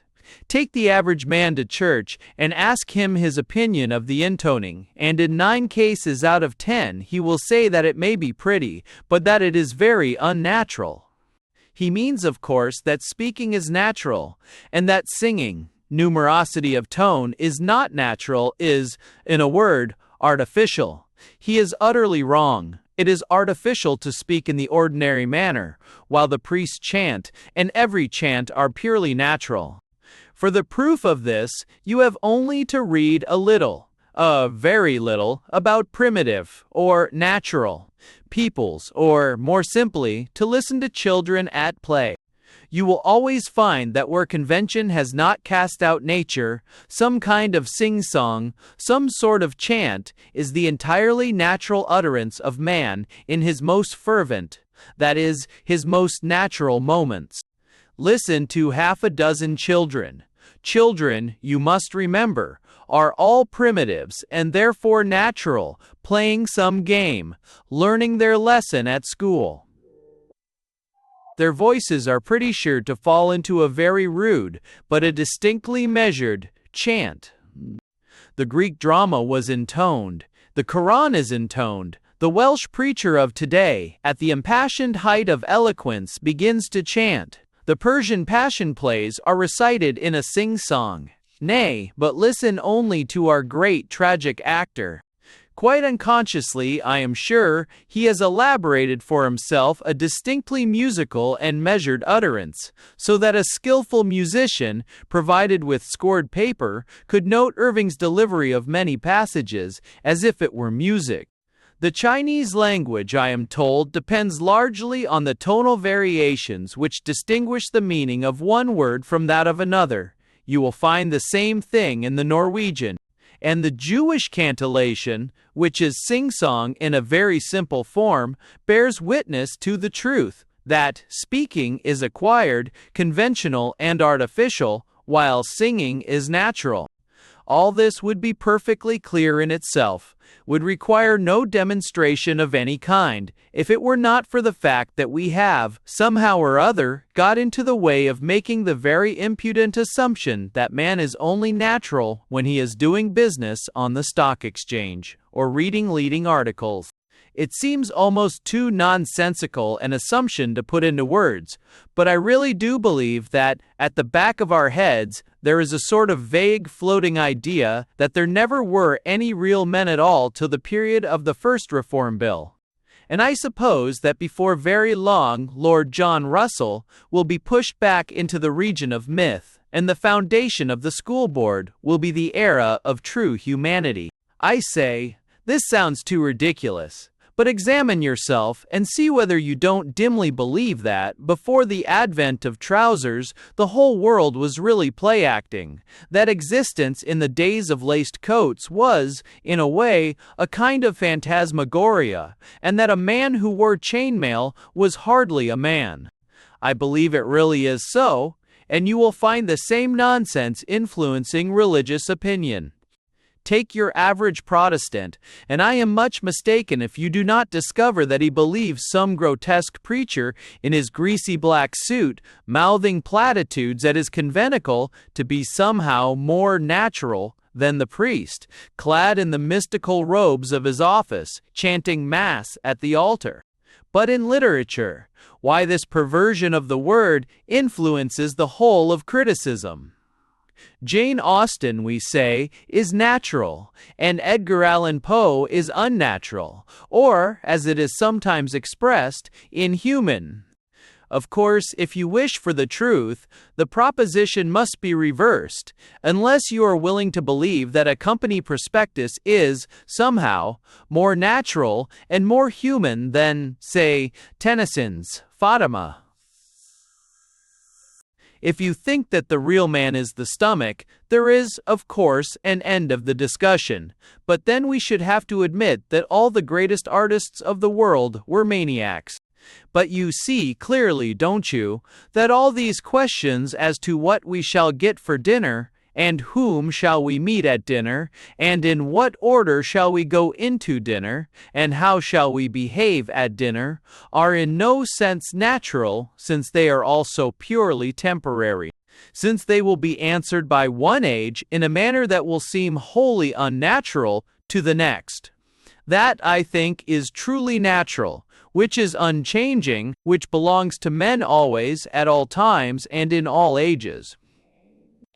In this sense, ecstasy is natural to man, and it finds expression in the arts, in poetry, in romance, in singing, in melody, in dancing and painting, in architecture.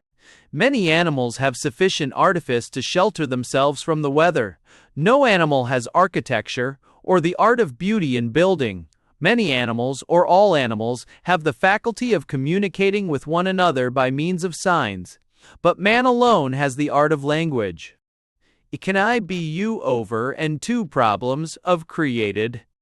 Has it ever struck you while I have been talking of ecstasy in books, that it is nearly always a question of degree, of more or less?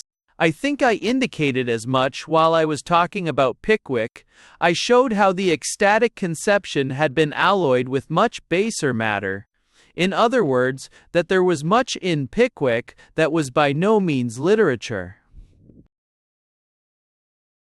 And, I dare say, though I am not sure that if you were to go through your Meredith, you might succeed in finding some passages and sentences which are literature.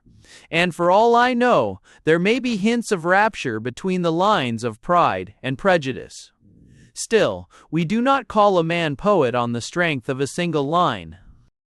But sometimes one is confronted with books which are really very difficult to judge, and this sometimes happens because the ecstasy, the true literary feeling, supposing it to be present, is present not here or there, not in a phrase or in a particular passage, but throughout, in a very weak solution.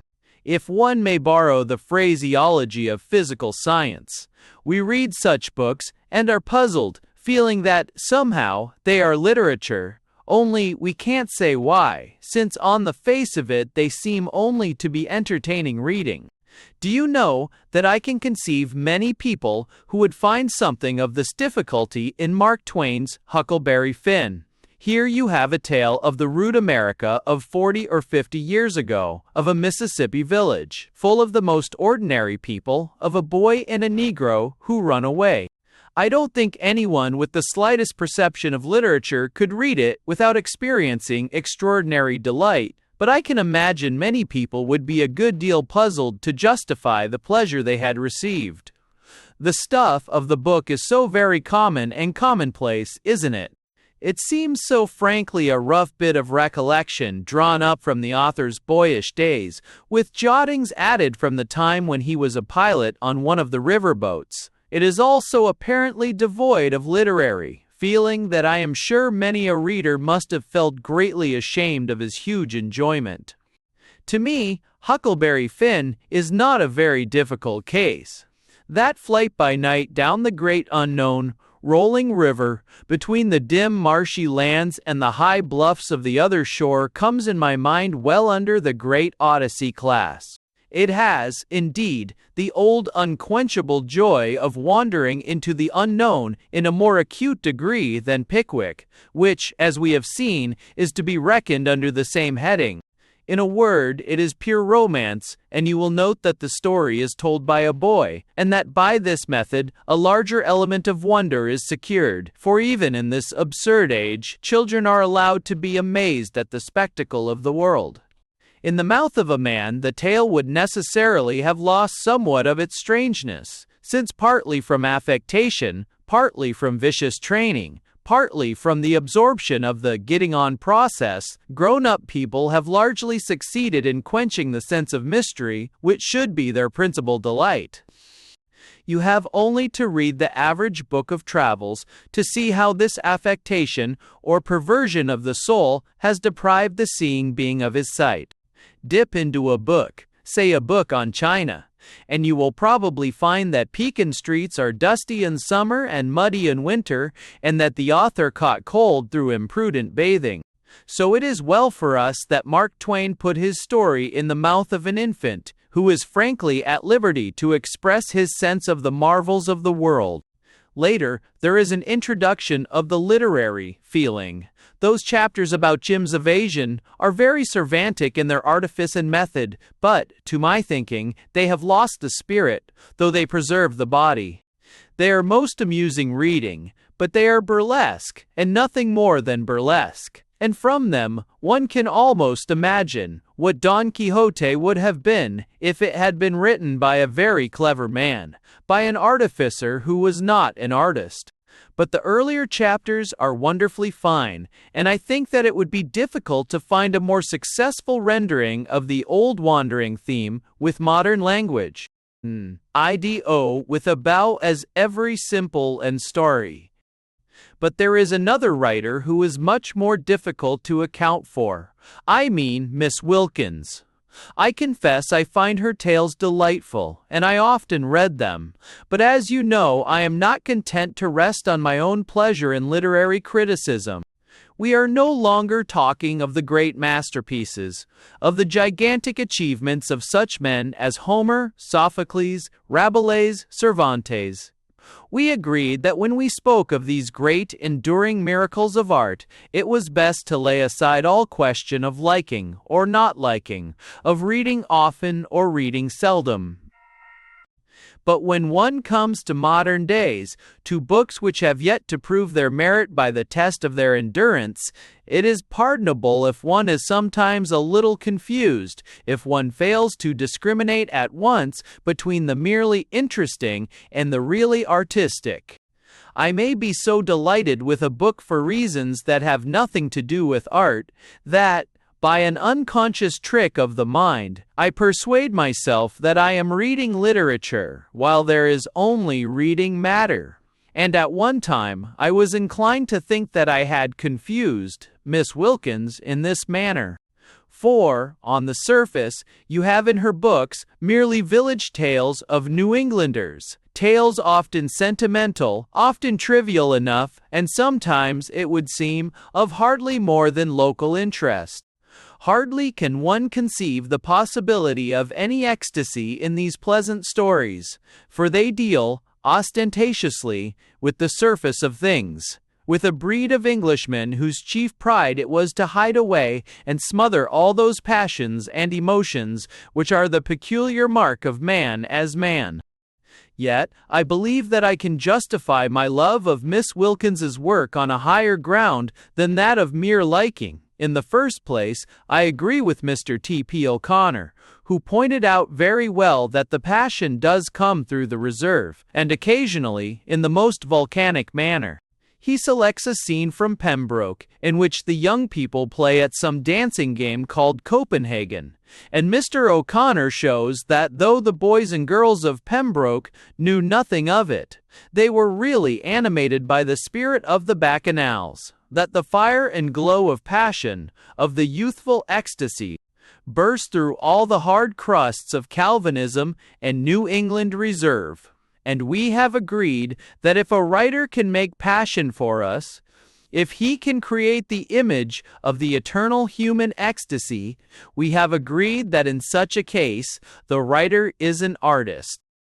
But I think that there are other things, more subtle, more delicately hinted things in Miss Wilkins's tales, or rather I should say that they are all pervaded and filled with an emotion which I can hardly think that the writer has realized. Well, I find it difficult to express exactly what I mean, but I think that the whole impression which one receives from these tales is one of loneliness, of isolation.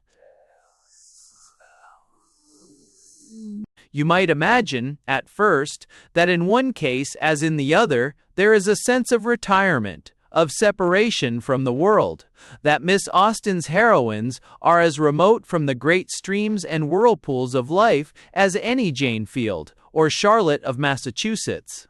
But in reality, this is not so. The people in the English novels are in no sense remote, they are merely dull, they cannot be remote. Indeed, since they are not human beings at all, but merely the representatives of certain superficial manners and tricks of manner which were common in the rural England of 90 years ago. Remoteness is an affection of the soul, and wicker figures, dressed up in the clothes of a period, cannot have any such affections predicated of them, and consequently, though Emma or Elizabeth may appear very quaint to us from the contrast between the manners of the 10s and the 90s, they cannot be remote. But that does seem to me the quality of those books of Miss Wilkins's. The people appear to be very far off from the world, to live in an isolated sphere, and each one lives his own life and dwells apart with his own soul. And in spite of all the trivial chatter and circumstance of the village, one feels that each is a human being moved by eminently human affections. It seems to me that one of the most important functions of literature is to seize the really fine flavors of life and to preserve them, as it were, in permanent form. When we were talking about Huckleberry Finn, for example, I remember that I spoke of it as the story of a boy who runs away. But what a curious magic there is in these words, runs away, doesn't it, when you come to examine the phrase, exhale the very essence and spirit of romance? Some time ago I reminded you that the essential thing is concealed under all manner of grotesque and unseemly forms, that one can detect a veritable human passion under the cry of the newsboy shouting, "All the winners." So I think that phrase, "run away," carries to us its meaning and significance. For, after all, what did all the heroes of romance do but run away? They left the region of the known, the familiar fields or the familiar shores, and adventured out in the great waste of the unexplored, into the forest or upon the sea. Here, perhaps, you have the true interpretation of the phrase divine discontent. For surely only that is divine which revolts from the commonness of the common life, which is conscious of things beyond, of better things, of a world which transcends all daily experience. I said once, I think, that the English passion for trading goes very well with the supremacy of English poetry, since poetry and shopkeeping are but different expressions of the one idea. And here again you find confirmation of the theory in that very marked English characteristic, the desire of wandering, of going on and on, in the manner of a knight-errant or a fairy tale hero. Of course, in practice, this really divine impulse is corrupted by all kinds of earthly secondary motions, and just as the love of a venture which is at the root of trade, often or always ends in a very vulgar wish to make money, and to set up a brougham and confound the smiths, so the great joy of exploration, of running away from the mapped and charted land, has for its issues the development of markets, the progress of civilization, the profitable sale of poison, and all manner of base and blackguardly maneuvers. But, of course, one expects all this. It is the inevitable mixture of the lower with the higher, which characterizes all our human ways. Still, the higher motive dwells within us. I suspect, indeed, that if it were not for the higher, the lower could hardly flourish, and so when you hear that a boy has run away to sea or elsewhere, I wish you to think kindly of him as a survival of the most primitive and important human passions. Yes, I think I am right in saying that the lower things of humanity only flourish in consequence of the existence of the higher. Take the French nation, for example. It is infinitely more bent on gain for the mere sake of gain than the English. It is ready to work harder, to give more time, to live more unpleasantly, to eat less and to drink less than the English, and all in the pursuit of money. Rationally, in short, the French should be infinitely better men of business than the English, and yet we know that this is not so, that the English is, par excellence, the business nation. Seriously, I believe that this is so because the French are money grubbers and nothing more, because they hate a risk of any kind, because they abhor any kind of mercantile venturing into the unknown. In other words, they engage in money-making simply for the sake of making money. They have no joy of the hazard. They will never deserve the title of merchant adventurers, and, therefore, they remain in truth a nation of shopkeepers and of second-rate shopkeepers. Sir, a man of acute intelligence would, in the 17th century, have deduced the future state of French and English commerce, of French and English colonization, from a comparison between Shakespeare and Racine. I have no doubt that the Phoenicians were shopkeepers of the French kind, and hence their extinction, their shadowy survival, merely in the history of their conquerors. To every died but no to appure. 16.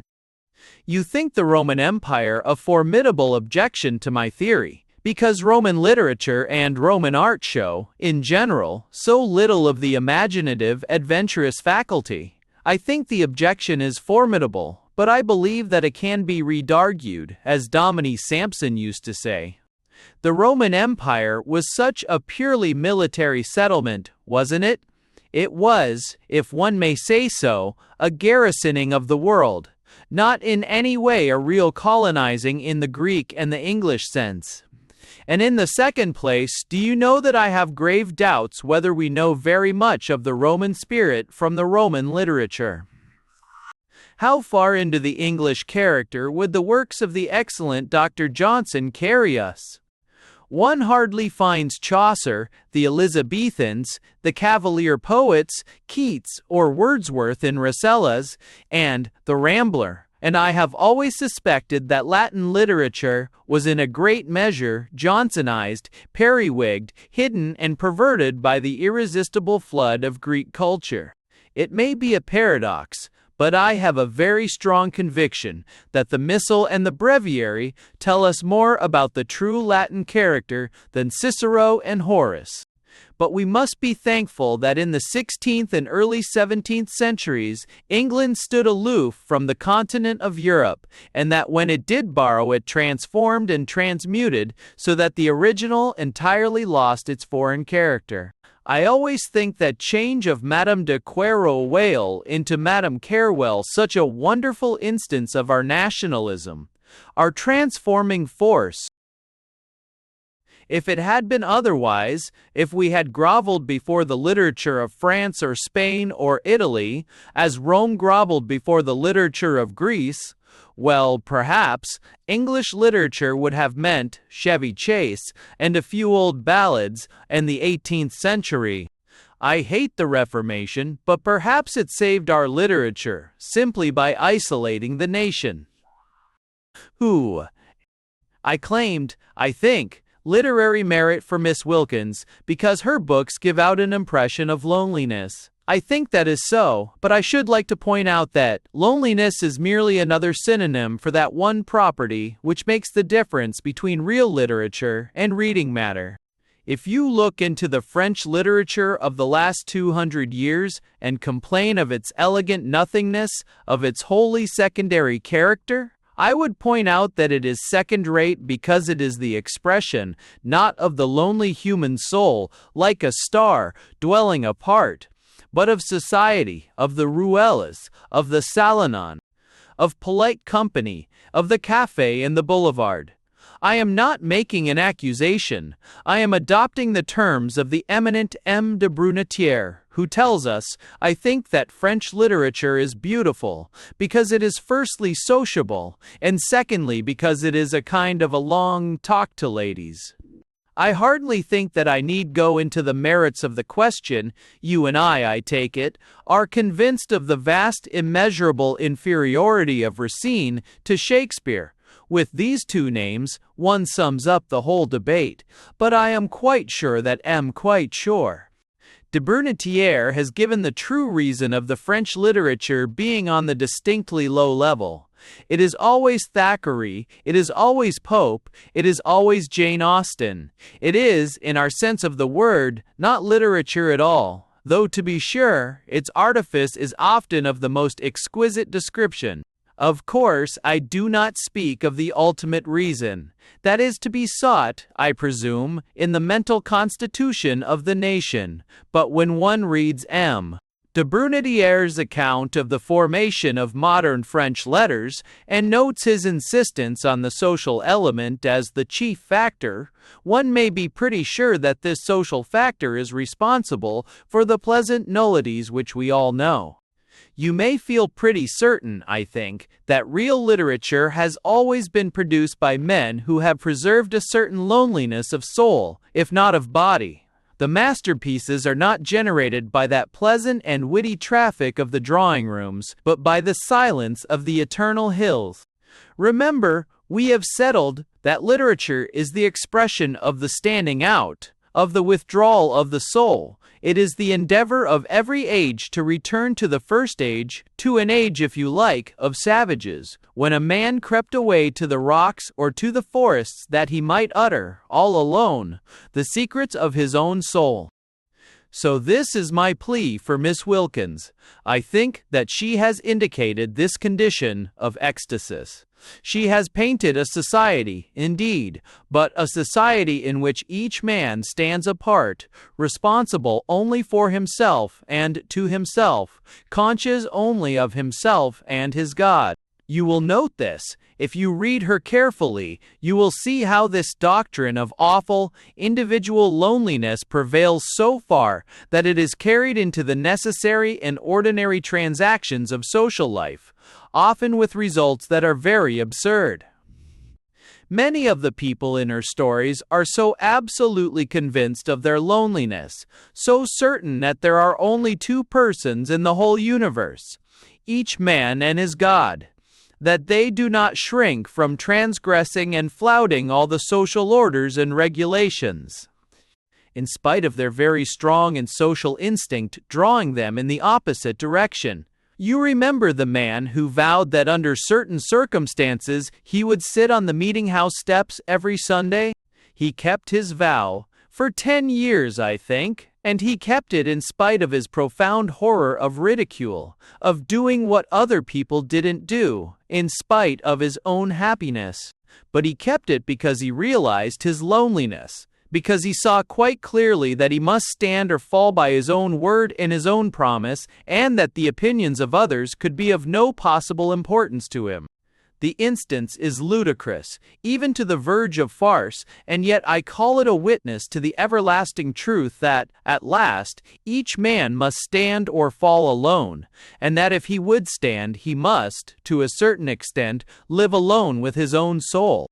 It is from this mood of lonely reverie and ecstasy that literature proceeds, and I think that the sense of all this is diffused throughout Miss Wilkins's New England stories. You ask me for a new test, or rather for a new expression of the one test, that separates literature from the mass of stuff which is not literature. I will give you a test that will startle you. Literature is the expression, through the aesthetic medium of words, of the dogmas of the Catholic Church. And that which in any way is out of harmony with these dogmas is not literature. Yes, it is really so, but not exactly in the sense which you suppose. No literal compliance with Christianity is needed, no, nor even an acquaintance with the doctrines of Christianity. The Greeks celebrating the festivals of Dionysus, Cervantes recounting the fooleries of Don Quixote, Dickens measuring Mr. Pickwick's glasses of cold punch, Rabelais with his thirsty Pantagruel were all sufficiently Catholic from our point of view. And the cultus of Aphrodite is merely a symbol misunderstood and possibly corrupted. And if you can describe an initiatory dance of savages in the proper manner, I shall call you a good Catholic. You say that Robert Elsmere is not literature, and you are perfectly right, but I hope you don't condemn it, because it contains arguments directed against the Catholic faith. These, from our own standpoint, are simply nothing at all, not reckoning either way. We pass them over, just as we should pass over a passage on quadratic equations, pleasantly interpolated by an author into the body of his romance. The conscious opinions of a writer are simply not worth twopence in the court of literature. Who cares to inquire into the theology of Keats? But when we find not only the consciousness, but also the subconsciousness, permeated by the impression that man is a logical, rationalistic creature and nothing more, when the total impression of the human being gathered from the book is of a simply demonstrating and demonstrable animal, then we may be perfectly assured that we have not to deal with literature. It is the subconsciousness, remember, alone that matters, and to put it again theologically, you will find that books which are not literature proceed from ignorance of the sacramental system. Thackeray was an unconscious heretic, while George Eliot was a conscious one, but each was ignorant of the meaning of sacramentalism. And so, making allowance for the fact that the one was a clever man, while the other was a dull, industrious woman, you have from each a view of life that is substantially the same, and entirely false.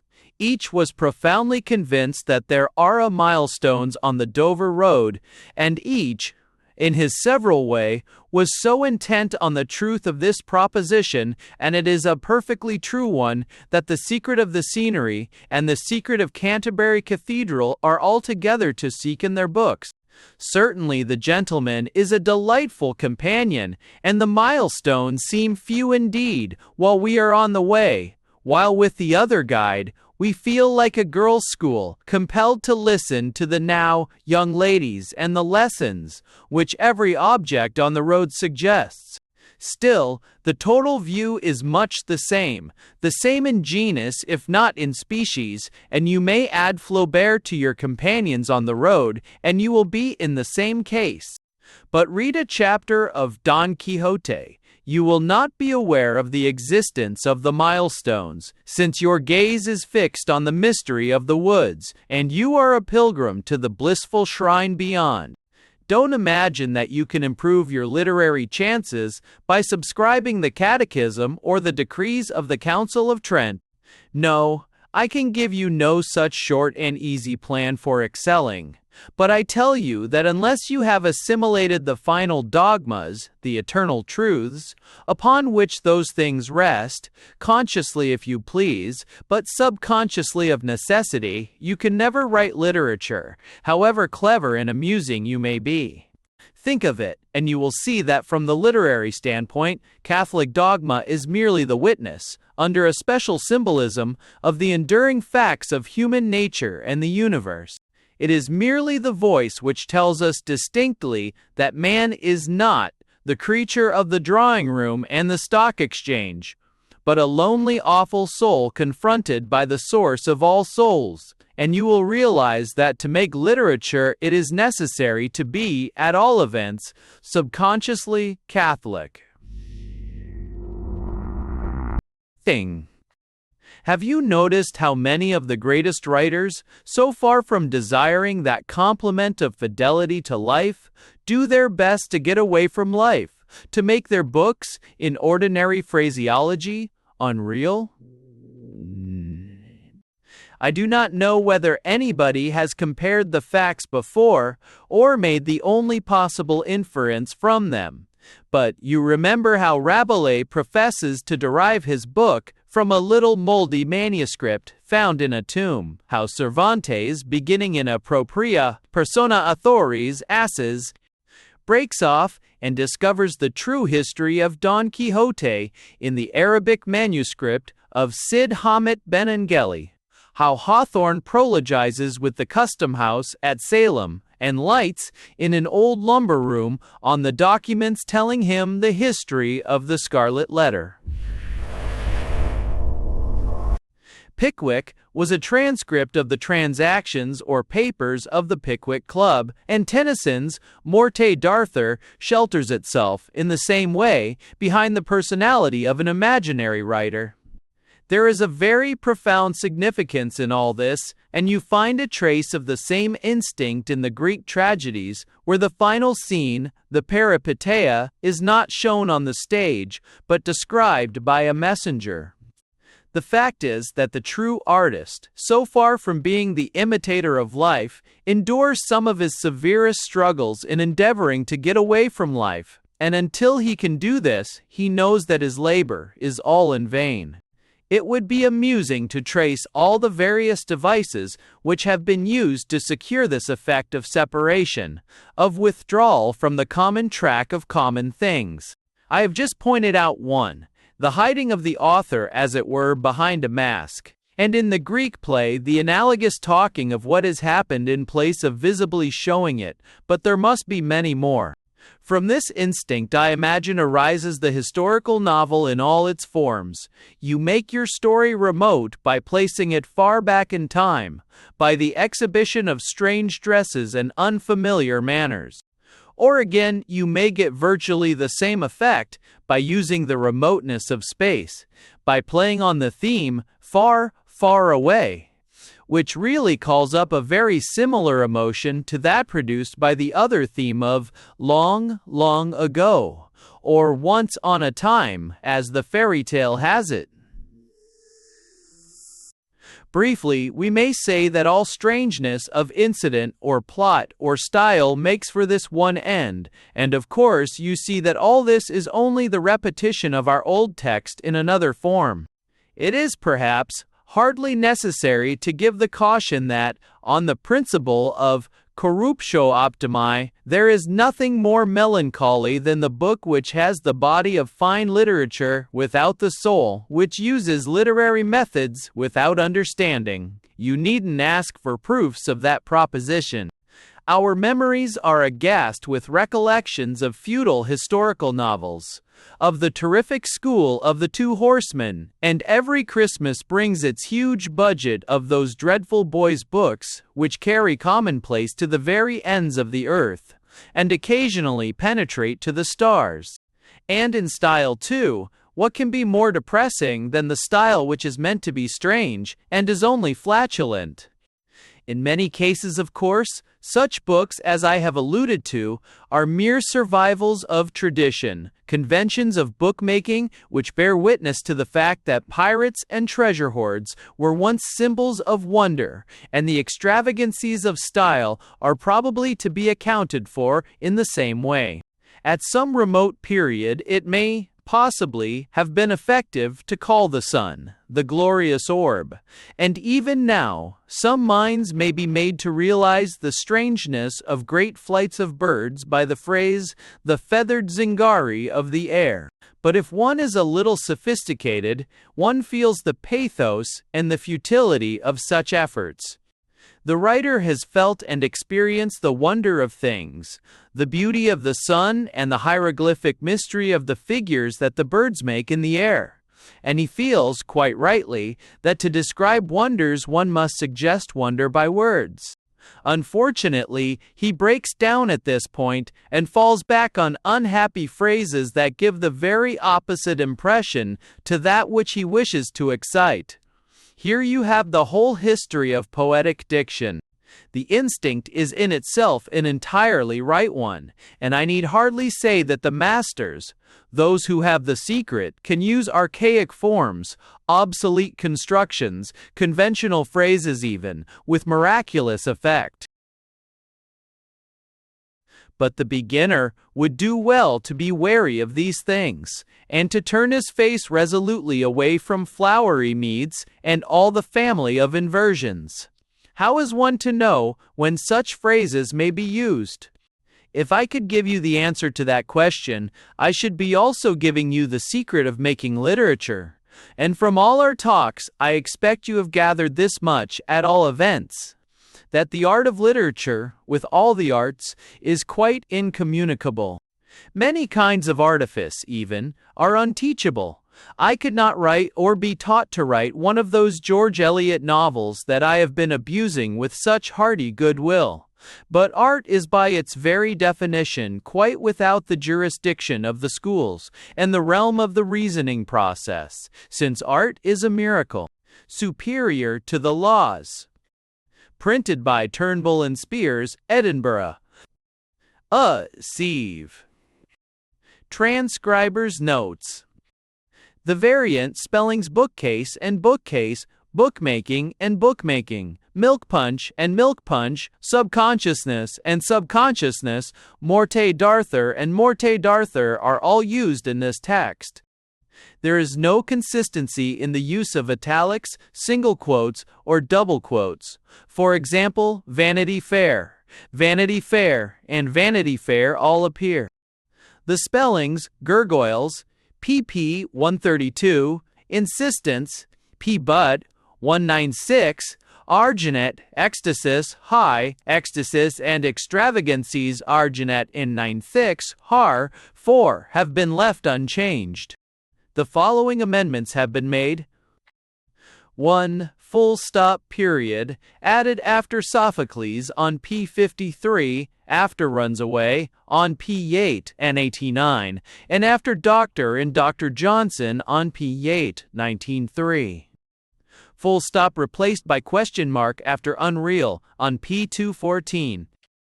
3. The accents on two Greek words on p56 have been amended, accent on PCs, where there was a circumflex over the CC in defiance of all laws, amended to Cs, the CCCC, amended to a Ts. 4. The breathing on P physics centers on PU. Tensa 5 has been corrected to Begatha. A table of contents has been added. Thanks for listening to Hieroglyphics by Arthur Machen.